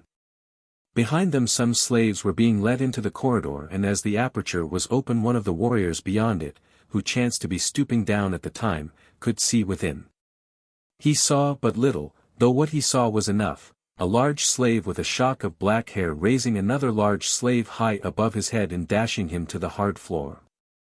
The warrior, pushing the slaves aside, scrambled through into the corridor and ran forward toward the center. Before they were aware of his presence he stood facing Tarzan and Talasker. It was Kalfastaban. "What is the meaning of this?" he cried in a loud voice, and then, "Ah, ha! I see. It is the giant. He would show the other slaves how strong he is, would he?" He glanced at Karaftap, struggling to rise from the floor, and his face grew very dark. Karaftap was a favorite of his. "Such things are not permitted here, fellow," he cried, shaking his fist in the ape-man's face, and forgetting in his anger that the new slave neither spoke nor understood. But presently he recollected and motioned Tarzan to follow him. "100 lashes will explain to him that he must not quarrel," he said aloud to no one in particular, but he was looking at Talasker. "Do not punish him," cried the girl, still forgetful of herself. It was all Karaftap's fault, Zoanthrohago but acted in self-defense. Kalfastaban could not take his eyes from the girl's face, and presently she sensed her danger and flushed, but still she stood her ground, interceding for the ape-man. A crooked smile twisted Kalfastaban's mouth as he laid a familiar hand upon her shoulder. "How old are you?" he asked. She told him, shuddering. "I shall see your master and purchase you," he announced. "Take no mate." Tarzan was looking at Talasker, and it seemed that he could see her wilt, as a flower wilts in noxious air, and then Kalfastaban turned upon him. "You cannot understand me, you stupid beast," he said, "but I can tell you, and those around you may listen and, perhaps, guide you from danger. This time I shall let you off, but let it happen again and you shall have 100 lashes, or worse, maybe. And if I hear that you have had aught to do with this girl, whom I intend to purchase and take to the surface, it will go still harder with you," with which he strode to the entrance and passed through into the corridor beyond. After the Vental had departed and the door of the chamber had been closed, a hand was laid upon Tarzan's shoulder from behind and a man's voice called him by name, "Tarzan." It sounded strange in his ears, far down in this buried chamber beneath the ground, in an alien city and among an alien people, not one of whom ever had heard his name. But as he turned to face the man who had greeted him, a look of recognition and a smile of pleasure overspread his features. "Come," he started to ejaculate, but the other placed a finger to his lips. "Not here," he said. "Here I am apanato. But your stature. You are as large as I. It is beyond me. What has happened to swell the race of Minunians to such relatively gigantic proportions?" Komodoflorensal smiled. Human egotism would not permit you to attribute this change to an opposite cause from that to which you have ascribed it, he said. Tarzan knit his brows and gazed long and thoughtfully at his royal friend. An expression that was of mingled incredulity and amusement crept gradually over his countenance. You mean, he asked slowly, that I have been reduced in size to the stature of a Minunian? Komodoflorensal nodded. Is it not easier to believe that than to think that an entire race of people and all their belongings, even their dwellings and the stones that they were built of, and all their weapons and their diadecs, had been increased in size to your own stature? But I tell you it is impossible, cried the ape-man. I should have said the same thing a few moons ago, replied the prince. Even when I heard the rumor here that they had reduced you I did not believe it, not for a long time, and I was still a bit skeptical until I entered this chamber and saw you with my own eyes. How was it accomplished? Demanded Tarzan. The greatest mind in Veltopismakus, and perhaps in all Minuni, is Zoanthrohago, explained Komodoflorensal. We have recognized this for many moons, for, during the occasional intervals that we are at peace with Veltopismakus, there is some exchange of ideas as well as goods between the two cities. And thus we heard of many marvels attributed to this greatest of warlocks. I have never heard a wizard spoken of in Minuni until now, said Tarzan, for he thought that that was the meaning of the word warlock, and perhaps it is, as nearly as it can be translated into English. A scientist who works miracles would be, perhaps, a truer definition. It was Zoanthrohago who captured you, continued ape-man, encompassing your fall by means at once scientific and miraculous. After you had fallen he caused you to lose consciousness, and while you were in that condition you were dragged hither by a score of diadecs hitched to a hastily improvised litter built of small trees tied securely one to the other. After their branches had been removed. It was after they had you safely within Veltopismakus that Zoanthrohago set to work upon you to reduce your stature, using apparatus that he has built himself. I have heard them discussing it and they say that it did not take him long. I hope that Zoanthrohago has the power to undo that which he has done, said the ape-man. They say that that is doubtful. He has never been able to make a creature larger than it formerly was, though in his numerous experiments he has reduced the size of many of the lower animals. The fact of the matter is, continued ape-man, that he has been searching for a means to enlarge the Veltopismakusians so that they may overcome all the other peoples of Minuni. But he has only succeeded in developing a method that gives precisely opposite results from that which they seek, so, if he cannot make others larger, I doubt if he can make you any larger than you now are. I would be rather helpless among the enemies of my own world, said Tarzan, ruefully. You need not worry about that, my friend, said the prince gently. Why? Asked the ape-man. Because you have very little chance of reaching your own world again, said Komodoflorensal a trifle sadly. I have no hope of ever seeing Trohanadalmakus again. Only by the utter overthrow of Veltopismakus by my father's warriors could I hope for rescue, since nothing less could overcome the guard in the quarry mouth. While we often capture slaves of the white tunic from the enemy's cities, it is seldom that we gather in any of the green tunic. Only in the rare cases of utter surprise attacks by daylight do any of us catch an enemy's green slaves above ground, and surprise day attacks may occur once in the lifetime of a man, or never. You believe that we will spend the rest of our lives in this underground hole? Demanded Tarzan. Unless we chance to be used for labor above ground during the daytime, occasionally, replied the prince of Trohanadalmakus, with a wry smile. The ape-man shrugged. We shall see, he said. After Kalfastaban had left, Karaftap had limped away to the far end of the chamber, muttering to himself, his ugly face black and scowling.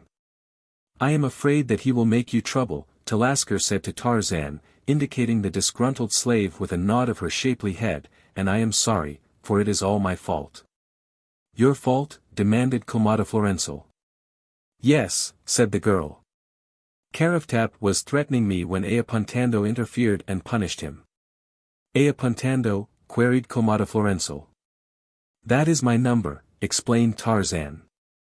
And it was on account of Talasker that you were fighting? I thank you, my friend. I am sorry that I was not here to protect her. Talasker cooks for me. She is a good girl. Komodoflorensal was looking at the girl as he spoke, and Tarzan saw how her eyes lowered beneath his gaze and the delicate flush that mounted her cheeks, and he realized that he was downwind from an idea, and smiled. So this is the ape-man of whom you told me, he said to Talasker. Yes, this is he. I am sorry that he was captured, but it is good to find a friend here, said the ape-man. We three should be able to hit upon some plan of escape, but they shook their heads, smiling sadly. For a while, after they had eaten, they sat talking together, being joined occasionally by other slaves. For Tarzan had many friends here now since he had chastised Karaftap, and they would have talked all night had not the ape-man questioned Komodoflorensal as to the sleeping arrangements of the slaves. Komodoflorensal laughed, and pointed here and there about the chamber at recumbent figures lying upon the hard earthen floor, men, women and children sleeping, for the most part, where they had eaten their evening meal. The green slaves are not pampered, he remarked laconically.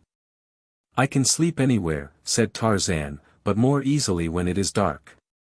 I shall wait until the lights are extinguished. You will wait forever, then, Komodoflorensal told him. The lights are never extinguished, demanded the ape-man. Were they, we should all be soon dead, replied the prince. These flames serve two purposes: they dissipate the darkness and consume the foul gases that would otherwise quickly asphyxiate us. Unlike the ordinary flame, that consumes oxygen, these candles, perfected from the discoveries and inventions of an ancient Minunian scientist, consume the deadly gases and liberate oxygen. It is because of this even more than for the light they give that they are used exclusively throughout Minuni. Even our domes would be dark, ill-smelling, noxious places were it not for them, while the quarries would be absolutely unworkable. Then I shall not wait for them to be extinguished, said Tarzan, stretching himself at full length upon the dirt floor, with a nod and a tuano. A Minunian, good night. To Talasker and Komodoflorensal. Chapter 13. As Talasker was preparing their breakfast the following morning, Komodoflorensal remarked to Tarzan that he wished they two could be employed upon the same work, that they might be always together. If there is ever the chance for escape that you seem to think will some day present itself, he said, then it will be well if we are together. When we go, replied Tarzan, we must take Talasker with us. Komodoflorensal shot a swift glance at the ape-man, but made no comment upon his suggestion. You would take me with you, exclaimed Talasker. Ah, if such a dream could but be realized. I would go with you to Trohanadalmakus and be your slave, for I know that you would not harm me. But, alas, it can be nothing more than a pleasant daydream, enduring for a brief time, for Kalfastaban has spoken for me and doubtless my master will be glad to sell me to him. For I have heard it said among the slaves that he sells many of his each year to raise the money to pay his taxes. We will do what we can, Talasker, said Tarzan, and if Ape-man and I find a means of escape we will take you with us, but first he and I must find a way to be together more. I have a plan, said Komodoflorensal, that might prove successful. They believe that you neither speak nor understand our language. To work a slave with whom they cannot communicate is, to say the least, annoying. I shall tell them that I can communicate with you, when it is quite probable that they will assign us to the same crew. But how will you communicate with me without using the Minunian language, demanded the ape-man. Leave that to me, replied Komodoflorensal. Until they discover in some other way that you speak Minunian I can continue to deceive them. It was not long before the fruits of Komodoflorensal's plan ripened. The guards had come for the slaves and the various parties had gone forth from the sleeping chamber, joining in the corridors with the thousands of others wending their way to the scene of their daily labor.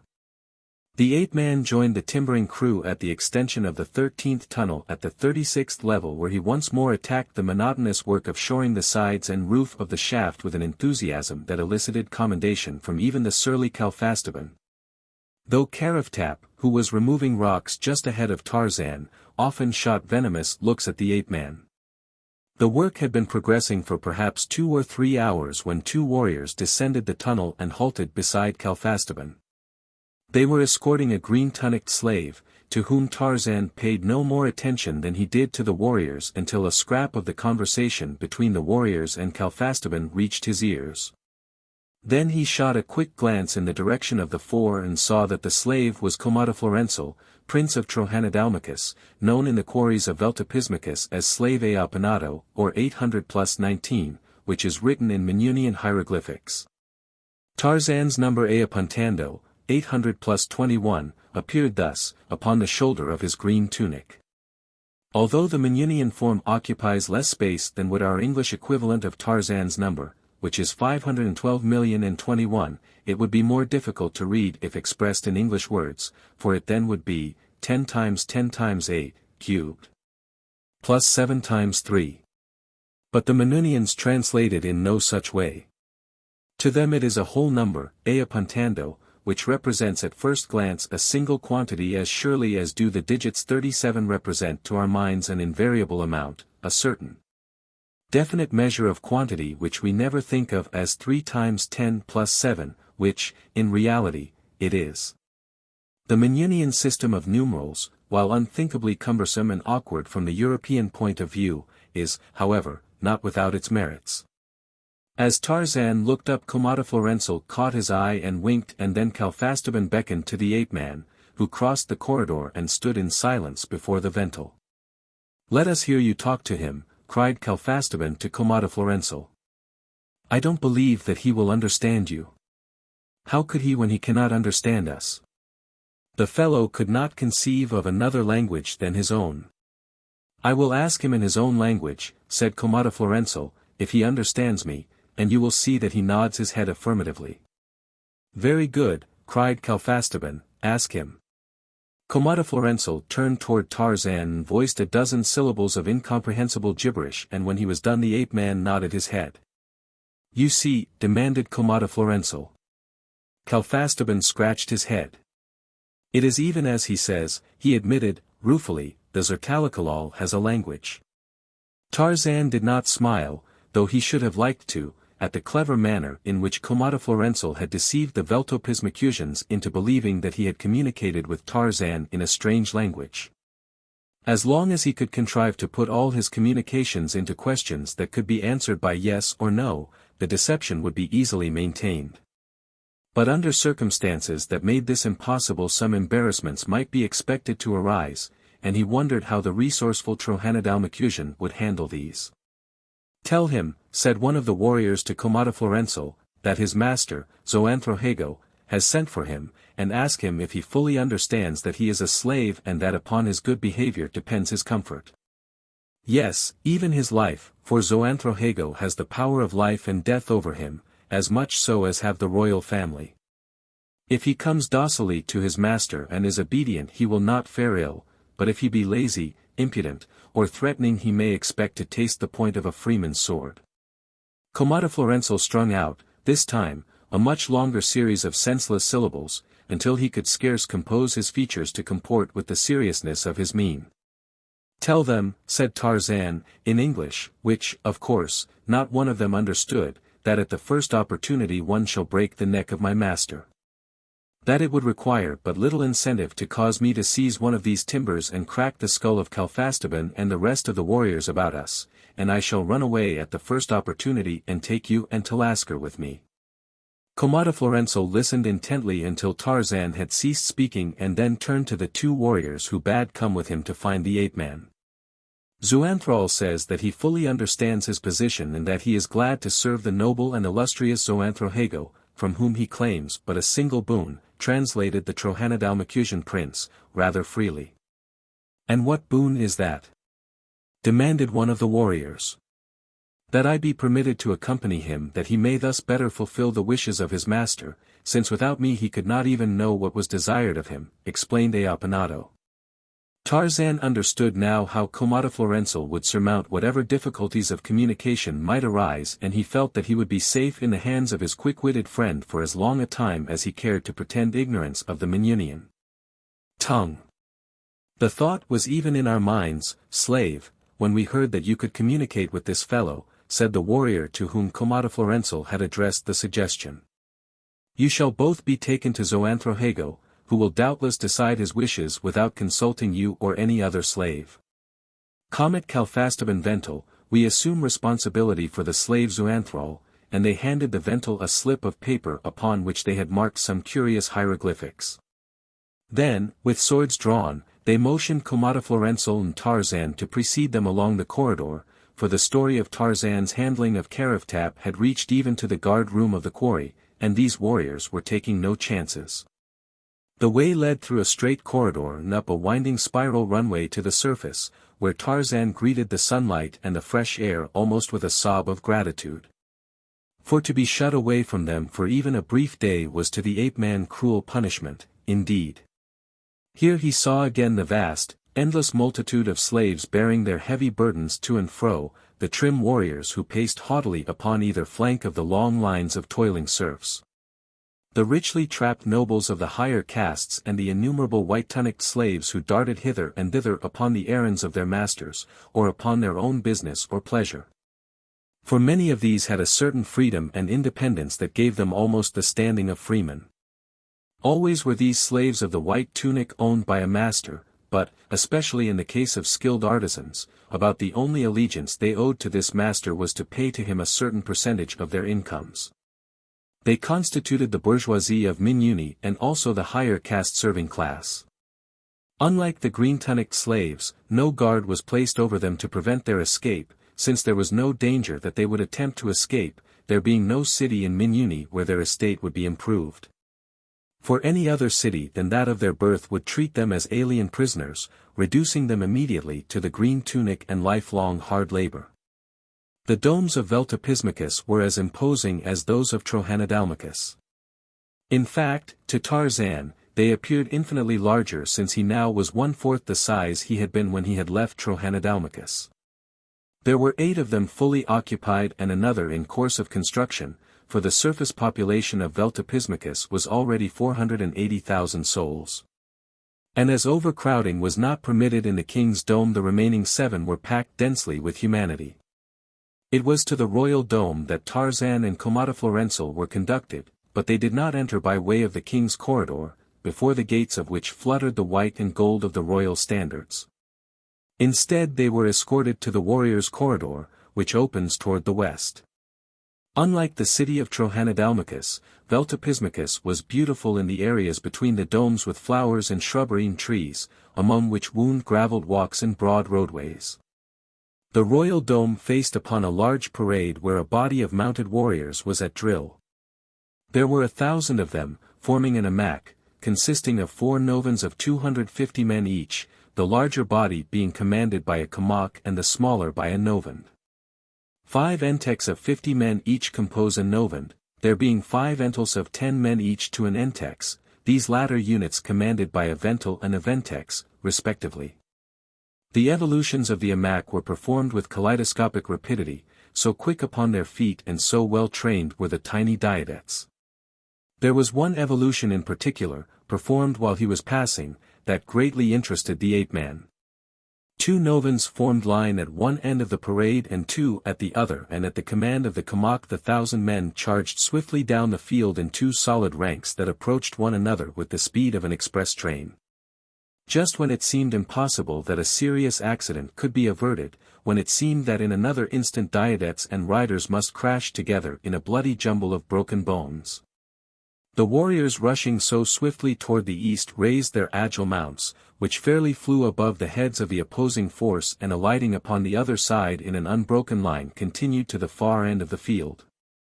Tarzan was commenting on this maneuver and upon the beauties of the landscaping of the city of Veltopismakus to Komodoflorensal as they proceeded along the warriors' corridor.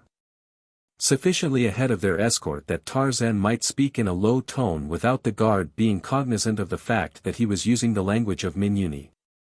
"It is a beautiful evolution," replied Komodoflorensal, "and it was performed with a precision seldom attained. I have heard that Elkamoelhago's troops are famous for the perfection of their drill, and as justly so as is Veltopismakus for the beauty of her walks and gardens, but, my friend, these very things constitute the weakness of the city. While Veltopismakusian's warriors are practicing to perfect their appearance upon parade, the warriors of my father, Adendrohahkis, are far afield, out of sight of admiring women and spying slaves. Practicing the art of war under the rough conditions of the field and camp. The amaks of Veltopismakusian might easily defeat those of Adendrohahkis in a contest for the most beautiful. But it was not long since you saw less than 15,000 Trohanadalmakusians repulse fully 30,000 warriors of Veltopismakus, for they never passed the infantry line that day.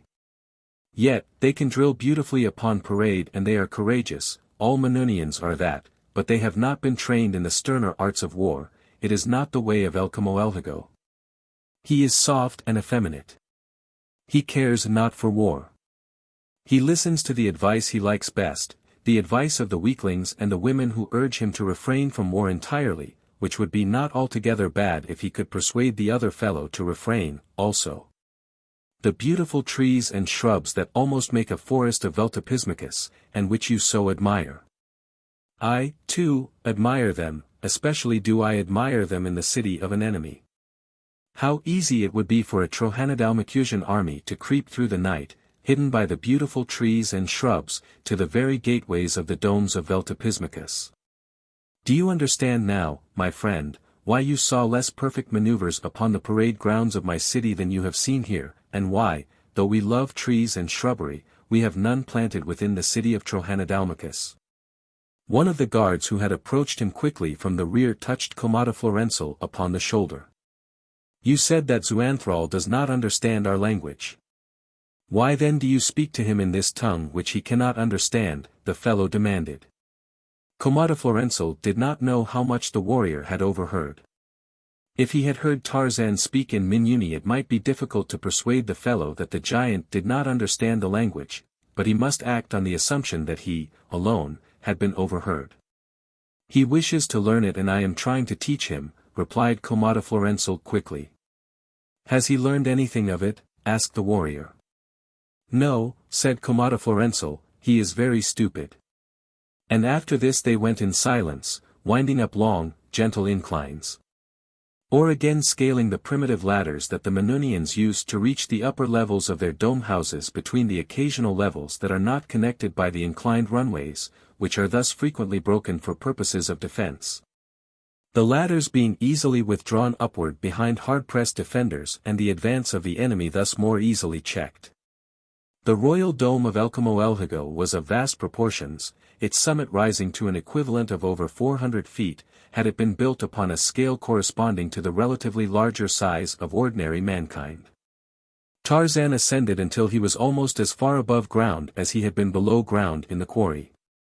Where the corridors on lower levels had been crowded with humanity, those which they now traversed were almost devoid of life. Occasionally they passed a tenanted chamber, but far more generally the rooms were utilized for storage purposes, especially for food, great quantities of which, cured, dried neatly wrapped, was packed ceiling high in many large chambers. The decorations of the walls were less ornate and the corridors narrower, on the whole, than those at lower levels.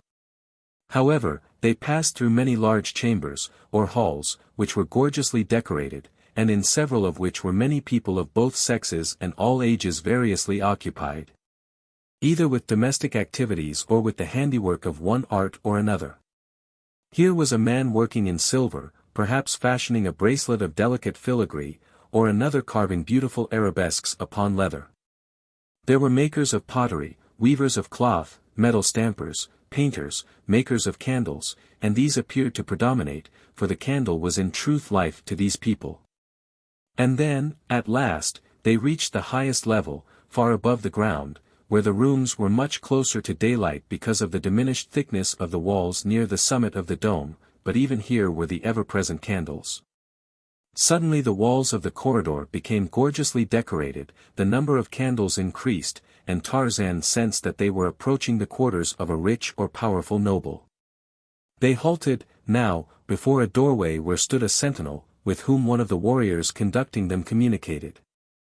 Tell Zoanthrohago Zertal that we have brought Zoanthrohago and another slave who can communicate with him in a strange tongue. The sentinel struck a heavy gong with his lance and presently, from the interior of the chamber, a man appeared to whom the sentinel repeated the warrior's message. "Let them enter," said the newcomer, who was a white-tunicked slave. "My glorious master, Zoanthrohago Zertal, expects his slave Zoanthral. Follow me." They followed him through several chambers until at last he led them into the presence of a gorgeously garbed warrior who was seated behind a large table, or desk, upon which were numerous strange instruments, large, cumbersome-looking volumes, pads of heavy Minunian writing paper and the necessary implements for writing. The man looked up as they entered the room. "It is your slave, Zoanthral, Zertal," announced the fellow who had led them hither. "But the other?" Prince Zoanthrohago pointed at Komodoflorensal. "He speaks the strange language that Zoanthral speaks, and he was brought along that you might communicate with Zoanthral if you so wished." Zoanthrohago nodded. He turned to Komodoflorensal. "Ask him," he ordered, "if he feels any differently since I reduced his size." When the question was put to Tarzan by Komodoflorensal in the imaginary language with which they were supposed to communicate, the ape-man shook his head, at the same time speaking a few words in English. "He says no, illustrious prince," translated Komodoflorensal out of his imagination, "and he asks when you will restore him to his normal size and permit him to return to his own country, which is far from Minuni." "As a Minunian he should know," replied the Zertal, "that he never will be permitted to return to his own country. Trohanadalmakus never will see him again." "But he is not of Trohanadalmakus, nor is he a Minunian," explained Komodoflorensal. "He came to us and we did not make a slave of him, but treated him as a friend, because he is from a far country with which we have never made war." "What country is that?" demanded Zoanthrohago. "That we do not know, but he says that there is a great country beyond the thorns where dwell many millions as large as was he. He says that his people would not be unfriendly to ours, and for this reason we should not enslave him, but treat him as a guest." Zoanthrohago smiled. "If you believe this you must be a simple fellow, Trohanadalmakusian," he said. "We all know that there is not beyond Minuni but impenetrable forests of thorn to the very uttermost wall of the blue dome within which we all dwell. I can well believe that the fellow is no Trohanadalmakusian, but he most certainly is a Minunian, since all creatures of whatever kind dwell in Minuni. Doubtless he is a strange form of Zertalikalal, a member of a tribe inhabiting some remote mountain fastness, which we have never previously discovered. But be that as it may, he will never." At this juncture the prince was interrupted by the clanging of the great gong at the outer entrance to his apartments.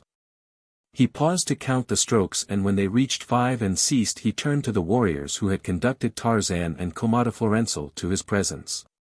"Take the slaves into that chamber," he instructed, pointing to a doorway in the rear of the apartment in which he had received them. "When the king has gone I will send for them." As they were crossing toward the doorway Zoanthrohago had indicated a warrior halted in the main entrance to the chamber.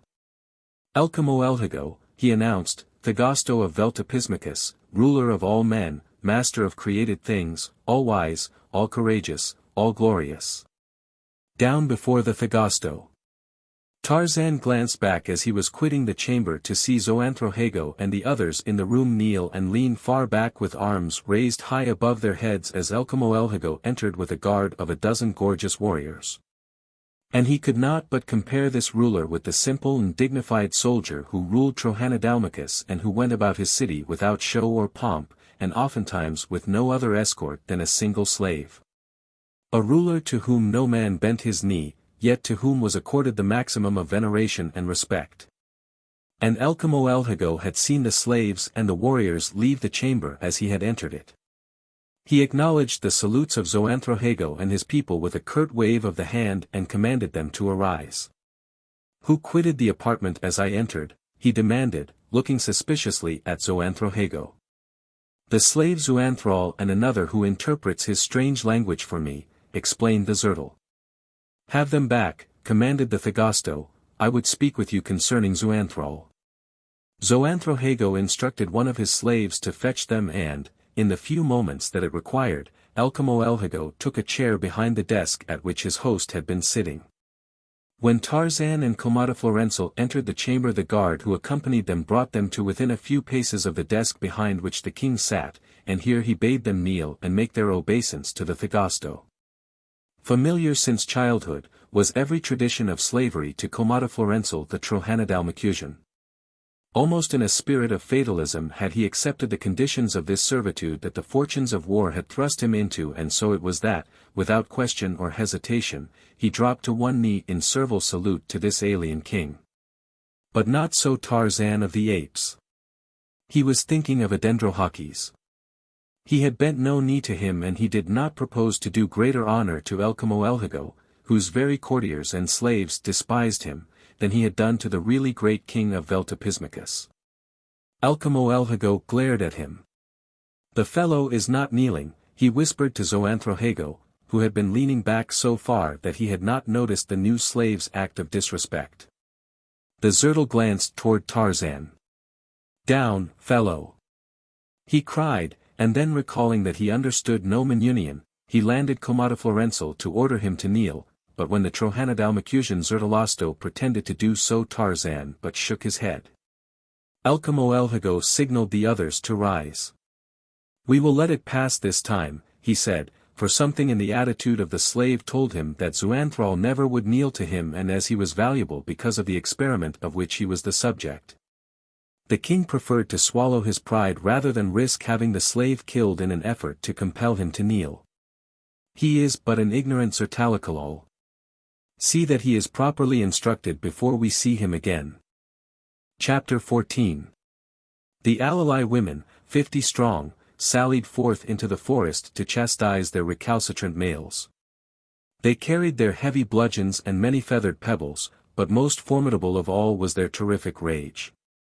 Never in the memory of one of them had man dared question their authority, never had he presumed to show aught but fear of them, but now, instead of slinking away at their approach, he had dared defy them, to attack them, to slay them.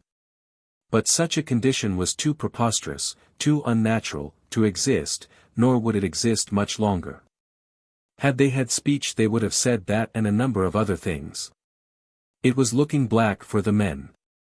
The women were in an ugly mood, but what else could be expected of women who were denied the power of speech? And in this temper they came upon the men in a large clearing where the renegades had built a fire and were cooking the flesh of a number of antelope. Never had the women seen their men so sleek and trim. Always before had they appeared skinny to the verge of cadaverousness, for in the past they had never fared so well as since the day that Tarzan of the Apes had given weapons to the son of the first woman. Where before they had spent their lives fleeing in terror from their terrible women, with scarce time to hunt for decent food. Now they had leisure and peace of mind, and their weapons brought them flesh that otherwise they might not have tasted once in a year. From caterpillars and grubworms they had graduated to an almost steady diet of antelope meat. But the women gave very little heed at the moment to the physical appearance of the men. They had found them. That was enough. They were creeping nearer when one of the men looked up and discovered them, and so insistent are the demands of habit that he forget his newfound independence and leaping to his feet, bolted for the trees. The others, scarce waiting to know the cause of his precipitancy, followed close upon his heels. The women raced across the clearing as the men disappeared among the trees upon the opposite side. The former knew what the men would do. Once in the forest they would stop behind the nearest trees and look back to see if their pursuers were coming in their direction. It was this silly habit of the males that permitted their being easily caught by the less agile females. But all the men had not disappeared. One had taken a few steps in the mad race for safety and had then halted and wheeled about, facing the oncoming women. He was the son of the first woman, and to him Tarzan had imparted something more than knowledge of new weapons, for from the Lord of the Jungle, whom he worshipped with dog-like devotion, he had acquired the first rudiments of courage. And so it now happened that when his more timorous fellows paused behind the trees and looked back they saw this one standing alone facing the charge of 50 infuriated shes. They saw him fit arrow to bow, and the women saw, too, but they did not understand, not immediately, and then the bowstring twanged and the foremost woman collapsed with an arrow in her heart. But the others did not pause, because the thing had been done so quickly that the full purport of it had not as yet penetrated their thick skulls. The son of the first woman fitted a second arrow and sped it. Another woman fell, rolling over and over, and now the others hesitated and were lost, for that momentary pause gave courage to the other men peering from behind the trees. If one of their number could face 50 women and bring them to halt, what might not 11 men accomplish? They rushed forth then with spears and arrows just as the women renewed their assault. The feathered pebbles flew thick and fast, but faster and more accurately flew the feathered arrows of the men. The leading women rushed courageously forward to close quarters where they might use their bludgeons and lay hold of the men with their mighty hands, but they learned then that spears were more formidable weapons than bludgeons. With the result that those who did not fall wounded, turned and fled. It was then that the son of the first woman revealed possession of a spark of generalship that decided the issue for that day, and, perhaps, for all time. His action was epochal in the existence of the Zoanthrohagos. Instead of being satisfied with repulsing the women, instead of resting upon laurels gloriously won, he turned the tables upon the hereditary foe and charged the women, signaling his fellows to accompany him. And when they saw the women running from them, so enthused were they by this reversal of a custom ages old, they leaped swiftly in pursuit. They thought that the son of the first woman intended that they should slay all of the enemy, and so they were surprised when they saw him overhaul a comely, young female and, seizing her by the hair, disarm her. So remarkable did it seem to them that one of their number, having a woman in his power, did not immediately slay her. They were constrained to pause and gather around him, asking questions in their strange sign language. Why do you hold her? Why do you not kill her? Are you not afraid that she will kill you? Were some of the many that were launched at him. I am going to keep her, replied the son of the first woman. I do not like to cook. She shall cook for me. If she refuses I shall stick her with this, and he made a jab toward the young woman's ribs with his spear, a gesture that caused her to cower and drop fearfully upon one knee. The men jumped up and down in excitement as the value of this plan and the evident terror of the woman for the man sank into their dull souls. Where are the women? They signed to one another, but the women had disappeared. One of the men started off in the direction they had gone. I go, he signaled. I come back with a woman of my own, to cook for me. In a mad rush the others followed him, leaving the son of the first woman alone with his she. He turned upon her. You will cook for me, he demanded. To his signs she but returned a sullen, snarling visage. The son of the first woman raised his spear and with the heavy shaft struck the girl upon the head, knocking her down, and he stood over her, himself snarling and scowling, menacing her with further punishment. While she cowered where she had fallen. He kicked her in the side. Get up, he commanded. Slowly she crawled to her knees and embracing his legs gazed up into his face with an expression of dog-like adulation and devotion. You will cook for me, he demanded again. Forever. She replied in the sign language of their people. Tarzan had remained but a short time in the little room adjoining that in which Zoanthrohago had received Komodoflorensal, when he was summoned to appear before them alone. And as he entered the room his master motioned him to approach the desk behind which the two men sat. There was no other person in the room, even the warriors having been dismissed. You are quite positive that he understands nothing of our language? Demanded the king. He has not spoken a word since he was captured, replied Zoanthrohago. We had supposed him some new form of Zoanthrohagos until it was discovered that he possessed a language through which he was able to communicate with the other Trohanadalmakusian slave. It is perfectly safe to speak freely before him, all-wise. Komodoflorensal cast a quick, suspicious glance at his companion. He would have preferred that Zoanthrohago of all men address him as all-glorious, it was less definite in its implication. He might deceive others, even himself, as to his wisdom, but he was perfectly aware that he could not fool Zoanthrohago. We have never discussed fully, said the king, the details of this experiment. It was for this purpose that I came to the laboratory today. Now that we have the subject here, let us go into the matter fully and determine what next step we should take. Yes, all-wise, replied Zoanthrohago. Call me Thagasto, snapped Elkomoelhago. Yes, Thagasto, said the prince, using the Minunian word for chief royal, or king, as Elkomoelhago had commanded. Let us discuss the matter, by all means. It presents possibilities of great importance to your throne. He knew that what Elkomoelhago meant by discussing the matter consisted only in receiving from Zoanthrohago a detailed explanation of how he had reduced the stature of the slave Zoanthral to 1/4 its original proportions. But he proposed, if possible, to obtain value received for the information, which he knew the king would use for his own aggrandizement. Giving Zoanthrohago no credit whatever for his discoveries or all the long moons he had devoted to accomplishing this marvelous, scientific miracle. Before we enter into this discussion, O Thagasto, he said, I beg that you will grant me one boon, which I have long desired and have hitherto hesitated to request. Knowing that I did not deserve the recognition I crave for my poor talents and my mean service to thy illustrious and justly renowned rule. What boon do you wish? Demanded Elkomoelhago, crustily. At heart he feared this wisest of men, and, like the coward that he was, with him to fear was to hate. If he could have destroyed Zoanthrohago he would gladly have done so. But he could not afford to do this, since from this greatest of Walmaks came whatever show of scientific ability the king could make, as well as all the many notable inventions for the safeguarding of the royal person. I would sit at the royal council, said Zoanthrohago, simply. The king fidgeted.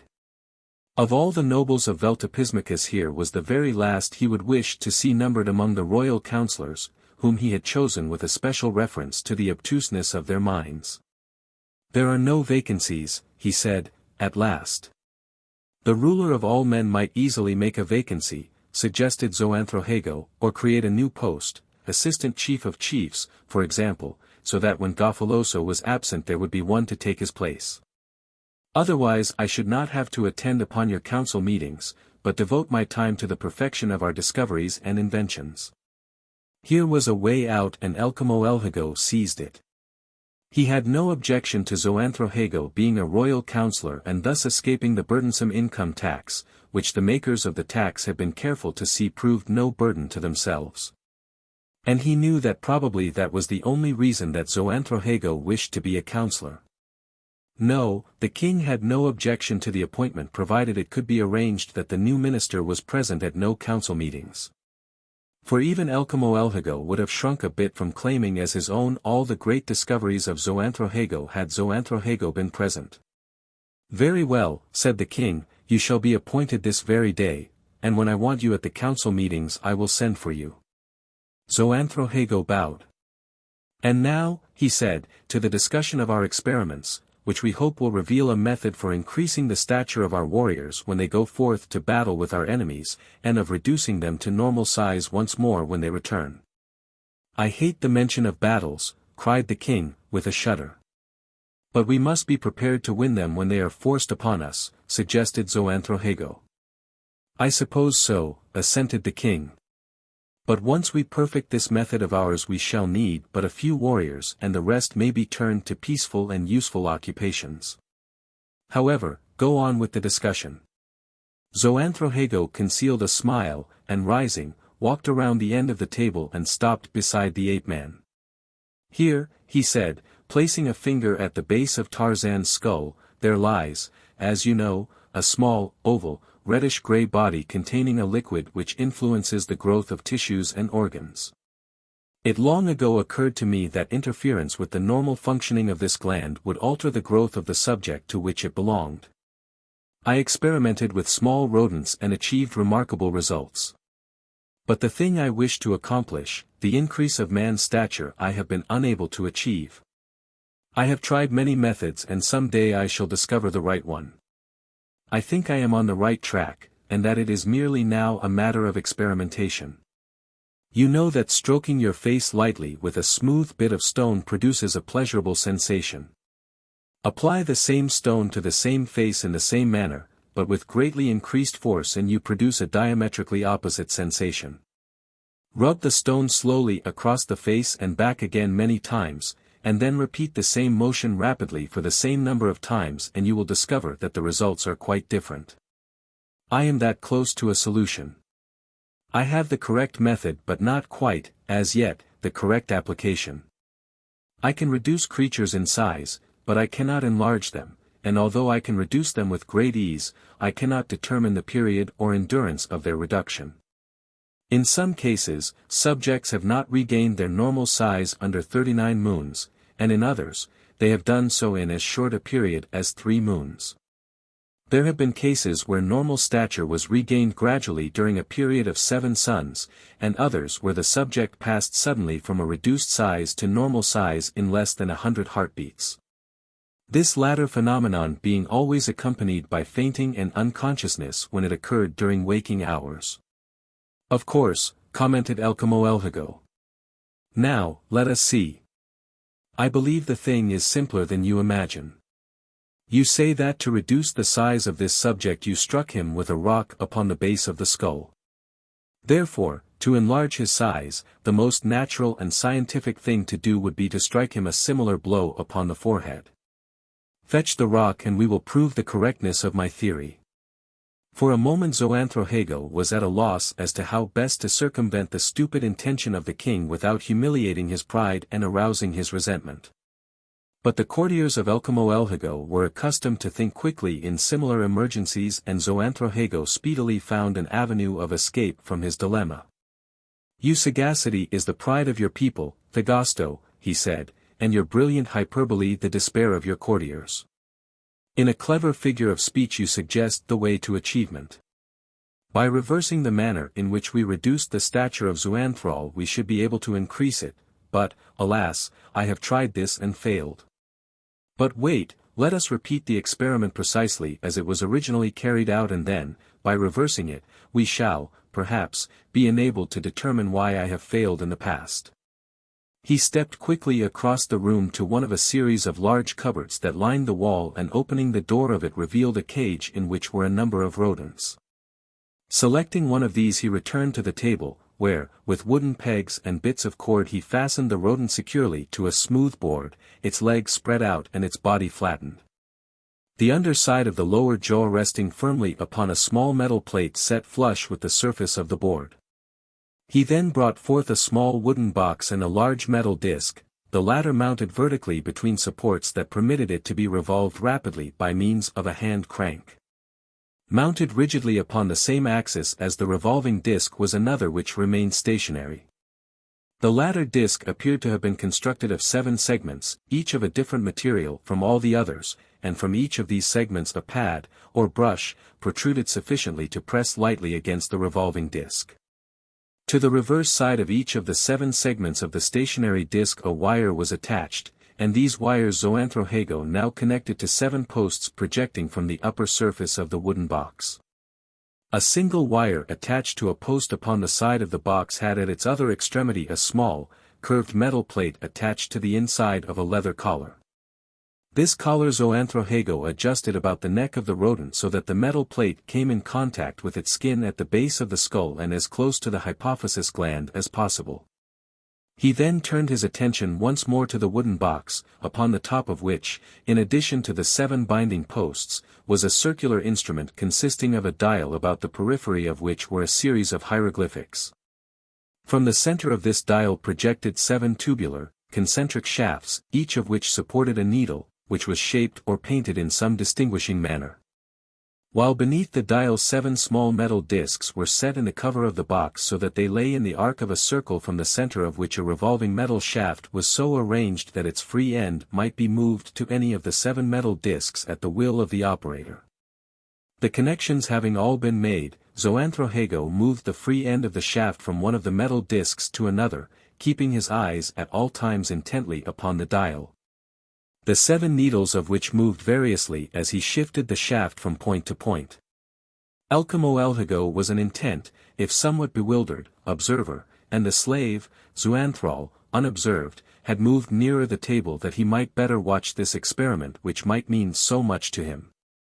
Zoanthrohago continued to manipulate the revolving shaft and the needles moved hither and thither from one series of hieroglyphics to another, until at last the Walmak appeared satisfied. It is not always easy, he said, to attune the instrument to the frequency of the organ upon which we are working. From all matter and even from such incorporeal a thing as thought there emanate identical particles, so infinitesimal as to be scarce noted by the most delicate of my instruments. These particles constitute the basic structure of all things whether animate or inanimate, corporeal or incorporeal. The frequency, quantity, and rhythm of the emanations determine the nature of the substance. Having located upon this dial the coefficient of the gland under discussion, it now becomes necessary, in order to so interfere with its proper functioning that the growth of the creature involved will be not only stopped but actually reversed. That we decrease the frequency, increase the quantity and compound the rhythm of these emanations. This I shall now proceed to do, and he forthwith manipulated several small buttons upon one side of the box, and grasping the crank handle of the free disc revolved it rapidly. The result was instantaneous and startling. Before their eyes Komodoflorensal, the king, and Zoanthrohago, the slave, saw the rodent shrink rapidly in size, while retaining its proportions unchanged. Tarzan, who had followed every move and every word of the Walmak, leaned far over that he might impress indelibly upon his memory the position of the 7 needles. Komodoflorensal glanced up and discovered his interest. "We do not need this fellow now," he said, addressing Zoanthrohago. "Have him sent away." "Yes, Thagasto," replied Zoanthrohago, summoning a warrior whom he directed to remove Tarzan and Komodoflorensal to a chamber where they could be secured until their presence was again required. Chapter 15. Through several chambers and corridors they were conducted toward the center of the dome on the same level as the chamber in which they had left the king and the Walmak until finally they were thrust into a small chamber and a heavy door was slammed and barred behind them. There was no candle in the chamber. A faint light, however, relieved the darkness so that the interior of the room was discernible. The chamber contained 2 benches and a table, that was all.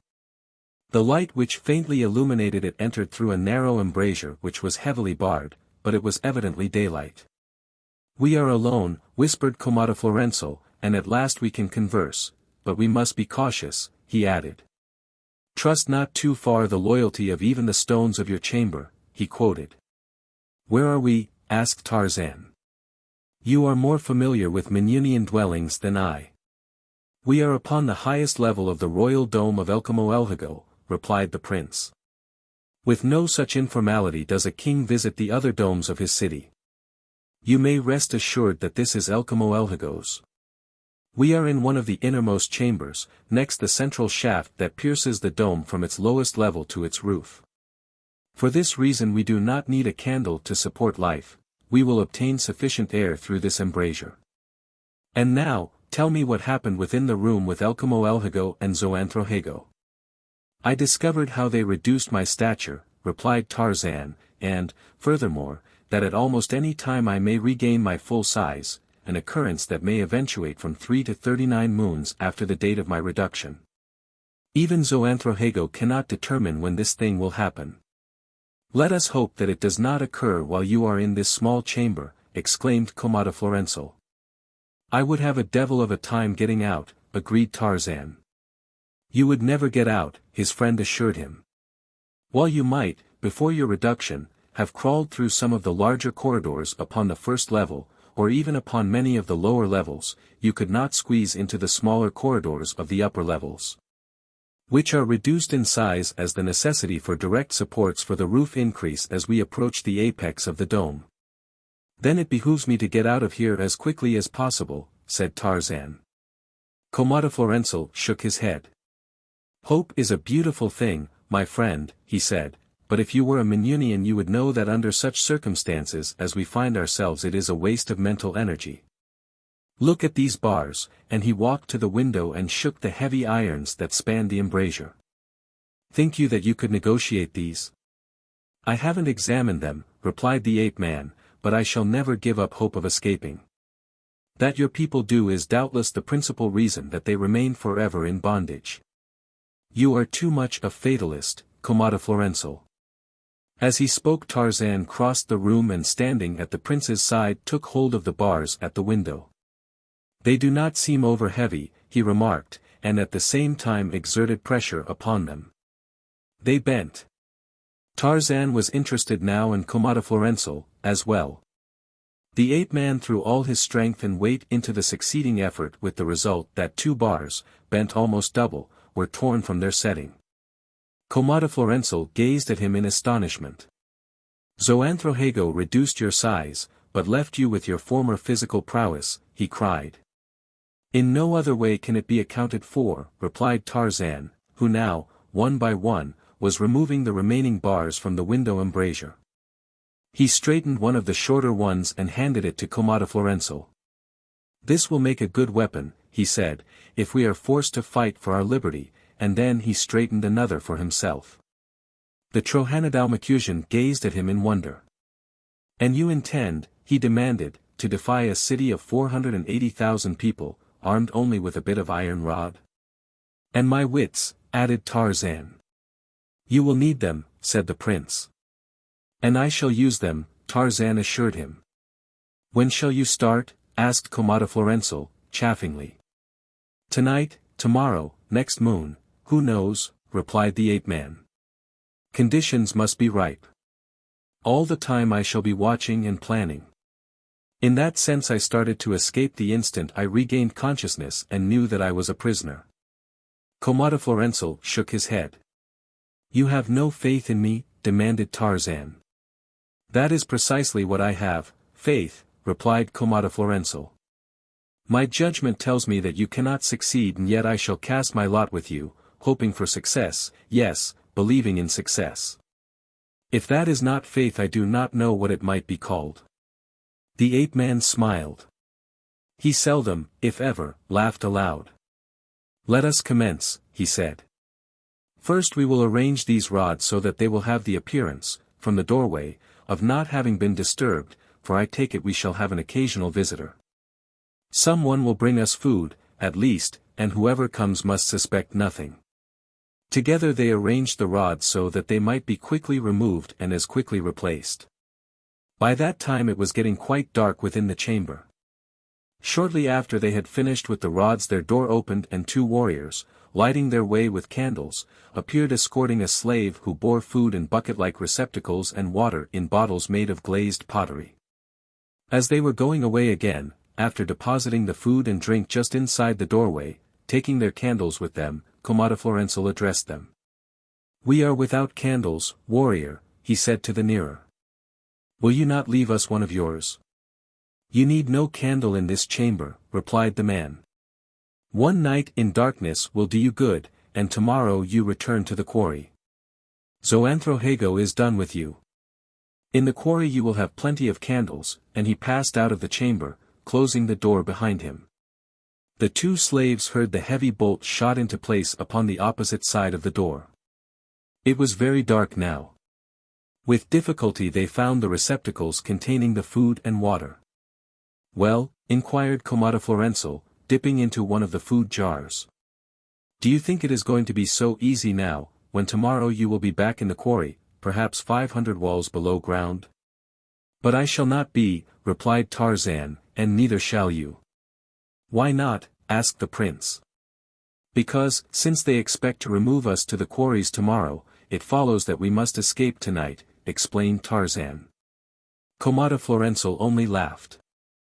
When Tarzan had eaten his fill he arose and walked to the window, where he removed the bars and, taking the one that he had selected for himself, crawled through the passage that led to the opposite end of the embrasure.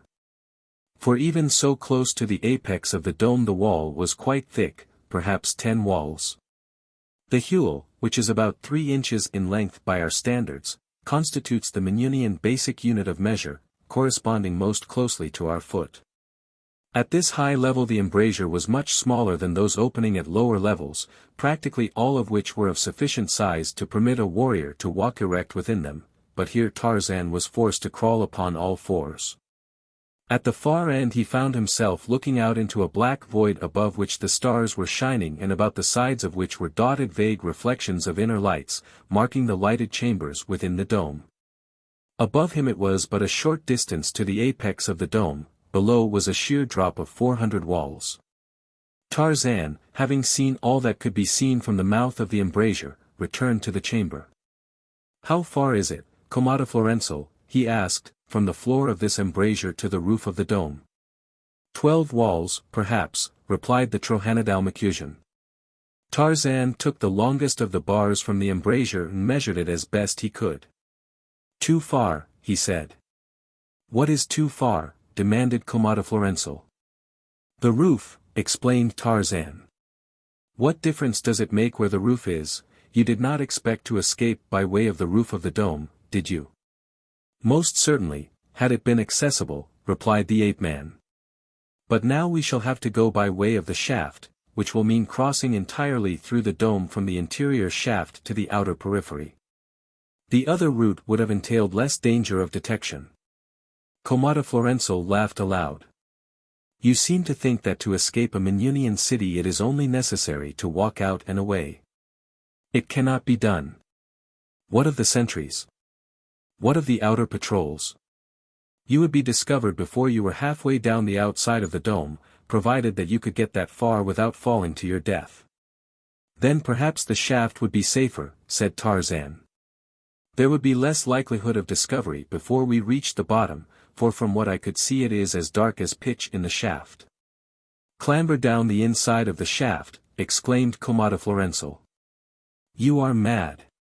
You could not clamber from this level to the next without falling, and it must be a full 400 walls to the bottom." "Wait!" Tarzan admonished him. Komodoflorensal could hear his companion moving around in the dark chamber. He heard the scraping of metal on stone and presently he heard a pounding, not loud, yet heavy.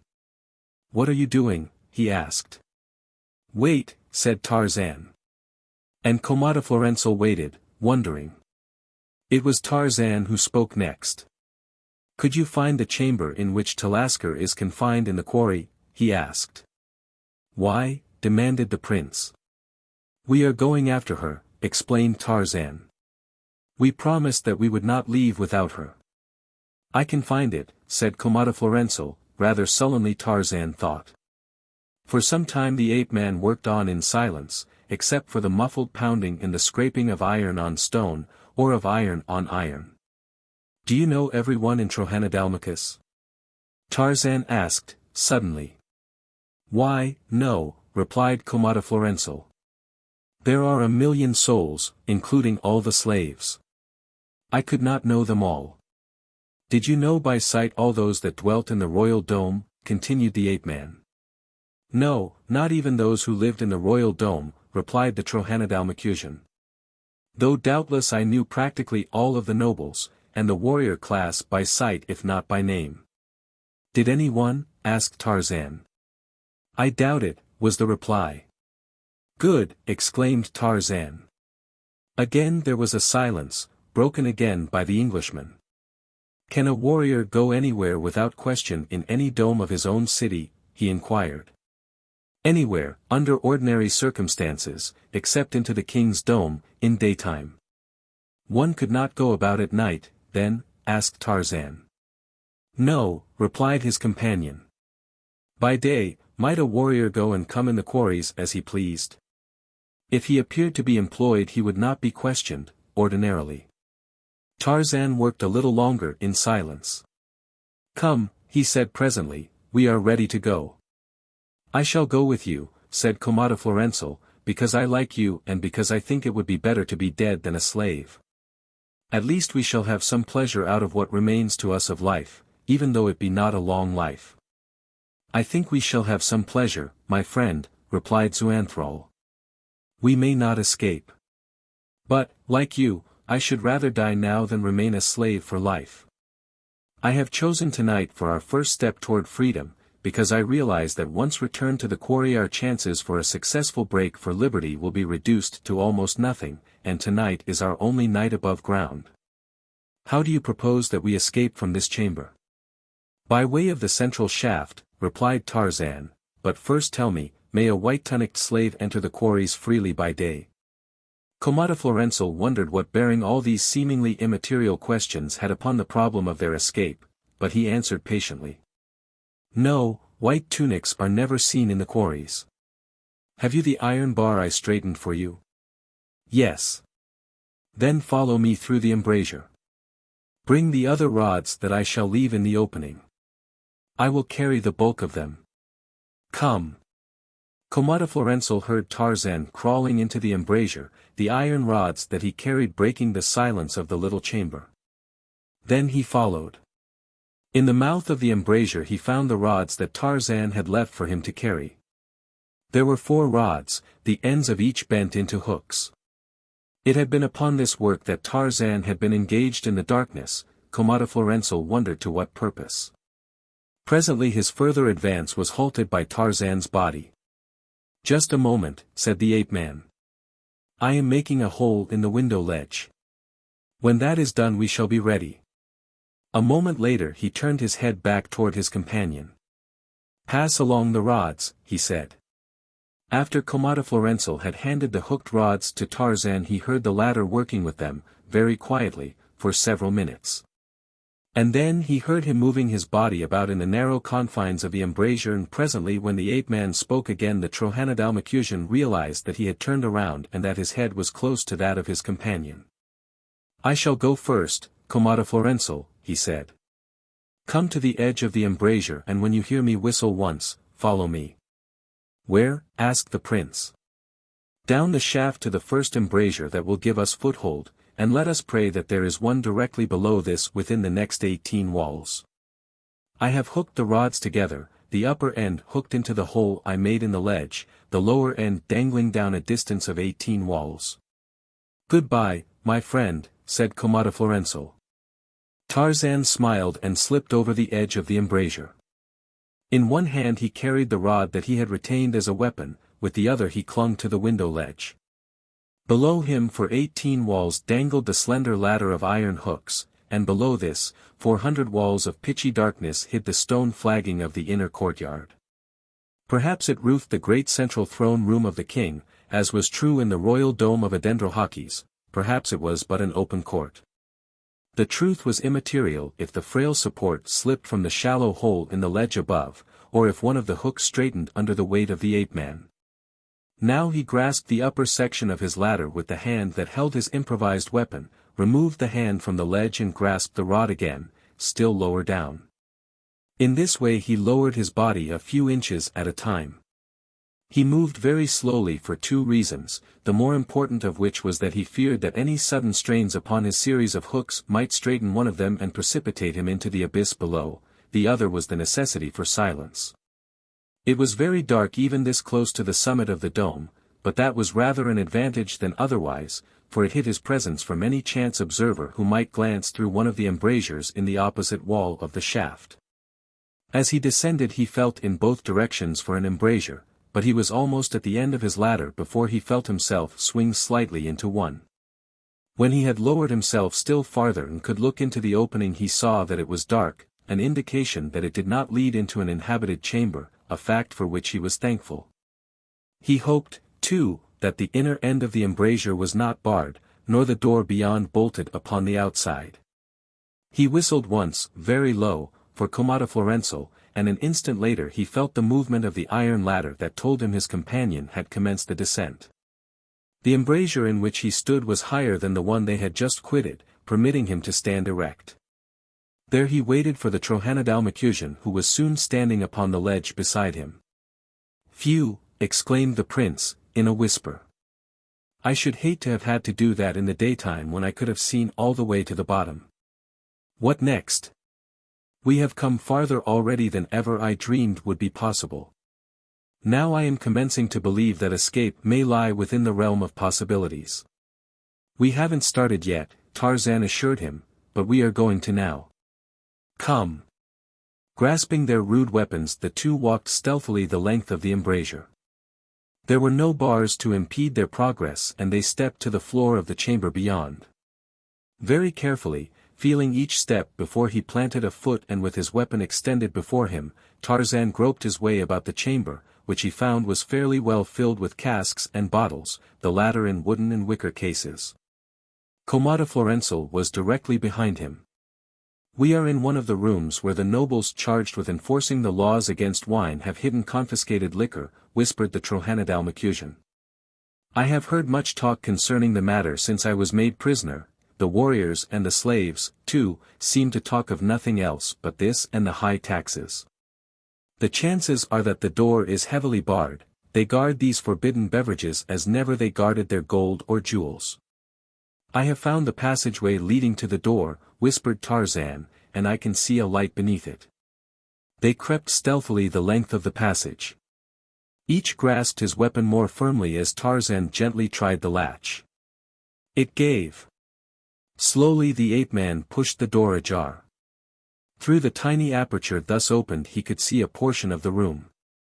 Its floor was strewn with gorgeous carpets, thick and soft.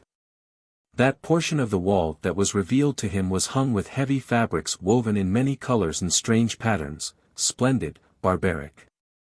Directly in the line of his vision the body of a man lay sprawled, face down, upon the floor, a pool of red stained a white rug beneath his head. Tarzan opened the door a little farther, revealing the bodies of 3 other men. 2 lay upon the floor, the third upon a low divan. The scene, gorgeous in its coloring, tragic in its suggestion of mystery and violent death, held the eyes of the ape-man yet a moment longer before he opened the door still wider and leaped quickly to the center of the room. His weapon raised and ready, giving no possible skulking foe behind the door the opportunity to fell him that would have offered had he edged into the room slowly. A quick glance about the apartment showed the bodies of 6 men that had not been visible from the partially opened door. These were lying in a pile in one corner of the room. Chapter 16. Komodoflorensal stood at Tarzan's side, his weapon ready to take issue with any who might question their presence here, but presently the end of his iron rod dropped to the floor and a broad smile overspread his features. Tarzan looked at him. "Who are they?" he demanded, "and why have they been killed?" "They are not dead, my friend," replied Komodoflorensal. "They are the nobles whose duty it is to prevent the use of wine. They are not dead, they are drunk." "But the blood beneath the head of this one at my feet," demanded the ape-man. "It is red wine, not blood," his companion assured him. Then Tarzan smiled. "They could not have chosen a better night for their orgy," he said. "Had they remained sober the door through which we entered from the storeroom would have been securely fastened, I imagine." "Assuredly, and we would have had a sober guard of warriors to deal with in this chamber, instead of 10 drunken nobles. We are very fortunate, Zoanthrohago." He had scarcely ceased speaking when a door in the opposite side of the room swung open, revealing 2 warriors, who stepped immediately into the chamber. They eyed the 2 who faced them and then glanced about the room at the inert forms of its other occupants. "What do you hear, slaves?" demanded one of the newcomers. "Shh, cautioned Tarzan, placing a finger to his lips. "Enter and close the door, lest others hear." "There is no one near to hear," snapped one of them, but they entered and he closed the door. "What is the meaning of this?" "That you are our prisoners," cried the ape-man, leaping past them and placing himself before the door, his iron rod in readiness. A sneer twisted the mouth of each of the 2 Veltopismakusians as they whipped out their rapiers and leaped toward the ape-man, ignoring for the moment the Trohanadalmakusian, seizing upon the opportunity thus afforded him. Threw aside his iron rod and snatched a rapier from the side of one of the drunken nobles, a substitution of weapons that would render Komodoflorensal a dangerous opponent anywhere in Minuni. For there was no better swordsman among all the warlike clans of Trohanadalmakus, whose blades were famed throughout Minuni. Facing, with only an iron rod, 2 skilled swordsmen placed Tarzan of the Apes at a disadvantage that might have proved his undoing had it not been for the presence of Komodoflorensal, who, no sooner than he had appropriated a weapon, leaped forward and engaged one of the warriors. The other pressed Tarzan fiercely. "Your prisoner, slave," he sneered as he lunged for his opponent, but though less skilled, perhaps, in swordplay than his antagonist, the lord of the jungle had not faced Balgani and Numa for nothing. His movements were as lightning, his strength as great as before Zoanthrohago had reduced his stature. At the first onslaught of the warriors he had leaped to one side to avoid the thrust of a blade, and as much to his own astonishment as to theirs, what he had intended for a nimble sidestep had carried him the length of the room. And then the man had been at him again, while the other was having his time well occupied with the Zertalasto of Trohanadalmakus.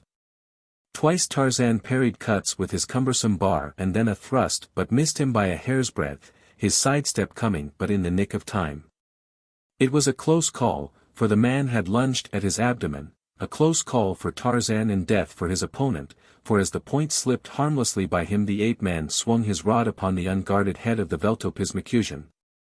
And with a grunt the fellow slumped to the floor, his skull crushed to the bridge of his nose.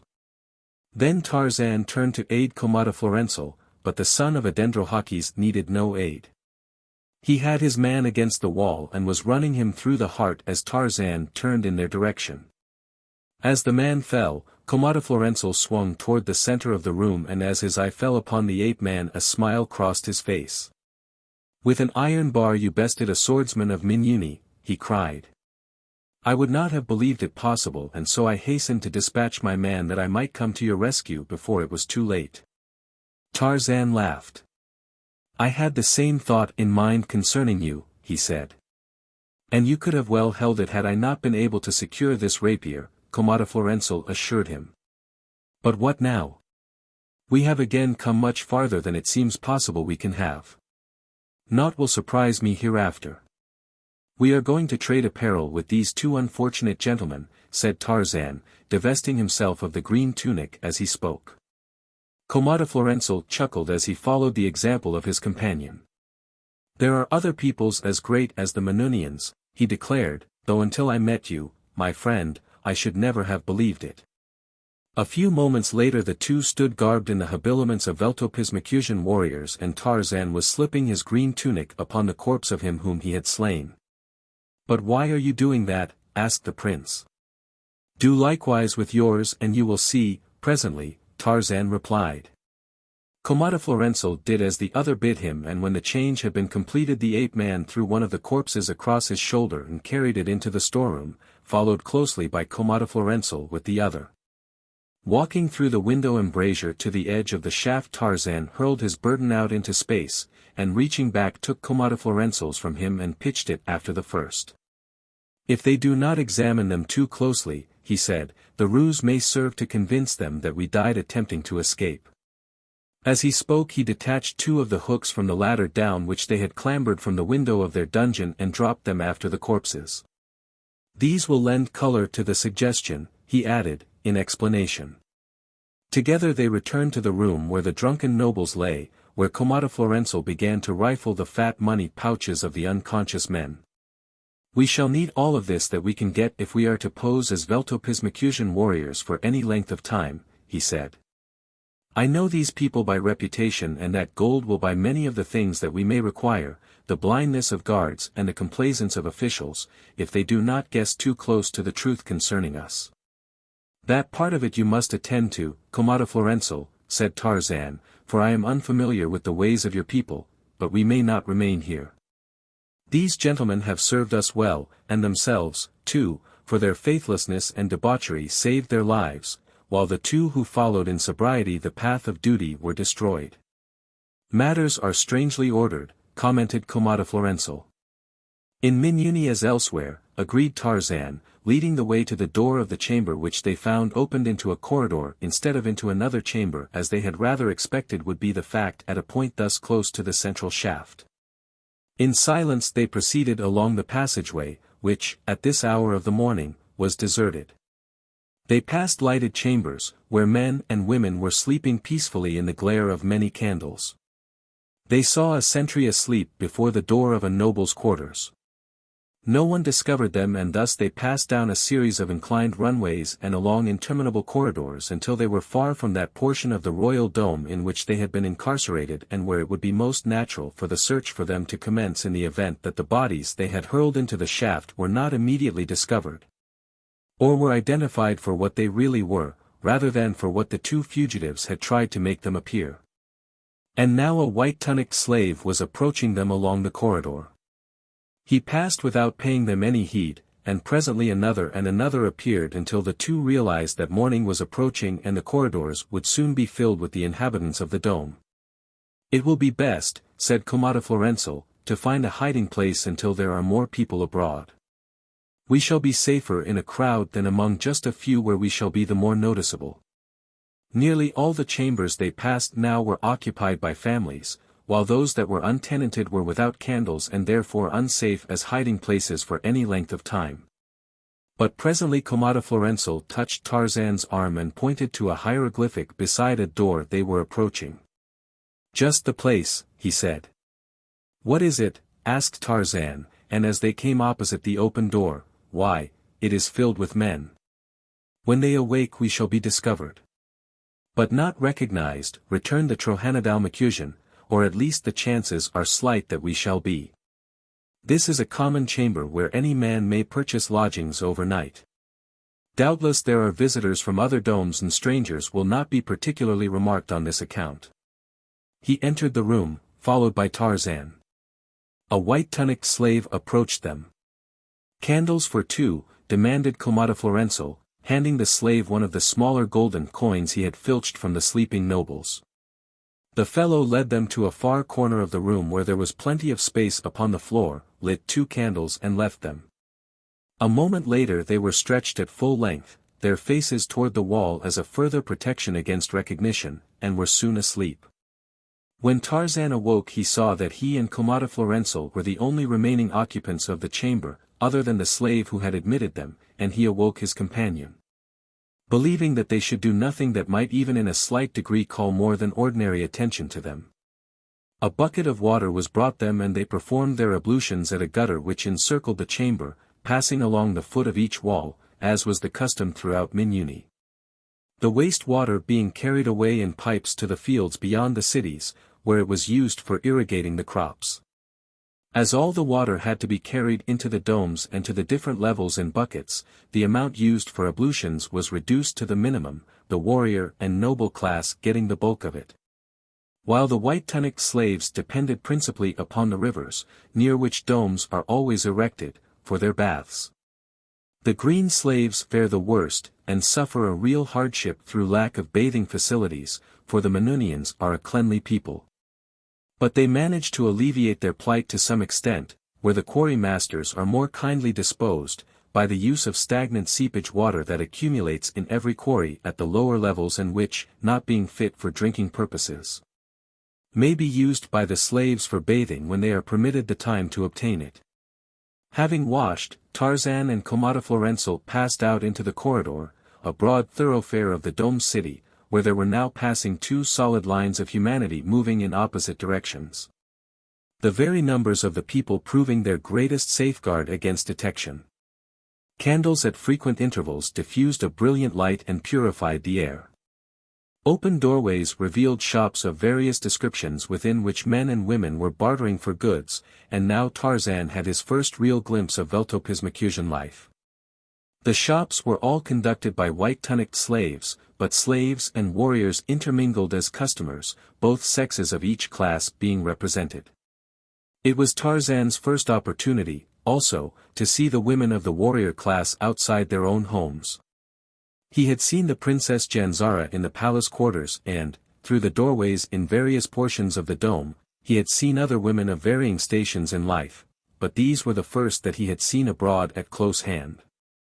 Their faces were painted deep vermilion, their ears blue, and their apparel so arranged that the left leg and left arm were bare.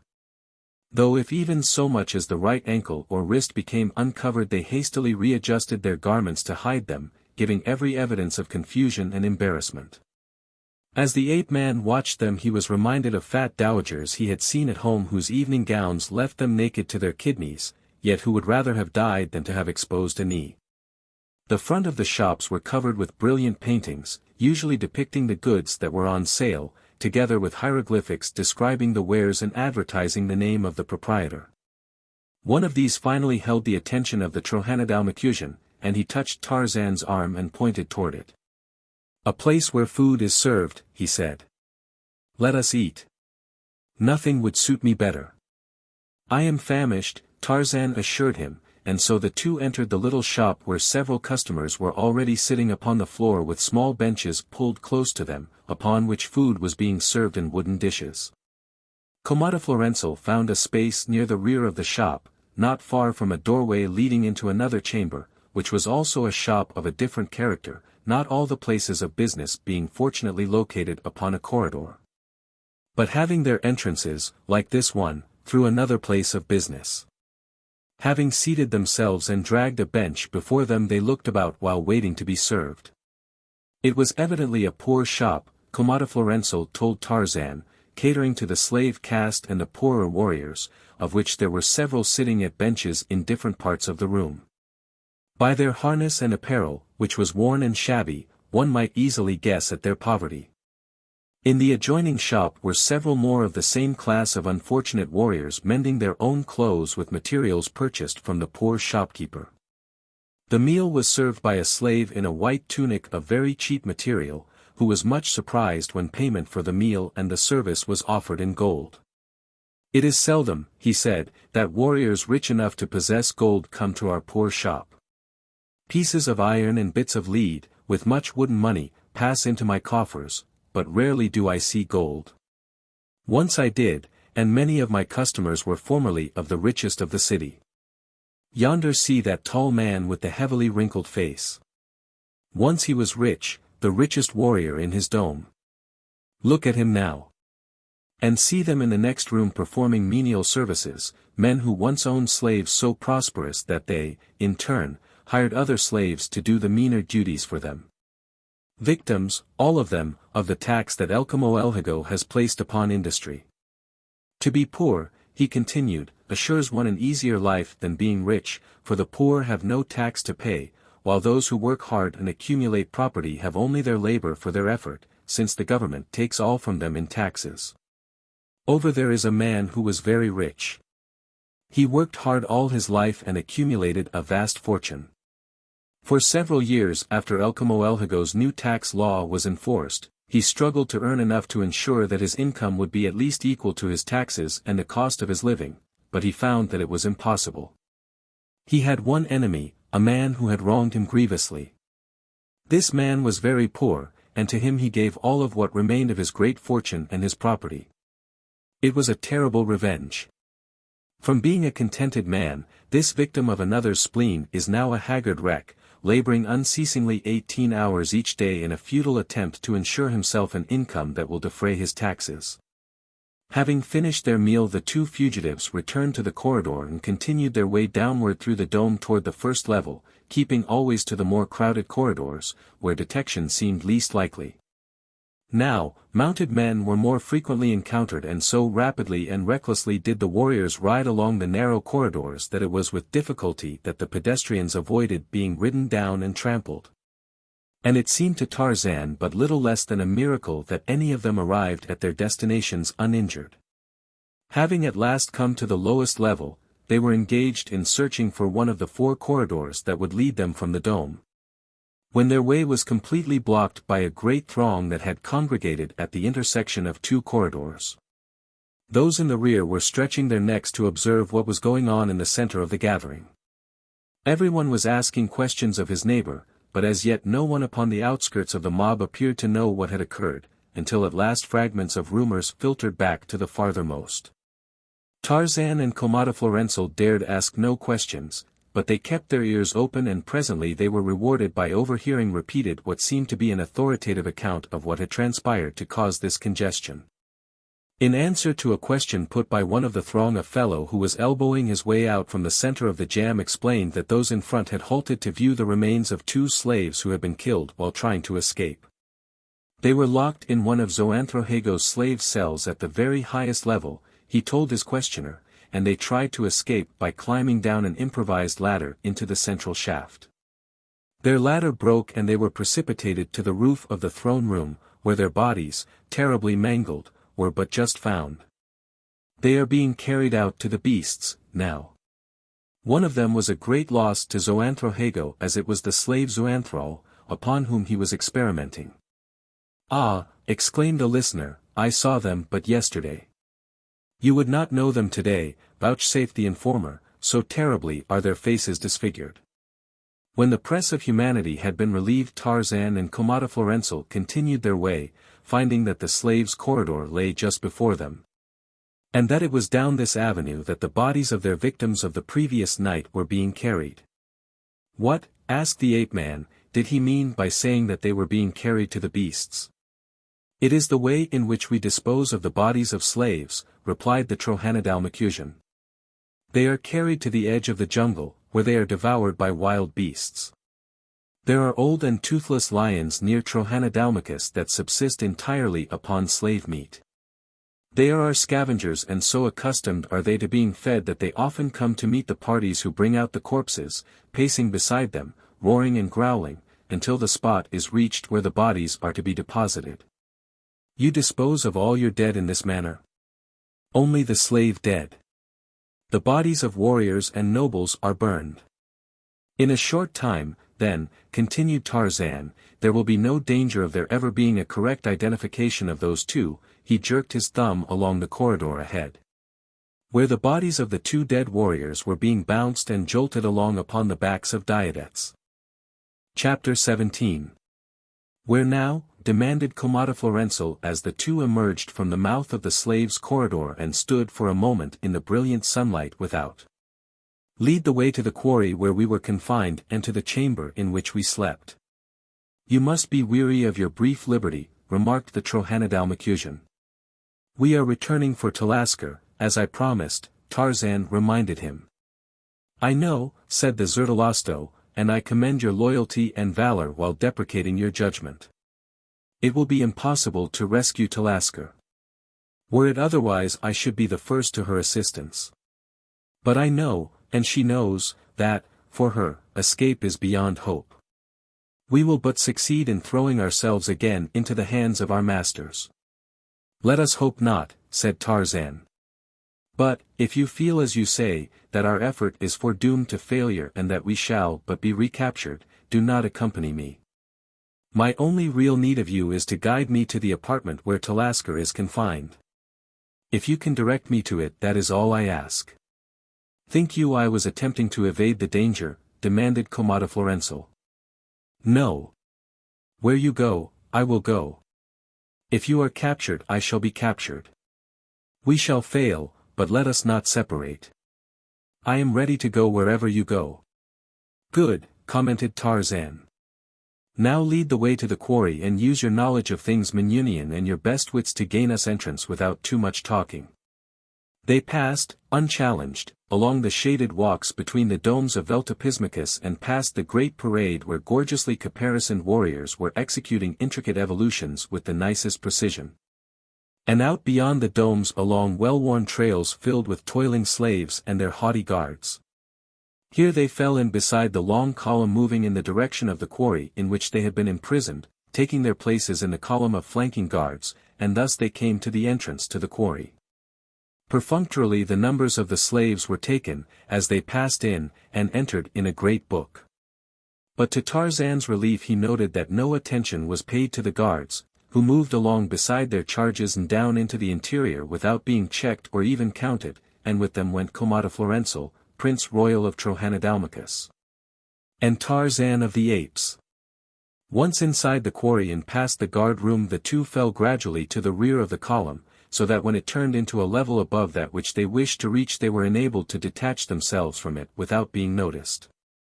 To leave one column was but to join another, for there was no break in them and often there were several moving abreast. But when they reached the 35th level and entered the tunnel leading to the chamber in which Tlasker was confined they found themselves alone. Since there is little or no activity in these corridors leading to slave quarters except early in the morning when the men are led forth to their labors and again at night when they are brought back. Before the door of the chamber they found a single warrior on guard. He was squatting on the floor of the tunnel leaning against the wall, but at their approach he rose and challenged them. Komodoflorensal, who was in the lead, approached him and halted. We have come for the slave girl, Tlasker, he said. Tarzan, who was just behind Komodoflorensal, saw a sudden light leap to the eyes of the warrior. Was it recognition? Who sent you? Demanded the warrior. Her master, Zoanthrohago, replied the Trohanadalmakusian. The expression upon the face of the warrior changed to one of cunning. "Go in and fetch her," he said, and unbolted the door, swinging it open. Komodoflorensal dropped upon his hands and knees and crawled through the low aperture, but Tarzan stood where he was. "Go in," said the guard to him. "I will remain where I am," replied the ape-man. "It will not require two of us to find a single slave girl and fetch her to the corridor." For an instant the warrior hesitated, then he closed the door hurriedly and shot the heavy bolts. When he turned toward Tarzan again, who was now alone with him in the corridor, he turned with a naked sword in his hands, but he found Zoanthral facing him with drawn rapier. "Surrender," cried the warrior. "I recognized you both instantly." "I thought as much," said Zoanthral. "You are clever, with the exception of your eyes, they are fools, for they betray you." "But my sword is no fool," snapped the fellow, as he thrust viciously at the ape-man's breast. Lieutenant Paul Darnat of the French Navy had been recognized as one of the cleverest swordsmen in the service, and to his friend Greystoke he had imparted a great measure of his skill during the many hours that the two had whiled away with the foils. And today Tarzan of the Apes breathed a prayer of gratitude to the far distant friend whose careful training was, after many long years, to serve the ape-man in such good stead, for he soon realized that, though his antagonist was a master at the art of fence, he was not wholly outclassed, and to his skill was added his great strength and his agility. They had fought for but a minute or two when the Veltopismakusian realized that he was facing no mean antagonist and that he was laboring at a disadvantage. He being unable to fall back when Tarzan rushed him, while his foeman had at his back the whole length of the tunnel. He tried then to force Tarzan back, but in this he failed, receiving a thrust in the shoulder for his pains, and then he commenced to call for help and the ape-man realized that he must silence him and that quickly. Awaiting the opportunity that was presently afforded by a feint that evoked a wild lunge, Tarzan stepped quickly in and passed his sword through the heart of the Veltopismakusian, and as he withdrew his blade from the body of his antagonist he released the bolts that held the door and swung it open. Beyond it, white of face, crouched Komodoflorensal, but as his eyes fell upon Tarzan and the body of the guard behind him, a smile curved his lips and an instant later he was in the corridor beside his friend. "How did it happen?" he demanded. "He recognized us, but what of Talasker? Is she not coming?" "She is not here. Kalfastaban took her away. He has purchased her from Zoanthrohago." Tarzan wheeled. "Rebolt the door and let us get out of here," he said. Komodoflorensal closed and fastened the door. "Where now?" he asked. "To find Kalfastaban's quarters," replied the ape-man. Komodoflorensal shrugged his shoulders and followed on behind his friend. They retraced their steps toward the surface without incident until they were opposite the 16th level, when a face was suddenly turned toward them from a column of slaves crossing the runway from one lateral to another. Just for an instant did the eyes of the slave meet those of Tarzan, and then the fellow had passed into the mouth of the lateral and disappeared. "We must hurry," whispered Tarzan to his companion. "Why now more than before?" demanded Komodoflorensal. "Did you not see the fellow who just passed us and turned to look a second time at me?" "No, who was it?" "Karaftap," replied Tarzan. "Did he recognize you?" "As to that I cannot say. But he evidently found something familiar in my appearance. Let us hope that he did not place me, though I fear that he did. Then we must lose no time in getting out of here, and out of Veltopismakus, as well." They hurried on. "Where are Kalfastaban's quarters?" asked Tarzan. "I do not know.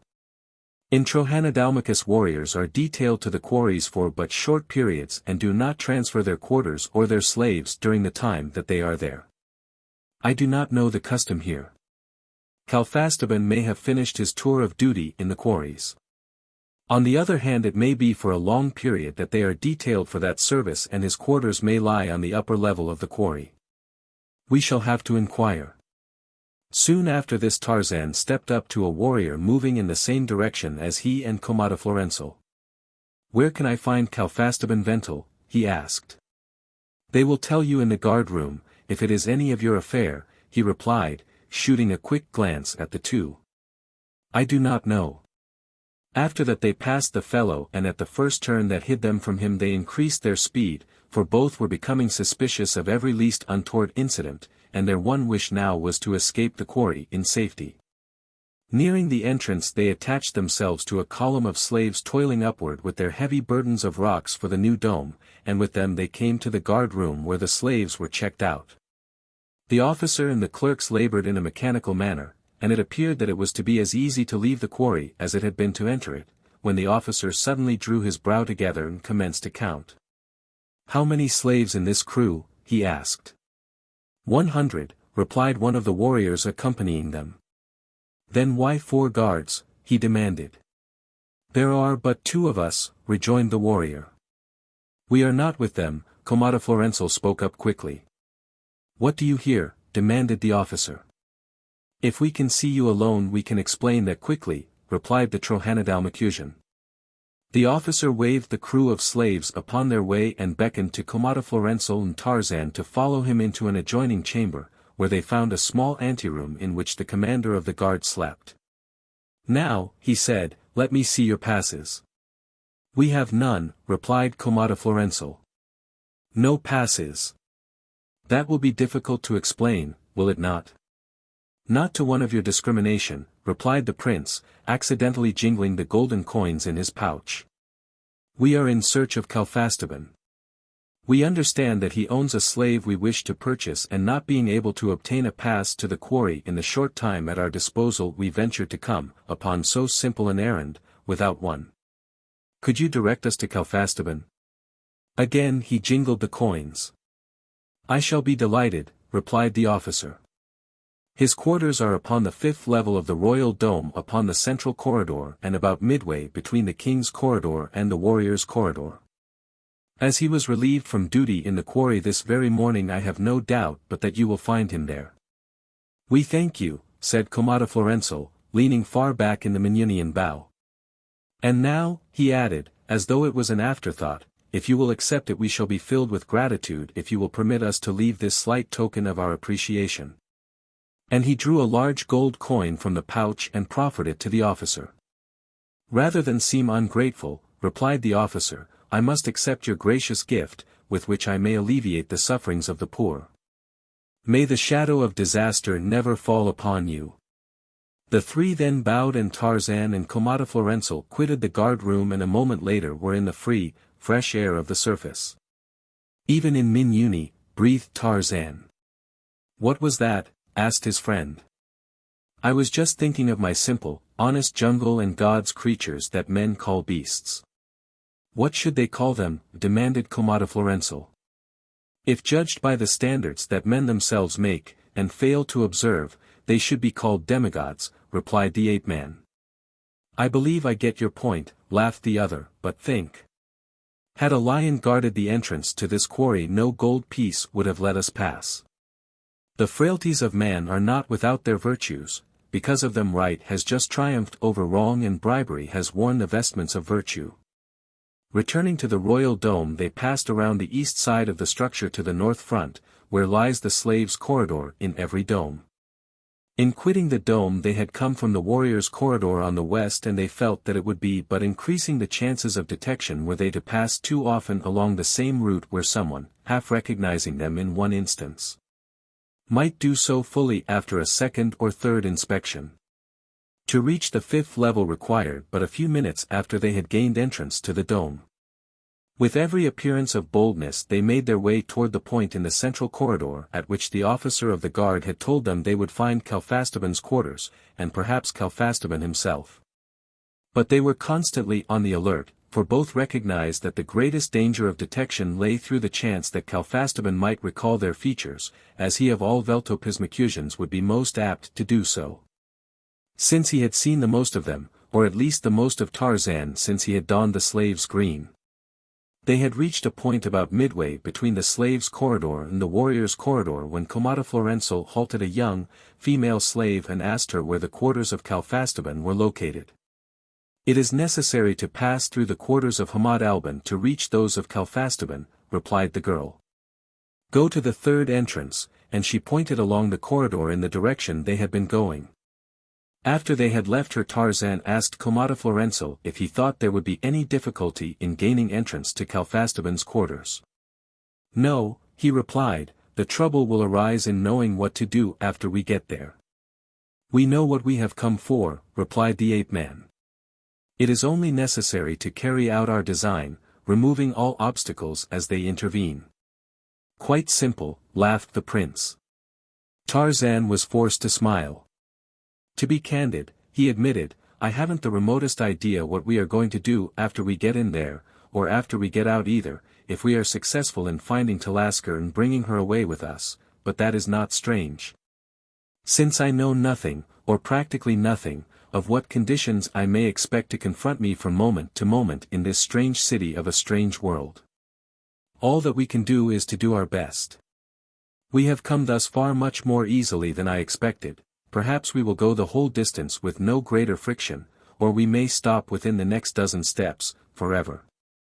Pausing before the third entrance they glanced in, discovering several women squatting upon the floor. 2 of them were of the warrior class, the others slaves of the white tunic. Komodoflorensal entered boldly. These are the quarters of Hamad Alban, he asked. They are, replied one of the women. And Kalfastaban's are beyond? Yes.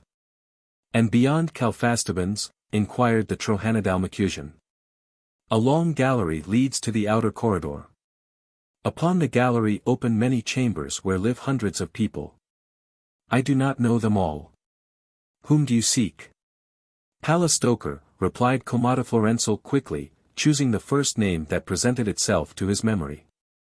I do not recall the name, said the woman, knitting her brows in thought. But I shall find him now, thanks to you, said Komodoflorensal, for my directions were to pass through the quarters of Hamad Alban and Kalfastaban, when I should come upon a gallery into which opened the quarters of Palastoker. But perhaps if Kalfastaban is in, he will be able to direct me more exactly. Kalfastaban has gone out with Hamad Alban, replied the woman, but I expect them back momentarily. If you will wait, they will soon be here. Thank you, said Komodoflorensal, hastily, but I am sure that we shall have no trouble finding the quarters of Palastoker. May your candles burn long and brilliantly. And without waiting on further ceremony he crossed the room and entered the quarters of Kalfastaban, into which Tarzan of the Apes followed at his heels. I think, my friend, said the prince, that we shall have to work rapidly. Tarzan glanced quickly around the first chamber that they entered. It was vacant. Several doors opened from it. They were all closed either with wooden doors or with hangings. The ape-man stepped quickly to the nearer and tried the latch. It gave and he pushed the door ajar. All was darkness within. Bring a candle, Komodoflorensal, he said. The prince brought 2 from their niches in the wall. A storeroom, he said, as the rays of the candles illuminated the interior of the room. Food and candles and raiment. Kalfastaban is no pauper. The tax collector has not ruined him yet. Tarzan, standing in the doorway of the storeroom, just behind Komodoflorensal, turned suddenly and looked out across the other chamber. He had heard voices in the quarters of Hamad Alban beyond, men's voices. One of them he recognized an instant later, it was the voice of Kalfastaban Vental. Come, roared the bull voice of the Vental. Come to my quarters, Hamad Alban, and I will show you this new slave of mine. Tarzan pushed Komodoflorensal into the storeroom and following him, closed the door. Did you hear? He whispered. Yes, it was Kalfastaban. The storeroom door was ornamented with a small, open grill covered with a hanging of some heavy stuff upon the inside. By drawing the hanging aside the 2 could obtain a view of most of the interior of the outer chamber, and they could hear all that was said by the 2 men who now entered from Hamad Alban's quarters. I tell you she is the greatest bargain I have ever seen, cried Kalfastaban, but wait, I'll fetch her, and he stepped to another door, which he unlocked with a key. Come out, he roared, flinging the door wide. With the haughty bearing of a queen a girl stepped slowly into the larger room, no cowering servility of the slave here. Her chin was high, her gaze level. She glanced almost with contempt upon the Vental. And she was beautiful. It was Talasker. Komodoflorensal realized that he had never before appreciated how really beautiful was the little slave girl, who had cooked for him. Kalfastaban had given her a white tunic of good quality, which set off the olive of her skin and the rich blackness of her hair to better effect than had the cheap green thing that he had always seen her in. She belonged to Zoanthrohago, Kalfastaban explained to his friend, but I doubt that he ever saw her, else he never would have parted with her for the paltry sum I paid. You will take her for your own woman and raise her to our class? Asked Hamad Alban. No, replied Kalfastaban, for then she would no longer be a slave and I could not sell her. Women are too expensive. I shall keep her for a time and then sell her while her value is still high. I should make a pretty profit from her. Tarzan's fingers closed tightly, as though upon the throat of an enemy, and the right hand of Komodoflorensal crept to the hilt of his rapier. A woman came from the quarters of Hamad Alban and stood in the doorway. Two of the guards from the quarry are here with a green slave inquiring for Kalfastaban, she said. Send them in, directed the Vental. A moment later the three entered. The slave was Karaftap. Ah, exclaimed Kalfastaban, my good slave, Karaftap, the best in the quarry. Why is he brought here? He says that he has information of great value, replied one of the guard. But he will divulge it to none but you. He has staked his life against the worth of his information and the novand of the guard ordered him brought hither. What information have you? Demanded Kalfastaban. It is of great moment, cried Karaftap. Noble Zoanthrohago, and even the king, will be grateful for it, but were I to give it and have to return to the quarries the other slaves would kill me. You were always good to me, Kalfastaban Vental, and so I asked to be brought to you, for I know that if you promise that I shall be rewarded with the white tunic, if my service is considered worthy of it, I shall be safe. You know that I cannot do that, replied Kalfastaban. But the king can, and if you intercede with him he will not refuse. I can promise to intercede with the king in your behalf if the information you bring is of value. But that is all I can do. That is enough, if you promise, said Karaftap. Very well, I promise. What do you know that the king would like to know? News travels fast in Veltopismakus, said Karaftap, and so it was that we in the quarry heard of the death of the two slaves, Ape-man and Zoanthrohago, within a short time after their bodies were discovered. As both had been slaves of Zoanthrohago we were all confined together in one chamber and thus I knew them both well. Imagine then my surprise when, while crossing one of the main spirals with a crew of other slaves, I beheld both Zoanthrohago and Ape-man, in the habiliments of warriors, ascending toward the surface. What is the appearance of these two? Suddenly demanded one of the warriors who had accompanied Karaftap from the quarry. The slave described them as fully as he could. The same, cried the warrior. These very two stopped me upon the spiral and inquired the whereabouts of Kalfastaban. A crowd of women and men had gathered in the doorway of Kalfastaban's chamber, having been attracted by the presence of a green slave accompanied by members of the quarry guard. One of them was a young slave girl. I, too, was questioned by these very men, she exclaimed, only a short time since, and they asked me the same question. One of Hamad Alban's women voiced a little scream. They passed through our quarters but a moment since, she cried, and entered Kalfastaban's, but they asked not where lay the quarters of Kalfastaban, the name they mentioned was unknown to me, a strange name. Palastoker, one of her companions reminded her. Yes, Palastoker, and they said he had his quarters upon the gallery leading from Kalfastaban's to the outer corridor. There is no one of such a name in the royal dome, said Kalfastaban. It was but a ruse to enter my quarters. Or to pass through them, suggested one of the quarry guard. We must hurry after them, said the other. Keep Karaftap here until we return, Kalfastaban, said the first guard, and also search your own quarters and those adjoining carefully. Come. And motioning to the other guard he crossed the chamber and departed along the gallery that led to the outer corridor, followed not alone by his fellow but by Hamadalban and all the other men who had congregated in the chamber. Leaving Kalfastaban and Karaftap, with the women, in the Vental's quarters. Chapter 18. Kalfastaban turned immediately to a search of the various chambers of his quarters, but Karaftap laid a restraining hand upon his arm. "Wait, Vental," he begged. "If they be here, would it not be best to ensure their capture by fastening the doors leading from your quarters?" "A good thought, Karaftap," replied Kalfastaban, "and then we may take our time searching for them. Out of here, all you women!" he cried, waving the females back into Hamadalban's quarters. A moment later the two doors leading from the chamber to Hamadalban's quarters and the gallery were closed and locked. "And now, master," suggested Karaftap, "as there be two of them, would it not be well to supply me with a weapon?" Kalfastaban smote his chest.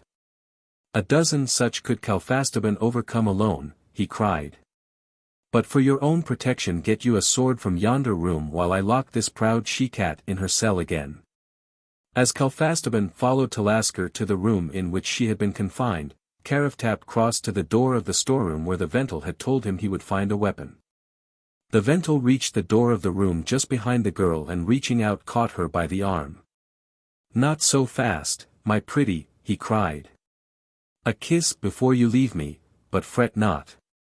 The moment we are sure that those villainous slaves are not within these rooms I shall join you, so do not pine for your Kalfastaban." Talasker wheeled and struck the Vental in the face. "Lay not your filthy hands upon me, beast!" she cried, and struggled to free herself from his grasp. "She-cat, indeed!" exclaimed the man, but he did not release her, and so they struggled until they disappeared from sight within the cell, and at the same moment Karaftap, the slave, laid his hand upon the latch of the storeroom door, and opening it stepped within. As he did so steel fingers reached forth out of the darkness and closed upon his throat. He would have screamed in terror, but no sound could he force through his tight-closed throat. He struggled and struck at the thing that held him, a thing so powerful that he knew it could not be human, and then a low voice, cold and terrifying, whispered in his ear. "Die, Karaftap," it said. "Meet the fate that you deserve and that you well knew you deserved when you said that you dared not return to the quarters of the slaves of Zoanthrohago after betraying two of your number. Die, Karaftap. And know before you die that he whom you would have betrayed is your slayer. You searched for Zoanthral and, you have found him." With the last word the terrible fingers closed upon the man's neck. Spasmodically the slave struggled, fighting for air. Then the two hands that gripped him turned slowly in opposite directions and the head of the traitor was twisted from his body. Throwing the corpse aside, Tarzan sprang into the main chamber of the Vental's quarters and ran quickly toward the door of Talasker's cell, Komodoflorensal but half a pace behind him.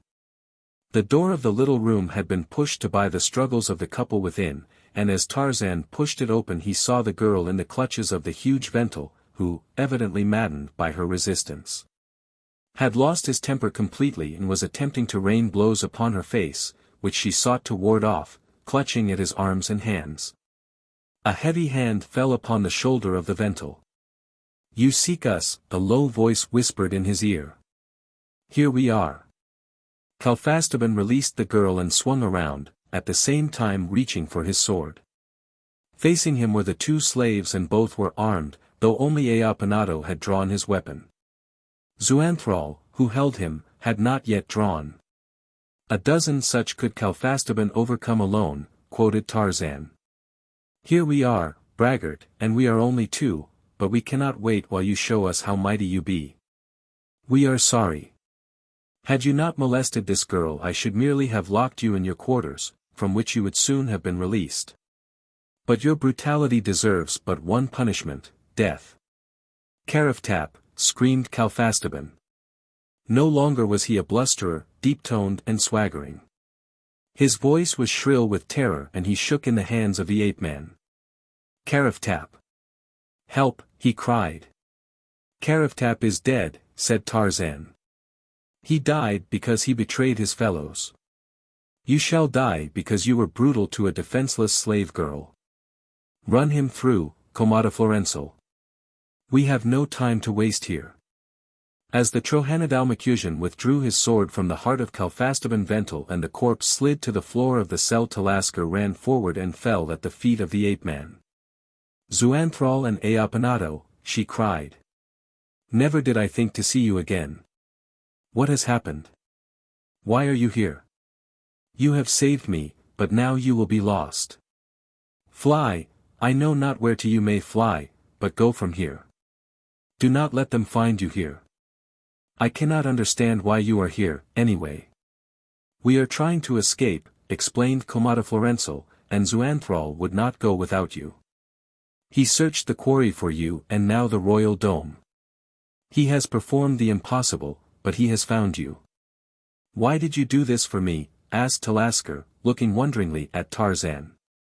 Because you were kind to me when I was brought to the chamber of Zoanthrohago's slaves, replied the ape-man, and because I promised that when the time for escape came we three should be together. He had lifted her to her feet and led her into the main chamber. Komodoflorensal stood a little aside, his eyes upon the floor. Tarzan glanced at him and an expression of puzzlement came into the eyes of the ape-man, but whatever thought had caused it he must have put quickly aside for the consideration of more pressing matters. Komodoflorensal, you know best what avenues of escape should be the least beset by the dangers of discovery. Whether to go by way of Hamadalban's quarters or through the gallery they mentioned. These are questions I cannot answer to my own satisfaction, and look, his eyes had been roving about the chamber, there is an opening in the ceiling. Where might that lead? It might lead almost anywhere, or nowhere at all. Replied the Trohanadalmakusian. Many chambers have such openings. Sometimes they lead into small lofts that are not connected with any other chamber, again they lead into secret chambers, or even into corridors upon another level. There came a pounding upon the door leading into Hamadalban's quarters and a woman's voice called aloud, Kalfastaban, open, she cried. There has come an entel from the quarry guard in search of Karaftap. The sentry at the entrance to the quarters of the slaves of Zoanthrohago has been found slain and they wish to question Karaftap, believing that there is a conspiracy among the slaves. We must go by the gallery, whispered Komodoflorensal, stepping quickly to the door leading thereto. As he reached it someone laid a hand upon the latch from the opposite side and attempted to open the door, which was locked. Kalfastaban! Cried a voice from the gallery beyond. Let us in. The slaves went not this way. Come, open quickly. Tarzan of the Apes glanced quickly about. Upon his face was a half-snarl, for once again was he the cornered beast. He measured the distance from the floor to the trap in the ceiling, and then with a little run he sprang lightly upward.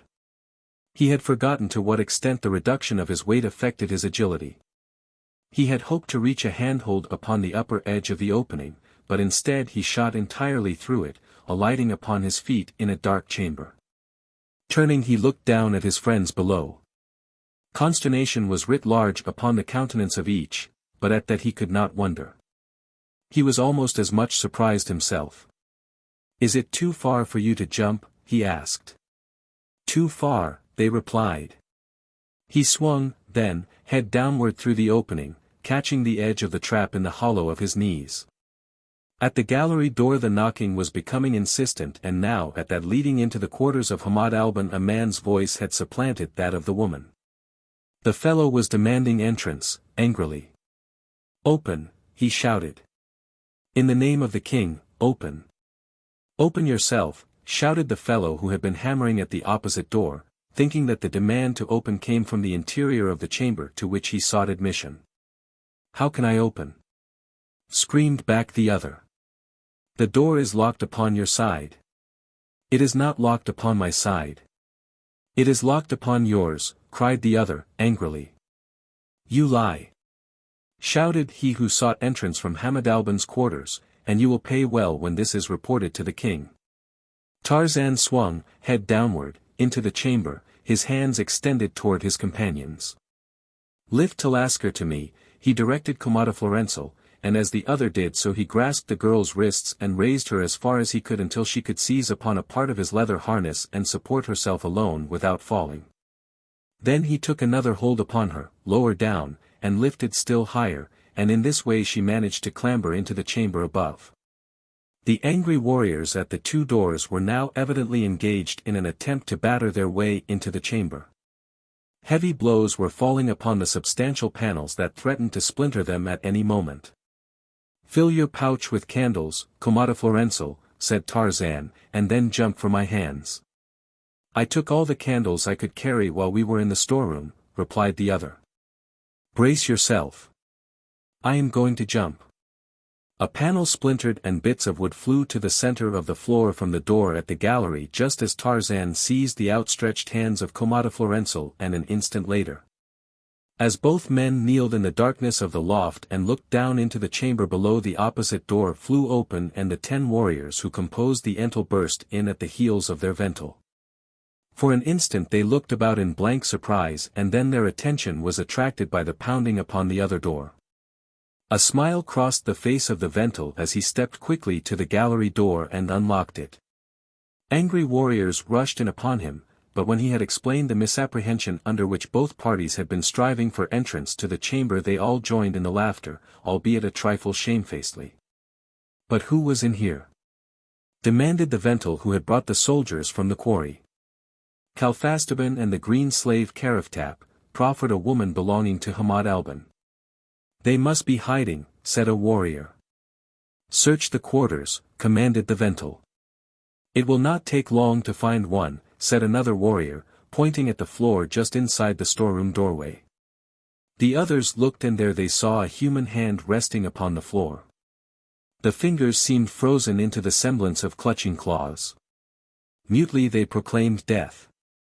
One of the warriors stepped quickly to the storeroom, opened the door and dragged forth the body of Karaftap, to which the head was clinging by a shred of flesh. Even the warriors stepped back, aghast. They looked quickly around the chamber. "Both doors were barred upon the inside," said the ventel. "Whatever did this must still be here." "It could have been nothing human," whispered a woman who had followed them from the adjoining quarters. "Search carefully," said the ventel, and as he was a brave man, he went first into one chamber and then another. In the first one they found Kalfastaban, run through the heart. "It is time we got out of here if there is any way out," whispered Tarzan to Komodoflorensal. "One of them will be this hole directly." Very cautiously the two men felt their way in opposite direction around the walls of the dark, stuffy loft. Deep dust, the dust of ages, rose about them, chokingly, evidencing the fact that the room had not been used for years, perhaps for ages. Presently Komodoflorensal heard a "hsst" from the ape-man who called them to him. "Come here, both of you. I have found something." "What have you found?" asked Talasker, coming close. "An opening near the bottom of the wall," replied Tarzan. "It is large enough for a man to crawl through. Think you, Komodoflorensal, that it would be safe to light a candle?" "No, not now," replied the prince. "I will go without it then," announced the ape-man, "for we must see where this tunnel leads, if anywhere."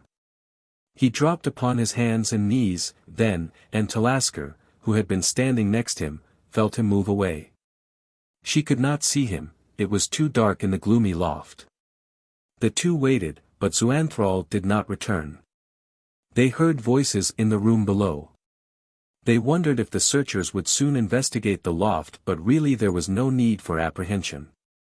The searchers had determined to invest the place. It would be safer than crawling into that dark hole after an unknown thing that could tear the head from a man's body. When it came down, as come down it would have to, they would be prepared to destroy or capture it, but in the meantime they were content to wait. "What has become of him?" whispered Talasker, anxiously. "You care very much for him, do you not?" asked Komodoflorensal. "Why should I not?" asked the girl. "You do, too, do you not?" "Yes," replied Komodoflorensal. "He is very wonderful," said the girl. "Yes," said Komodoflorensal. As though in answer to their wish they heard a low whistle from the depths of the tunnel into which Tarzan had crawled. "Come," whispered the ape-man. Talasker first, they followed him, crawling upon hands and knees through a winding tunnel, feeling their way through the darkness, until at last a light flared before them and they saw Zoanthrohago lighting a candle in a small chamber. That was only just high enough to permit a tall man to sit erect within it. "I got this far," he said to them, "and as it offered a fair hiding place where we might have light without fear of discovery, I came back after you. Here we can stop a while in comparative comfort and safety until I can explore the tunnel further.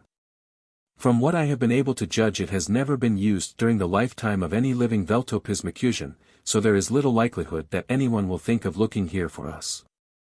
"Do you think they will follow us?" asked Talasker. "I think they will," replied Komodoflorensal, "and as we cannot go back, it will be better if we push on at once, as it is reasonable to assume that the opposite end of this tunnel opens into another chamber. Possibly there we shall find an avenue of escape." "You are right, Komodoflorensal," agreed Tarzan. "Nothing can be gained by remaining here. I will go ahead. Let Talasker follow me, and you bring up the rear. If the place proves a blind alley, we shall be no worse off for having investigated it." Lighting their way this time with candles, the three crawled laboriously and painfully over the uneven, rock floor of the tunnel, which turned often, this way and that, as though passing around chambers, until, to their relief, the passageway abruptly enlarged, both in width and height, so that now they could proceed in an erect position. The tunnel now dropped in a steep declivity to a lower level, and a moment later the three emerged into a small chamber, where Talasker suddenly placed a hand upon Tarzan's arm, with a little intaking of her breath in a half-gasp.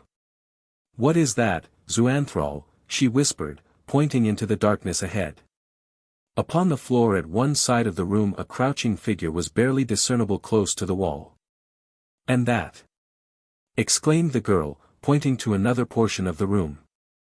The ape-man shook her hand from his arm and stepped quickly forward, his candle held high in his left hand, his right upon his sword. He came close to the crouching figure and bent to examine it. He laid his hand upon it and it fell into a heap of dust. "What is it?" demanded the girl. "It was a man," replied Tarzan, "but it has been dead many years. It was chained to this wall. Even the chain has rusted away." "And the other, too?" asked Talasker. "There are several of them," said Komodoflorensal. "See. There and there. At least they cannot detain us," said Tarzan, and moved on again across the chamber toward a doorway on the opposite side. "But they tell us something, possibly," ventured Komodoflorensal. "What do they say?" asked the ape-man. "That this corridor connected with the quarters of a very powerful Veltopismakusian," replied the prince. "So powerful was he that he might dispose of his enemies thus, without question, and it also tells us that all this happened long years ago." "The condition of the bodies told us that," said Tarzan. "Not entirely," replied Komodoflorensal. "The ants would have reduced them to that state in a short time. In past ages the dead were left within the domes, and the ants, who were then our scavengers, soon disposed of them, but the ants sometimes attacked the living. They grew from a nuisance to a menace, and then every precaution had to be taken to keep from attracting them. Also we fought them. There were great battles waged in Trohanadalmakus between the Minunians and the ants, and thousands of our warriors were devoured alive. And though we slew billions of ants, their queens could propagate faster than we could kill the sexless workers who attacked us with their soldiers. But at last we turned our attention to their nests. Here the carnage was terrific, but we succeeded in slaying their queens, and since then no ants have come into our domes. They live about us, but they fear us. However, we do not risk attracting them again by leaving our dead within the domes." "Then you believe that this corridor leads to the quarters of some great noble?" inquired Tarzan. "I believe that it once did. The ages bring change. Its end may now be walled up. The chamber to which it leads may have housed a king's son when these bones were quick, today it may be a barrack room for soldiers, or a stable for diadettes. About all that we know definitely about it," concluded Komodoflorensal, "is that it has not been used by man for a long time, and probably, therefore, is unknown to present-day Veltopismakusians." Beyond the chamber of death the tunnel dropped rapidly to lower levels, entering, at last, a third chamber larger than either of the others. Upon the floor lay the bodies of many men. These were not chained to the walls, remarked Tarzan. No, they died fighting, as one may see by their naked swords and the position of their bones. As the three paused a moment to look about the chamber, there fell upon their ears the sound of a human voice. Chapter 19. As the days passed and Tarzan did not return to his home, his son became more and more apprehensive. Runners were sent to nearby villages, but each returned with the same report. No one had seen the big bwana. Korik dispatched messages, then, to the nearest telegraph inquiring from all the principal points in Africa, where the ape-man might have made a landing, if aught had been seen or heard of him, but always again were the answers in the negative. And at last, stripped to a string and carrying naught but his primitive weapons, Korik the killer took the trail with a score of the swiftest and bravest of the Waziri in search of his father. Long and diligently they searched the jungle and the forest, often enlisting the friendly services of the villages near which they chanced to be carrying on their quest, until they had covered as with a fine-toothed comb a vast area of country. Covered it as could have no other body of men. But for all their care and all their diligence they uncovered no single clue as to the fate or whereabouts of Tarzan of the Apes, and so, disheartened yet indefatigable, they searched on and on through tangled miles of steaming jungle or across rocky uplands as inhospitable as the stunted thorns that dotted them. And in the royal dome of Komodoflorensal, Thagasto of Veltopismakus, three people halted in a rock-walled, hidden chamber and listened to a human voice that appeared to come to them out of the very rock of the walls surrounding them. Upon the floor about them lay the bones of long-dead men. About them rose the impalpable dust of ages. The girl pressed closer to Tarzan. "Who is it?" she whispered. Tarzan shook his head. "It is a woman's voice," said Komodoflorensal. The ape-man raised his candle high above his head and took a step closer to the left-hand wall, then he stopped and pointed.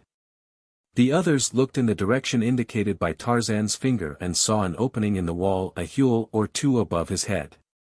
Tarzan handed his candle to Komodoflorensal, removed his sword and laid it on the floor, and then sprang lightly for the opening.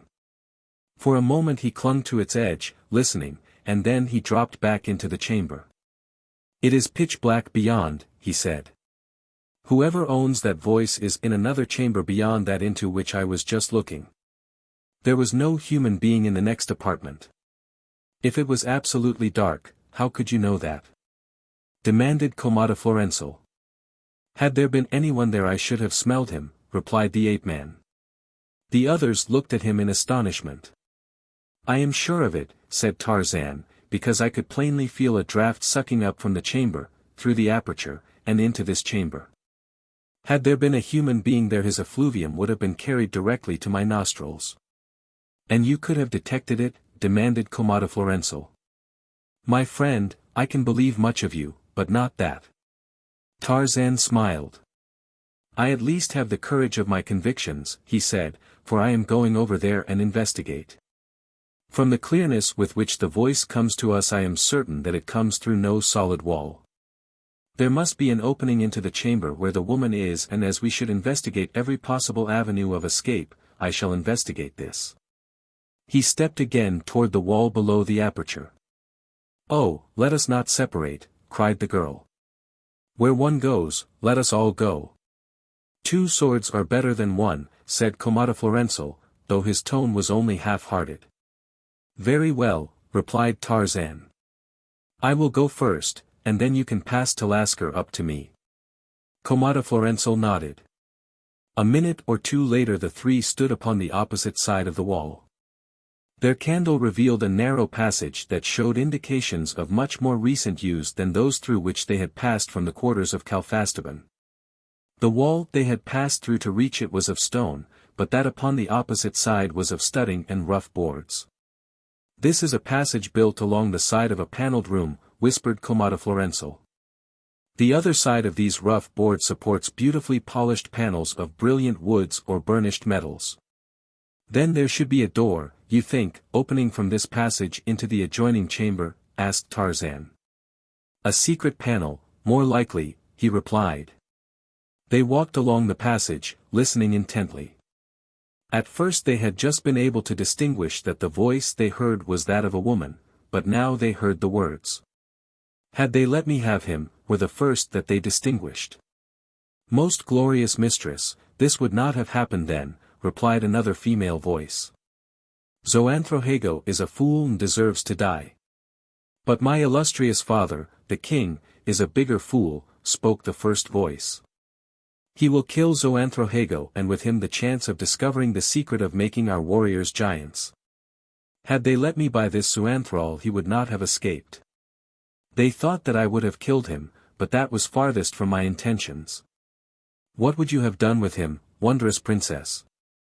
"That is not for a slave to ask or know," snapped the mistress. For a time there was silence. "That is the Princess Janzara speaking," whispered Tarzan to Komodoflorensal. "It is the daughter of Elkamoelhago whom you would have captured and made your princess, but you would have had a handful." "Is she as beautiful as they say?" asked Komodoflorensal. "She is very beautiful, but she is a devil." "It would have been my duty to take her," said Komodoflorensal. Tarzan was silent. A plan was unfolding itself within his mind. The voice from beyond the partition spoke again. "He was very wonderful," it said. "Much more wonderful than our warriors," and then, after a silence, "You may go, slave, and see to it that I am not disturbed before the sun stands midway between the women's corridor and the king's corridor." "May your candles burn as deathlessly as your beauty, princess," said the slave, as she backed across the apartment. An instant later the three behind the paneling heard a door close. Tarzan crept stealthily along the passage, seeking the secret panel that connected the apartment where the Princess Janzara lay composed for the night, but it was Talasker who found it. "Here," she whispered, and together the three examined the fastening. It was simple and could evidently be opened from the opposite side by pressure upon a certain spot in the panel. "Wait here," said Tarzan to his companions. "I am going to fetch the Princess Janzara. If we cannot escape with her we should be able to buy our liberty with such a hostage." Without waiting to discuss the advisability of his action with the others, Tarzan gently slid back the catch that held the panel and pushed it slightly ajar. Before him was the apartment of Janzara, a creation of gorgeous barbarity in the center of which, upon a marble slab, the princess lay upon her back, a gigantic candle burning at her head and another at her feet. Regardless of the luxuriousness of their surroundings, of their wealth, or their positions in life, the Minunians never sleep upon a substance softer than a single thickness of fabric, which they throw upon the ground, or upon wooden, stone, or marble sleeping slabs, depending upon their caste and their wealth. Leaving the panel open, the ape-man stepped quietly into the apartment and moved directly toward the princess, who lay with closed eyes, either already asleep, or assiduously wooing Morpheus. He had crossed halfway to her cold couch when a sudden draught closed the panel with a noise that might well have awakened the dead. Instantly the princess was on her feet and facing him. For a moment she stood in silence gazing at him, and then she moved slowly toward him, the sinuous undulations of her graceful carriage suggesting to the lord of the jungle a similarity to the savage majesty of Sabor, the lioness. "It is you, Zoanthral," breathed the princess. "You have come for me." "I have come for you, princess," replied the ape-man. "Make no outcry and no harm will befall you." "I will make no outcry," whispered Janzara as with half-closed lids she glided to him and threw her arms about his neck. Tarzan drew back and gently disengaged himself. "You do not understand, princess," he told her. "You are my prisoner. You are coming with me." "Yes," she breathed, "I am your prisoner, but it is you who do not understand. I love you. It is my right to choose whatever slave I will to be my prince. I have chosen you." Tarzan shook his head impatiently. "You do not love me," he said. "I am sorry that you think you do, for I do not love you. I have no time to waste. Come," and he stepped closer to take her by the wrist. Her eyes narrowed. "Are you mad?" she demanded. "Or can it be that you do not know who I am?" You are Janzara, daughter of Komodoflorensal, replied Tarzan. I know well who you are. And you dare to spurn my love. She was breathing heavily, her breasts rising and falling to the tumultuous urge of her emotions. It is no question of love between us, replied the ape-man. To me it is only a question of liberty and life for myself and my companions. You love another? Questioned Janzara. Yes, Tarzan told her. Who is she? Demanded the princess. Will you come quietly, or shall I be compelled to carry you away by force? Asked the ape-man, ignoring her question. For a moment the woman stood silently before him, her every muscle tensed, her dark eyes two blazing wells of fire, and then slowly her expression changed. Her face softened and she stretched one hand toward him. I will help you, Zoanthrohago, she said. I will help you to escape. Because I love you I shall do this. Come. Follow me. She turned and moved softly across the apartment. But my companions, said the ape-man. I cannot go without them. Where are they? He did not tell her, for as yet he was none too sure of her motives. Show me the way, he said, and I can return for them. Yes, she replied, I will show you and then perhaps you will love me better than you love the other. In the passage behind the paneling Talasker and Komodoflorensal awaited the outcome of Tarzan's venture. Distinctly to their ears came every word of the conversation between the ape-man and the princess. He loves you, said Komodoflorensal. You see, he loves you. I see nothing of the kind, returned Talasker. Because he does not love the Princess Janzara is no proof that he loves me. But he does love you, and you love him. I have seen it since first he came. Would that he were not my friend, for then I might run him through. Why would you run him through because he loves me, if he does? Demanded the girl. Am I so low that you would rather see your friend dead than mated with me? He hesitated. I cannot tell you what I mean. The girl laughed, and then suddenly sobered. She is leading him from her apartment. We had better follow. As Talasker laid her fingers upon the spring that actuated the lock holding the panel in place, Janzara led Tarzan across her chamber toward a doorway in one of the side walls, not the doorway through which her slave had departed. Follow me, whispered the princess, and you will see what the love of Janzara means. Tarzan, not entirely assured of her intentions, followed her warily. You are afraid, she said. You do not trust me. Well, come here then and look, yourself, into this chamber before you enter. Komodoflorensal and Talasker had but just stepped into the apartment when Tarzan approached the door to one side of which Janzara stood. They saw the floor give suddenly beneath his feet and an instant later Zoanthrohago had disappeared. As he shot down a polished chute he heard a wild laugh from Janzara following him into the darkness of the unknown. Komodoflorensal and Talasker leaped quickly across the chamber, but too late. The floor that had given beneath Tarzan's feet had slipped quietly back into place. Janzara stood above the spot trembling with anger and staring down at the place where the ape-man had disappeared. She shook as an aspen shakes in the breeze, shook in the mad tempest of her own passions.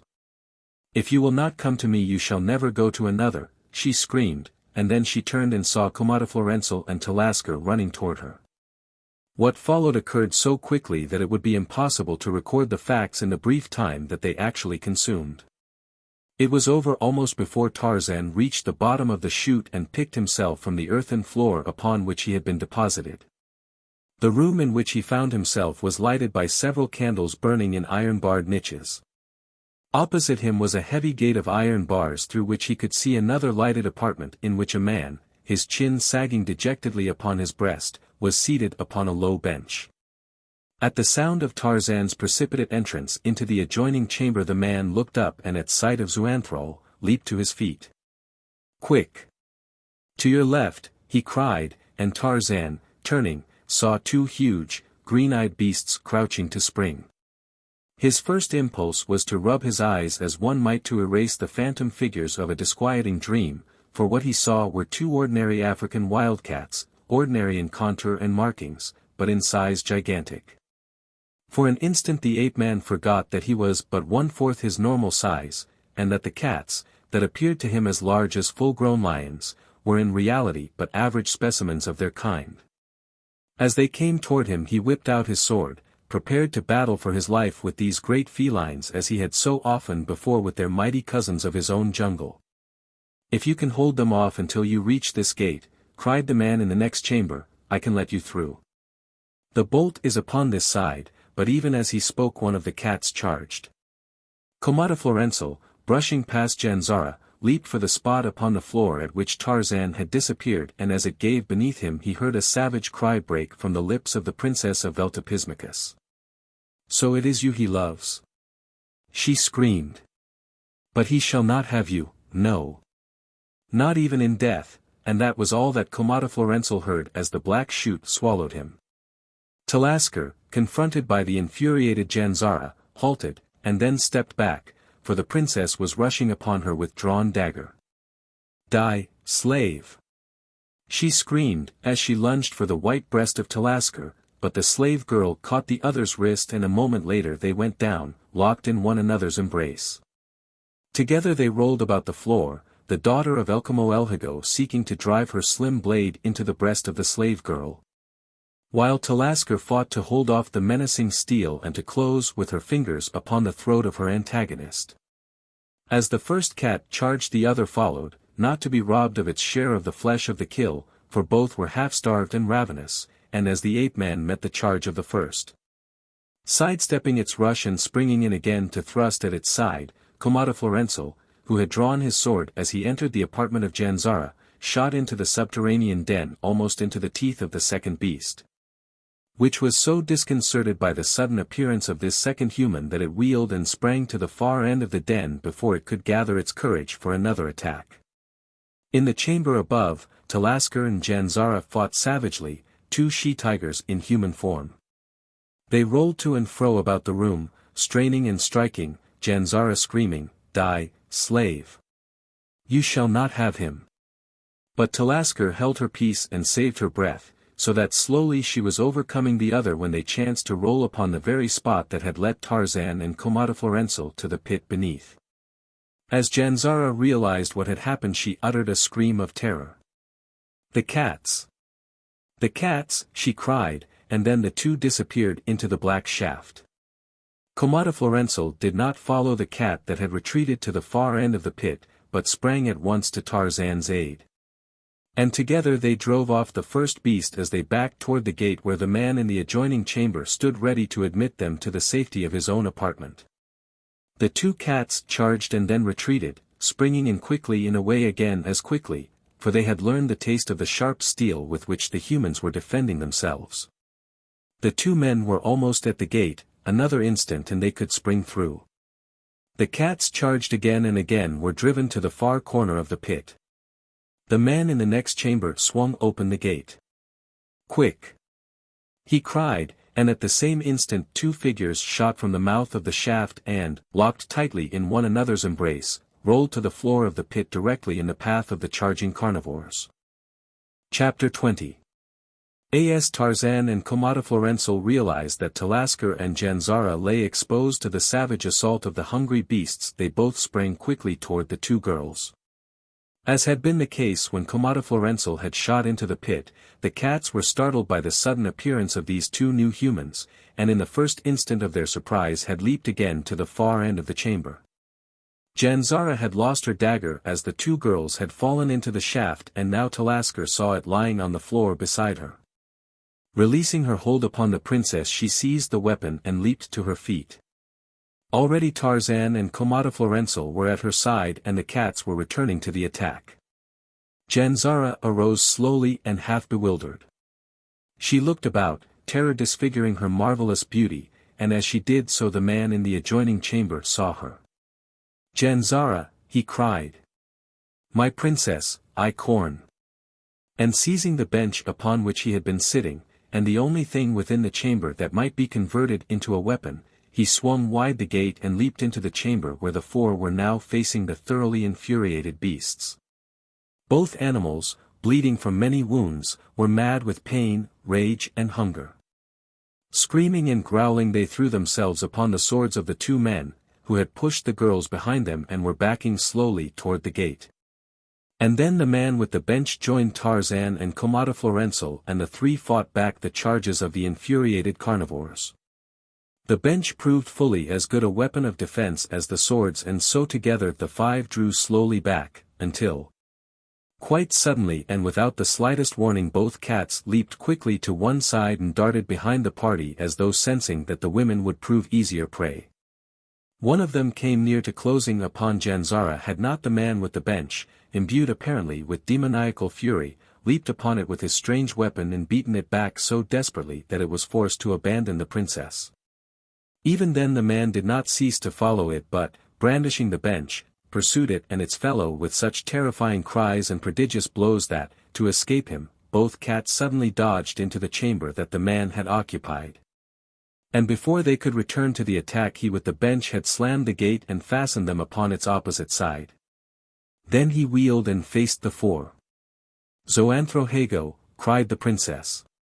"Your slave," replied the noble, dropping to one knee and leaning far back, with outstretched arms. "You have saved my life, Zoanthrohago," said Janzara, "and after all the indignities that I have heaped upon you, how can I reward you?" "I love you, princess, as you have long known," replied the man. "But now it is too late, for tomorrow I die by the king's will. Elkamoelhago has spoken, and, even though you be his daughter, I do not hesitate to say his very ignorance prevents him ever changing a decision once reached." "I know," said Janzara. "He is my sire, but I love him not. He killed my mother in a fit of unreasoning jealousy. He is a fool, the fool of fools." Suddenly she turned upon the others. "These slaves would escape, Zoanthrohago," she cried. "With my aid they might accomplish it. With their company we might succeed in escaping, too, and in finding an asylum in their own land. If any one of them is of sufficient power in his native city," replied Zoanthrohago. "This one," said Tarzan, seeing a miraculous opportunity for freedom, "is the son of Adendrohahkis, king of Trohanadalmakus, the eldest son, and Zertalasto." Janzara looked at Tarzan a moment after he had done speaking. "I was wicked, Zoanthral," she said, "but I thought that I wanted you, and being the daughter of a king I have seldom been denied aught that I craved." And then to Talasker, "Take your man, my girl, and may you be happy with him." And she pushed Talasker gently toward the ape-man, but Talasker drew back. "You are mistaken, Janzara," she said, "I do not love Zoanthral, nor does he love me." Komodoflorensal looked quickly at Tarzan as though expecting that he would quickly deny the truth of Talasker's statement, but the ape-man only nodded his head in assent. "Do you mean," demanded Komodoflorensal, "that you do not love Talasker?" And he looked straight into the eyes of his friend. "On the contrary, I love her very much," replied Tarzan, "but not in the way that you have believed, or should I say feared. I love her because she is a good girl and a kind girl and a loyal friend, and also because she was in trouble and needed the love and protection which you and I alone could give her. But as a man loves his mate, I do not love her, for I have a mate of my own in my country beyond the thorns." Komodoflorensal said no more, but he thought a great deal. He thought of what it would mean to return to his own city where he was the Zertalasto, and where, by all the customs of ages, he would be supposed to marry a princess from another city. But he did not want a princess, he wanted Talasker, the little slave girl of Veltopismakus, who scarcely knew her own mother and most probably had never heard that of her father, if her mother knew it. He wanted Talasker, but he could only have her in Trohanadalmakus as a slave. His love for her was real, and so he would not insult her by thinking such a thing as that. If he could not make her his princess he would not have her at all, and so Komodoflorensal, the son of Adendrohahkis, was sad. But he had none too much time to dwell upon his sorrow now, for the others were planning the best means for escape. "The keepers come down to feed the cats upon this side," said Zoanthrohago, indicating a small door in the wall of the pit opposite that which led into the chamber in which he had been incarcerated. "Doubtless it is not locked either," said Janzara, for a prisoner could not reach it without crossing through this chamber where the cats were kept. "We will see," said Tarzan, and crossed to the door. A moment sufficed to force it open, revealing a narrow corridor beyond. One after another the five crawled through the small aperture and following the corridor ascended an acclivity, lighting their way with candles taken from the den of the carnivores. At the top a door opened into a wide corridor, a short distance down which stood a warrior, evidently on guard before a door. Janzara looked through the tiny crack that Tarzan had opened the door and saw the corridor and the man. "Good!" she exclaimed. "It is my own corridor and the warrior is on guard before my door. I know him well. Through me he has escaped payment of his taxes for the past 30 moons. He would die for me. Corn. We have nothing to fear," and stepping boldly into the corridor she approached the sentry, the others following behind her. Until he recognized her there was danger that the fellow would raise an alarm, but the moment he saw who it was he was as wax in her hands. "You are blind," she told him. "If the Princess Janzara wishes it," he replied. She told him what she wished, 5 diadettes and some heavy warriors' wraps. He eyed those who were with her, and evidently recognized Zoanthrohago and guessed who the 2 other men were. "Not only shall I be blind for my princess," he said, "but tomorrow I shall be dead for her." "Fetch 6 diadettes, then," said the princess. Then she turned to Komodoflorensal. "You are Prince Royal of Trohanadalmakus?" she asked. "I am," he replied. "And if we show you the way to liberty you will not enslave us?" "I shall take you to the city as my own slaves and then liberate you," he replied. "It is something that has seldom if ever been done," she mused. "Not in the memory of living man in Veltopismakus. I wonder if your sire will permit it." "The thing is not without precedent," replied Komodoflorensal, "it has been done but rarely, yet it has been done. I think you may feel assured of a friendly welcome at the court of Adendrohahkis, where the wisdom of Zoanthrohago will not go unappreciated or unrewarded." It was a long time before the warrior returned with the diadettes. His face was covered with perspiration and his hands with blood.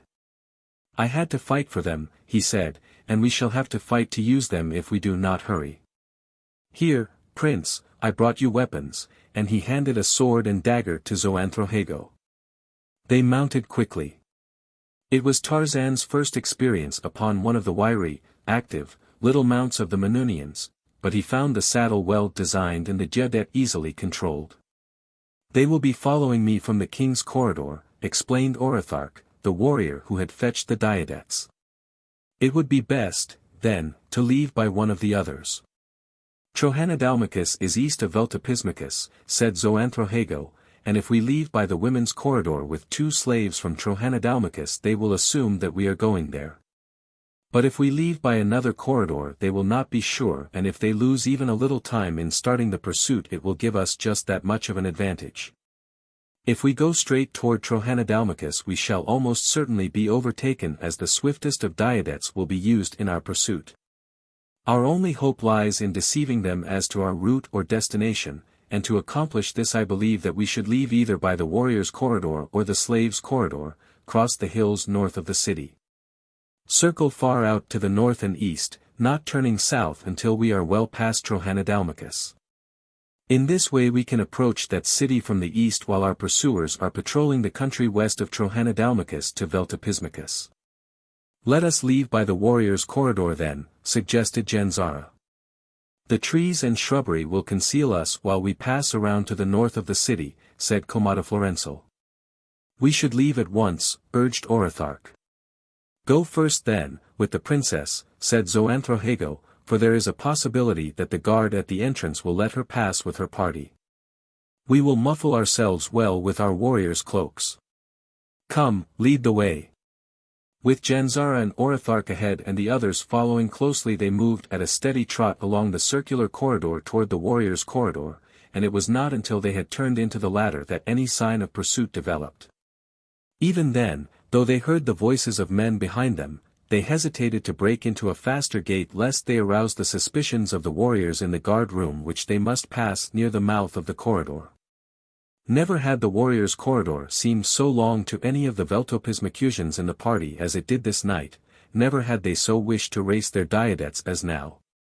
But they held their mounts to an even pace that would never have suggested to the most suspicious that here were 6 people seeking escape, most of them from death. They had come almost to the exit when they were aware that the pursuit had turned into the warriors' corridor behind them and that their pursuers were advancing at a rapid gait. Janzara and Orathark drew up beside the sentry at the mouth of the corridor as he stepped out to bar their progress. "The Princess Janzara," announced Orathark. "Aside for the Princess Janzara." The princess threw back the hood of the warrior's cloak she wore, revealing her features, well known to every warrior in the royal dome, and well feared. The fellow hesitated. "Aside, man," cried the princess, "or I ride you down." A great shout arose behind them. Warriors on swiftly galloping diadetes leaped along the corridor toward them. The warriors were shouting something, the sense of which was hidden by the noise, but the sentry was suspicious. "Wait until I call the novand of the guard, princess," he cried. "Something is amiss and I dare let no one pass without authority, but wait. Here he is," and the party turned in their saddles to see a novand emerging from the door of the guard-room, followed by a number of warriors. "Ride," cried Janzara and spurred her diadete straight for the single sentry in their path. The others lifted their mounts quickly in pursuit. The sentry went down, striking valiantly with his rapier at the legs and bellies of flying diadetes. The novand and his men rushed from the guard-room just in time to collide with the pursuers, whom they immediately assumed were belated members of the fleeing party. The brief minutes that these fought, before explanations could be made and understood, gave the fugitives time to pass among the trees to the west side of the city, and, turning north, make for the hills that were dimly visible in the light of a clear, but moonless night. Orathark, who said that he knew the hill trails perfectly, led the way, the others following as closely as they could, Komodoflorensal and Tarzan bringing up the rear. Thus they moved on in silence through the night, winding along precipitous mountain trails, leaping now and again from rock to rock where the trail itself had been able to find no footing. Sliding into dank ravines, clambering through heavy brush and timber along tunnel-like trails that followed their windings, or crept up their opposite sides to narrow ridge or broad plateau, and all night long no sign of pursuit developed. Came the morning at last and with it, from the summit of a lofty ridge, a panorama of broad plain stretching to the north, of distant hills, of forests, and of streams. They decided then to descend to one of the numerous park-like glades that they could see nestling in the hills below them, and there rest their mounts and permit them to feed, for the work of the night had been hard upon them. They knew that in the hills they might hide almost indefinitely, so wild and so little traveled were they, and so they went into camp an hour after sunrise in a tiny cup-like valley surrounded by great trees, and watered and fed their mounts with a sense of security greater than they had felt since they left Veltopismakus. Orathark went out on foot and killed a number of quail, and Tarzan speared a couple of fish in the stream.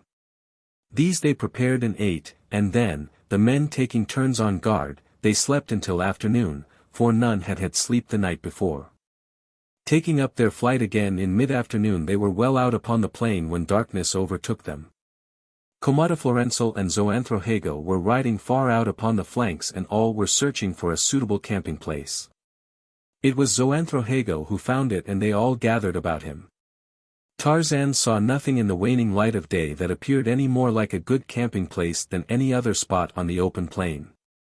There was a little clump of trees, but they had passed many such clumps, and there was nothing about this one that seemed to offer any greater security than another. As a matter of fact, to Tarzan it appeared anything but a desirable campsite. There was no water, there was little shelter from the wind and none from an enemy, but perhaps they were going into the trees. That would be better. He looked up at the lofty branches lovingly. How enormous these trees seemed. He knew them for what they were, and that they were trees of but average size, yet to him now they reared their heads aloft like veritable giants. "I will go in first," he heard Komodoflorensal say, and turned to learn what he referred to. The other 3 men were standing at the mouth of a large hole, into which they were looking. Tarzan knew that the opening was the mouth of the burrow of a radal, the African member of the badger family, and he wondered why any of them wished to enter it. Tarzan had never cared for the flesh of the radal. He stepped over and joined the others, and as he did so he saw Komodoflorensal crawl into the opening, his drawn sword in his hand. "Why is he doing that?" he asked Zoanthrohago. "To drive out, or kill the Kamban, if he is there," replied the prince, giving the radal its Minunian name. "And why?" asked Tarzan. "Surely, you do not eat its flesh." "No, but we want his home for the night," replied Zoanthrohago. "I had forgotten that you are not a Minunian.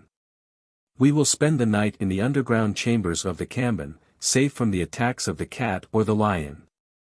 It would be better were we there now. This is a bad hour of the night for Minunians to be abroad on the plain or in the forest, for it is at this hour that the lion hunts." A few minutes later Komodoflorensal emerged from the hole. "The Kamban is not there," he said. "The burrow is deserted. I found only a snake, which I killed. Go in, Orothark, and Janzara and Talasker will follow you. You have candles."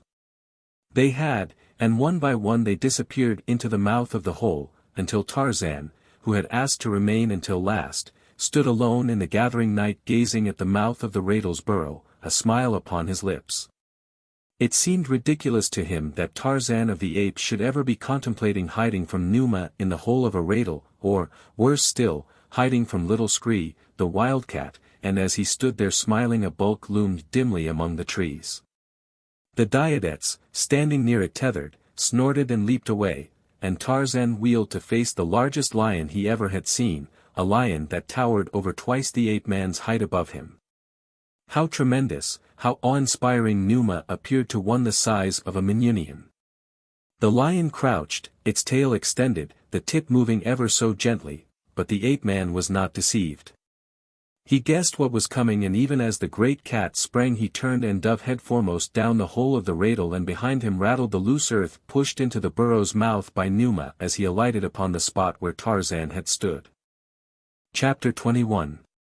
For 3 days the six traveled toward the east, and then, upon the fourth, they turned south.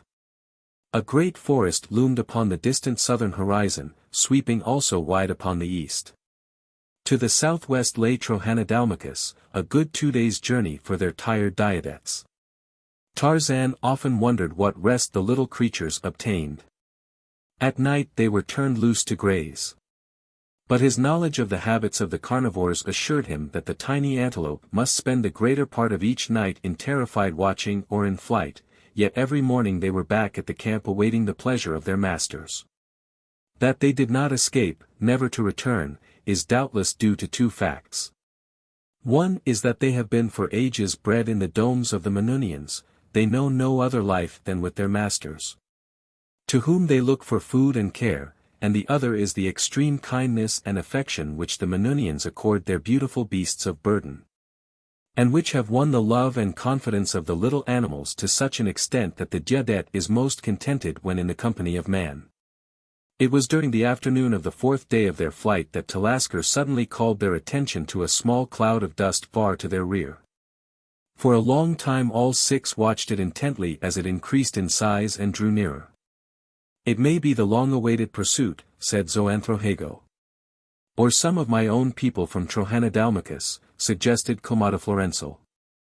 "Whoever they are, they greatly outnumber us," said Janzara, "and I think we should find shelter until we know their identity." "We can reach the forest before they overtake us," said Orothark, "and in the forest we may elude them if it is necessary." "I fear the forest," said Janzara. "We have no alternative," said Zoanthrohago. "But even now I doubt that we can reach it ahead of them. Come. We must be quick." Never before had Tarzan of the Apes covered ground so rapidly upon the back of an animal. The Dyadettes flew through the air in great bounds.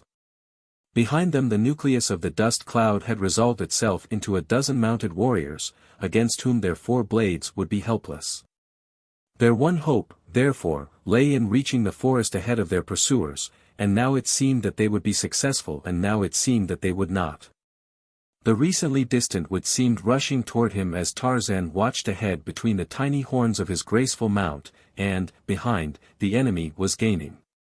They were Veltopismakusian, they were close enough now for the devices upon their helmets to be seen, and they had recognized their quarry, for they cried aloud upon them to stop, calling several of them by name. One of the pursuers forged farther ahead than the others.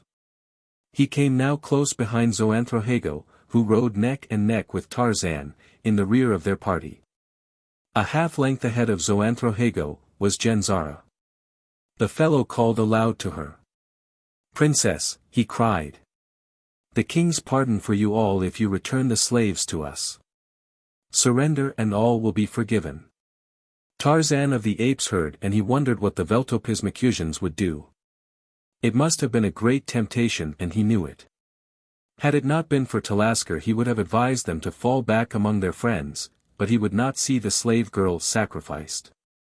He drew his sword then and dropped back beside Zoanthrohago, though the other never guessed his purpose.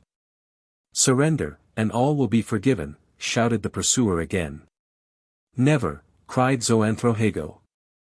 "Never," echoed Genzara. "The consequences are yours," cried the messenger, and on they rushed, pursuers and pursued, toward the dark forest, while from just within its rim savage eyes watched the mad race and red tongues licked hungry lips in anticipation. Tarzan had been glad to hear the reply given by both Zoanthrohago and Genzara, whom he had found likable companions and good comrades. Genzara's whole attitude had changed since the very instant she had joined them in their attempted escape. No longer was she the spoiled daughter of a despot, but a woman seeking happiness through the new love that she had found, or the old love that she had just discovered, for she often told Zoanthrohago that she knew now that she always had loved him. And this new thing in her life made her more considerate and loving of others. She seemed now to be trying to make up to Talisker for the cruelty of her attack upon her when she had first seen her. Her mad infatuation for Tarzan she now knew in its true light, because she had been refused him she wanted him, and she would have taken him as her prince to spite her father, whom she hated. Komodoflorensal and Talisker always rode together, but no words of love did the Trohanadalmakusian speak in the ear of the little slave girl. A great resolve was crystallizing in his mind, but it had as yet taken on no definite form. And Talisker, seemingly happy just to be near him, rode blissfully through the first days of the only freedom she had ever known, but now all was forgotten except the instant danger of capture and its alternative concomitants, death and slavery. The six urged their straining mounts ahead. The forest was so near now. Ah, if they could but reach it. Their one warrior might be as good as 3 and the odds against them would be reduced, for in the forest the whole 12 could not engage them at once and by careful maneuvering they doubtless could separate them. They were going to succeed. A great shout rose to the lips of Orothark as his Judet leaped into the shadows of the first trees, and the others took it up, for a brief instant.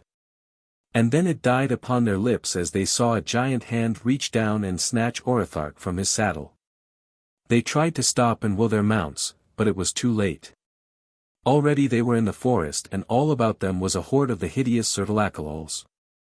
One by one they were snatched from their diadets, while their pursuers, who must have seen what was taking place just inside the forest, wheeled and galloped away. Talisker, writhing in the grip of a she-alalai, turned toward Komodoflorensal. "Goodbye," she cried. "This, at last, is the end, but I can die near you and so I am happier dying than I have been living until you came to Veltopismakus." "Goodbye, Talisker," he replied. "Living, I dared not tell you. But dying, I can proclaim my love. Tell me that you loved me." "With all my heart, Komodoflorensal." They seemed to have forgotten that another existed but themselves. In death they were alone with their love. Tarzan found himself in the hand of a male and he also found himself wondering, even as he faced certain death, how it occurred that this great band of male and female alalai should be hunting together, and then he noticed the weapons of the male. They were not the crude bludgeon and the slinging stones that they had formerly carried, but long, trim spears, and bows and arrows. And now the creature that held him had lifted him even with his face and was scrutinizing him, and Tarzan saw a look of recognition and amazement cross the bestial features, and he, in turn, recognized his captor. It was the son of the first woman. Tarzan did not wait to learn the temper of his old acquaintance. Possibly their relations were altered now. Possibly they were not. He recalled the dog-like devotion of the creature when last he had seen him, and he put him to the test at once. "Put me down," he signed, peremptorily, "and tell your people to put down all of my people. Harm them not." Instantly the great creature set Tarzan gently upon the ground and immediately signaled his fellows to do the same with their captives. The men did immediately as they were bid, and all of the women but one. She hesitated. The son of the first woman leaped toward her, his spear raised like a whip, and the female cowered and set Telasker down upon the ground. Very proud. The son of the first woman explained to Tarzan as best he could the great change that had come upon the Alalai since the ape-man had given the men weapons, and the son of the first woman had discovered what a proper use of them would mean to the males of his kind. Now each male had a woman cooking for him, at least one, and some of them, the stronger, had more than one. To entertain Tarzan and to show him what great strides civilization had taken in the land of the Zoanthrohagos. The son of the first woman seized a female by the hair and dragging her to him struck her heavily about the head and face with his clenched fist, and the woman fell upon her knees and fondled his legs, looking wistfully into his face. Her own glowing with love and admiration. That night the six slept in the open surrounded by the great Zoanthrohagos, and the next day they started across the plain toward Trohanadalmakus, where Tarzan had resolved to remain until he regained his normal size. When he would make a determined effort to cut his way through the thorn forest to his own country. The Zoanthrohagos went a short distance out into the plain with them, and both men and women tried in their crude, savage way, to show Tarzan their gratitude for the change that he had wrought among them, and the new happiness he had given them. 2 days later the 6 fugitives approached the domes of Trohanadalmakus. They had been seen by sentries when they were still a long way off, and a body of warriors rode forth to meet them, for it is always well to learn the nature of a visitor's business in Minuni before he gets too close to your home. When the warriors discovered that Komodoflorensal and Tarzan had returned they shouted for joy, and a number of them galloped swiftly back to the city to spread the news. The fugitives were conducted at once to the throne room of Adendrohahkis, and there that great ruler took his son in his arms and wept, so great was his happiness at having him return safely to him. Nor did he forget Tarzan, though it was some time before he or the other Trohanadalmakusians could accustom themselves to the fact that this man, no bigger than they, was the great giant who had dwelt among them a few moons since. Adendrohahkis called Tarzan to the foot of the throne, and there, before the nobles and warriors of Trohanadalmakus, he made him a zertal, or prince, and he gave him diadetes and riches and allotted him quarters fitted to his rank. Begging him to stay among them always. Janzara, Zoanthrohago and Orathark he gave their liberty and permission to remain in Trohanadalmakus, and then Komodoflorensal drew Telasker to the foot of the throne. "And now for myself I ask a boon, Adendrohahkis," he said. "As Zertalasto I am bound by custom to wed a prisoner princess taken from another city, but in this slave girl have I found the one I love. Let me renounce my rights to the throne and have her instead." Telasker raised her hand as though to demur, but Komodoflorensal would not let her speak, and then Adendrohahkis rose and descended the steps at the foot of which Telasker stood, and taking her by the hand led her to a place beside the throne. "You are bound by custom only, Komodoflorensal," he said, "to wed a princess, but custom is not law. A Trohanadalmakusian may wed whom he pleases." "And even though he were bound by law," said Telasker, "to wed a princess, still might he wed me, for I am the daughter of Telaskago, king of Mandalamakus. My mother was captured by the Veltopismakusians but a few moons before my birth, which took place in the very chamber in which Komodoflorensal found me. She taught me to take my life before mating with anyone less than a prince. But I would have forgotten her teachings had Komodoflorensal been but the son of a slave. That he was the son of a king I did not dream until the night we left Veltopismakus, and I had already given him my heart long before, though he did not know it. Weeks passed and still no change came to Tarzan of the Apes. He was happy in his life with the Minunians, but he longed for his own people and the mate who would be grieving for him, and so he determined to set forth as he was, pass through the thorn forest and make his way toward home. Trusting to chance that he might escape the countless dangers that would infest his way, and perhaps come to his normal size somewhere during the long journey. His friends sought to dissuade him, but he was determined, and at last, brooking no further delay, he set out toward the southeast in the direction that he thought lay the point where he had entered the land of the Minuni. A kamak, a body consisting of 1,000 mounted warriors, accompanied him to the great forest, and there, after some days' delay, the son of the first woman found him. The Minunians bade him goodbye, and as he watched them ride away upon their graceful mounts, something rose in his throat that only came upon those few occasions in his life that Tarzan of the Apes knew the meaning of homesickness. The son of the first woman and his savage band escorted Tarzan to the edge of the thorn forest. Further than that they could not go. A moment later they saw him disappear among the thorns, with a wave of farewell to them. For 2 days Tarzan, no larger than a Minunian, made his way through the thorn forest. He met small animals that were now large enough to be dangerous to him, but he met nothing that he could not cope with. By night he slept in the burrows of the larger burrowing animals. Birds and eggs formed his food supply. During the second night he awoke with a feeling of nausea suffusing him. A premonition of danger assailed him. It was dark as the grave in the burrow he had selected for the night. Suddenly the thought smote him that he might be about to pass through the ordeal of regaining his normal stature. To have this thing happen while he lay buried in this tiny burrow would mean death, for he would be crushed, strangled, or suffocated before he regained consciousness. Already he felt dizzy, as one might feel who was upon the verge of unconsciousness. He stumbled to his knees and clawed his way up the steep acclivity that led to the surface. Would he reach it in time? He stumbled on, and then, suddenly, a burst of fresh night air smote his nostrils. He staggered to his feet. He was out. He was free. Behind him he heard a low growl. Grasping his sword, he lunged forward among the thorn trees.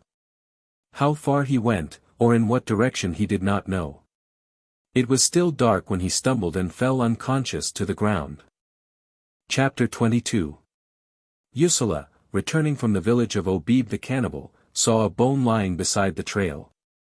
This, in itself, was nothing remarkable. Many bones lie along savage trails in Africa. But this bone caused him to pause. It was the bone of a child. Nor was that alone enough to give pause to a warrior hastening through an unfriendly country back toward his own people. But Yusula had heard strange tales in the village of Obib the cannibal, where rumor had brought him in search of his beloved master, the big Bwana. Obib had not seen nor heard anything of Tarzan of the Apes. Not for years had he seen the giant white. He assured Yusula of this fact many times. But from other members of the tribe the Waziri learned that a white man had been kept a prisoner by Obib for a year or more, and that some time since he had escaped. At first Yusula thought this white man might have been Tarzan, but when he verified the statement of the time that had elapsed since the man was captured, he knew that it could not have been his master. And so he turned back along the trail toward home. But when he saw the child's bone along the trail several days out, he recalled the story of the missing Uha, and he paused, just for a moment, to look at the bone. And as he looked he saw something else, a small skin bag, lying among some more bones a few feet off the trail. Yusula stooped and picked up the bag. He opened it and poured some of the contents into his palm. He knew what the things were, and he knew that they had belonged to his master, for Yusula was a headman who knew much about his master's affairs. These were the diamonds that had been stolen from the big Bwana many moons before by the white men who had found Oprah. He would take them back to the big Bwana's lady. 3 days later, as he moved silently along the trail close to the great thorn forest, he came suddenly to a halt, the hand grasping his heavy spear tensing in readiness. In a little open place he saw a man, an almost naked man, lying upon the ground. The man was alive, he saw him move, but what was he doing? Yusula crept closer, making no noise. He moved around until he could observe the man from another angle, and then he saw a horrid sight. The man was white and he lay beside the carcass of a long-dead buffalo, greedily devouring the remnants of hide that clung to the bleaching bones. The man raised his head a little and Ursula, catching a better view of his face, gave a cry of horror. Then the man looked up and grinned. It was the big Bwana. Ursula ran to him and raised him upon his knees, but the man only laughed and babbled like a child. At his side, caught over one of the horns of the buffalo, was the big Bwana's golden locket with the great diamonds set in it. Ursula replaced it about the man's neck. He built a strong shelter for him nearby and hunted food, and for many days he remained until the man's strength came back, but his mind did not come back. And thus, in this condition, the faithful Ursula led home his master. They found many wounds and bruises upon his body and his head, some old, some new, some trivial, some serious. And they sent to England for a great surgeon to come out to Africa and seek to mend the poor thing that once had been Tarzan of the apes. The dogs that had once loved Lord Greystoke slunk from this brainless creature. Jad Balja, the golden lion, growled when the man was wheeled near his cage. Korik the killer paced the floor in dumb despair, for his mother was on her way from England, and what would be the effect upon her of this awful blow? He hesitated even to contemplate it. Kamis, the witch doctor, had searched untiringly for Oha, his daughter, since the river devil had stolen her from the village of Obib the cannibal. He had made pilgrimages to other villages, some of them remote from his own country, but he had found no trace of her or her abductor. He was returning from another fruitless search that had extended far to the east of the village of Obib, skirting the great thorn forest a few miles north of the Ugogo. It was early morning. He had just broken his lonely camp and set out upon the last leg of his homeward journey when his keen old eyes discovered something lying at the edge of a small open space 100 yards to his right. He had just a glimpse of something that was not of the surrounding vegetation. He did not know what it was, but instinct bade him investigate. Moving cautiously nearer, he presently identified the thing as a human knee just showing above the low grass that covered the clearing. He crept closer and suddenly his eyes narrowed and his breath made a single, odd little sound as it sucked idly between his lips in mechanical reaction to surprise, for what he saw was the body of the river devil lying upon its back. One knee flexed, the knee that he had seen above the grasses. His spear advanced and ready he approached until he stood above the motionless body. Was the river devil dead, or was he asleep? Placing the point of his spear against the brown breast, Kamis prodded. The devil did not awaken. He was not asleep, then. Nor did he appear to be dead. Kamis knelt and placed an ear above the other's heart. He was not dead. The witch doctor thought quickly. In his heart he did not believe in river devils, yet there was a chance that there might be such things, and perhaps this one was shamming unconsciousness. Or temporarily absent from the flesh, it assumed as a disguise that it might go among men without arousing suspicion. But, too, it was the abductor of his daughter. That thought filled him with rage and with courage.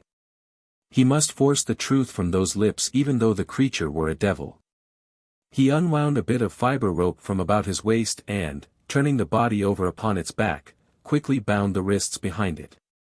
Then he sat down beside it to wait. It was an hour before signs of returning consciousness appeared, then the river devil opened his eyes. "Where is Oha, my daughter?" demanded the witch doctor. The river devil tried to free his arms, but they were too tightly bound. He made no reply to Kamis' question. It was as though he had not heard it. He ceased struggling and lay back again, resting.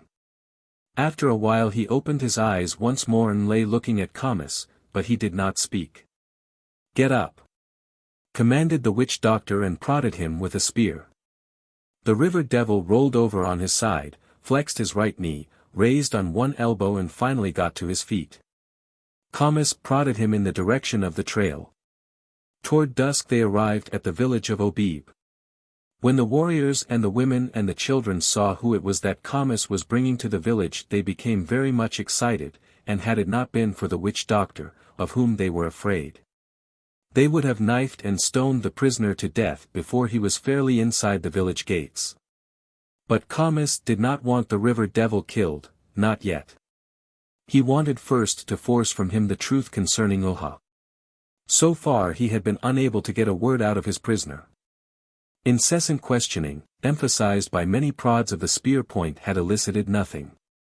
Khamis threw his prisoner into the same hut from which the river devil had escaped, but he bound him securely and placed 2 warriors on guard. He had no mind to lose him again. Obib came to see him. He, too, questioned him, but the river devil only looked blankly in the face of the chief. "I will make him speak," said Obib. "After we have finished eating we will have him out and make him speak. I know many ways." "You must not kill him," said the witch doctor. "He knows what became of Oha, and until he tells me no one shall kill him." "He will speak before he dies," said Obib. "He is a river devil and will never die," said Khamis, reverting to the old controversy. "He is Tarzan," cried Obib, and the two were still arguing after they had passed out of hearing of the prisoner lying in the filth of the hut.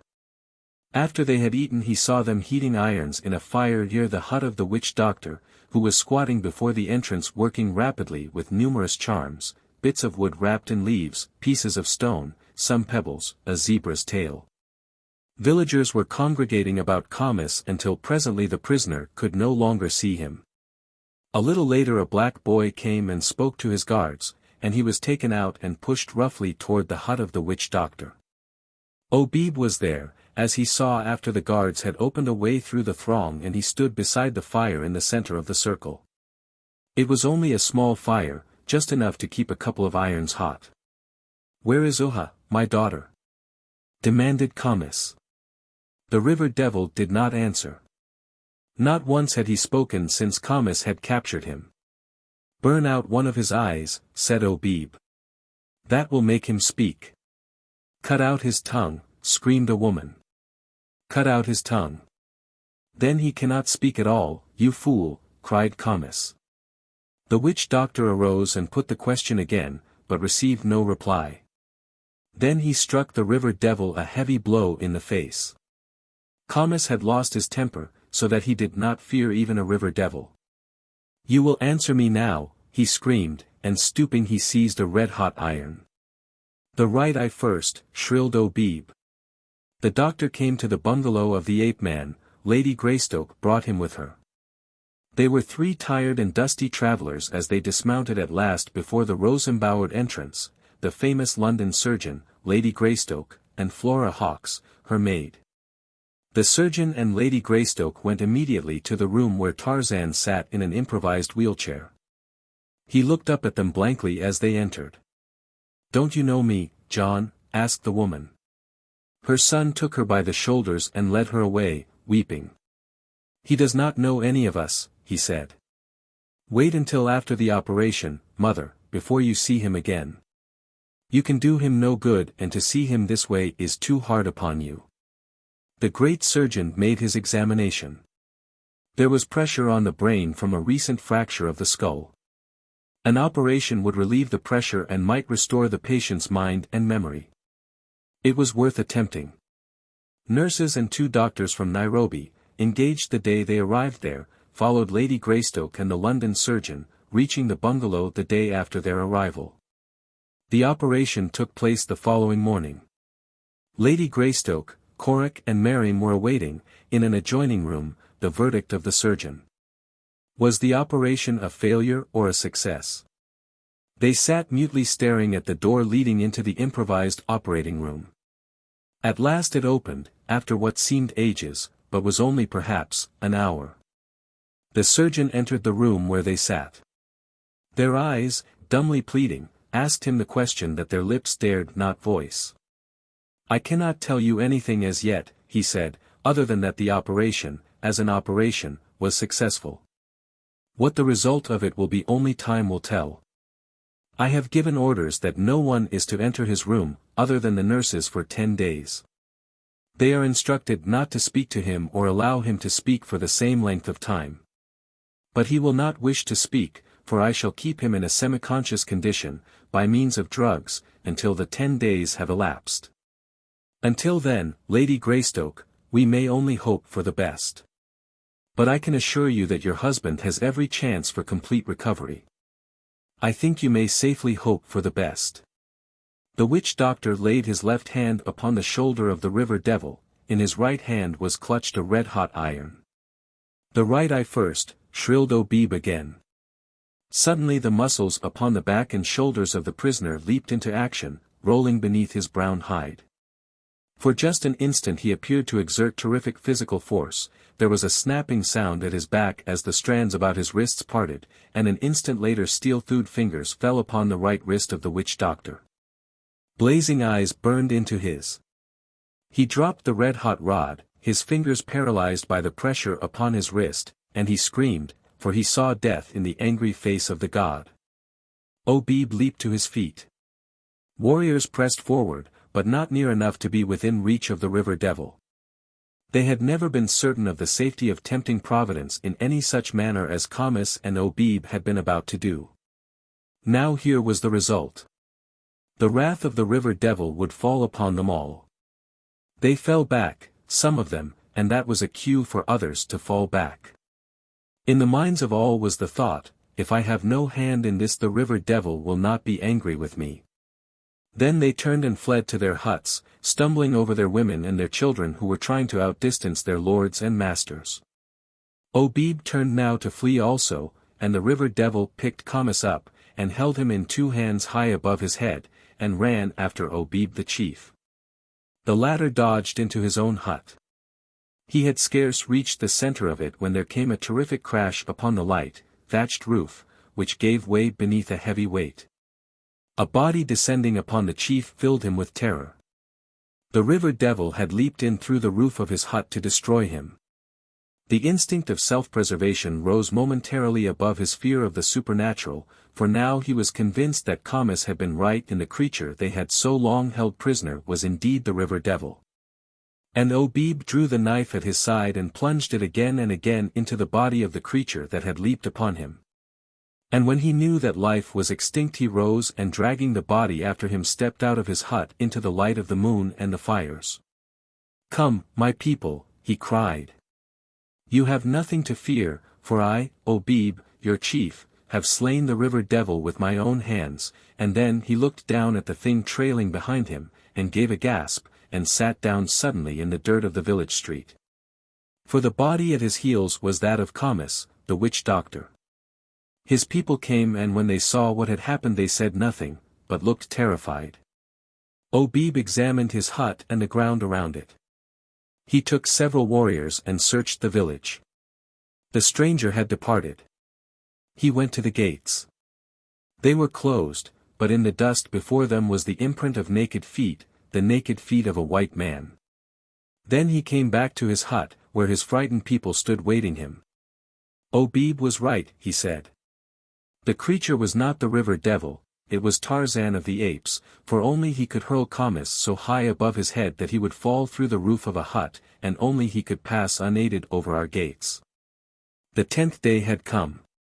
The great surgeon was still at the Greystoke bungalow awaiting the outcome of the operation. The patient was slowly emerging from under the influence of the last dose of drugs that had been given him during the preceding night, but he was regaining his consciousness more slowly than the surgeon had hoped. The long hours dragged by, morning ran into afternoon, and evening came, and still there was no word from the sickroom. It was dark. The lamps were lighted. The family were congregated in the big living room. Suddenly the door opened and a nurse appeared. Behind her was the patient. There was a puzzled look upon his face, but the face of the nurse was wreathed in smiles. The surgeon came behind, assisting the man, who was weak from long inactivity. "I think Lord Greystoke will recover rapidly now," he said. "There are many things that you may have to tell him." He did not know who he was when he regained consciousness, but that is not unusual in such cases. The patient took a few steps into the room, looking wonderingly about. "There is your wife, Greystoke," said the surgeon, kindly. Lady Greystoke rose and crossed the room toward her husband her arms outstretched.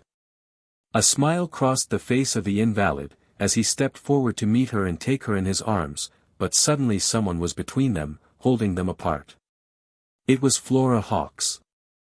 "My God, Lady Greystoke," she cried. "He ain't your husband.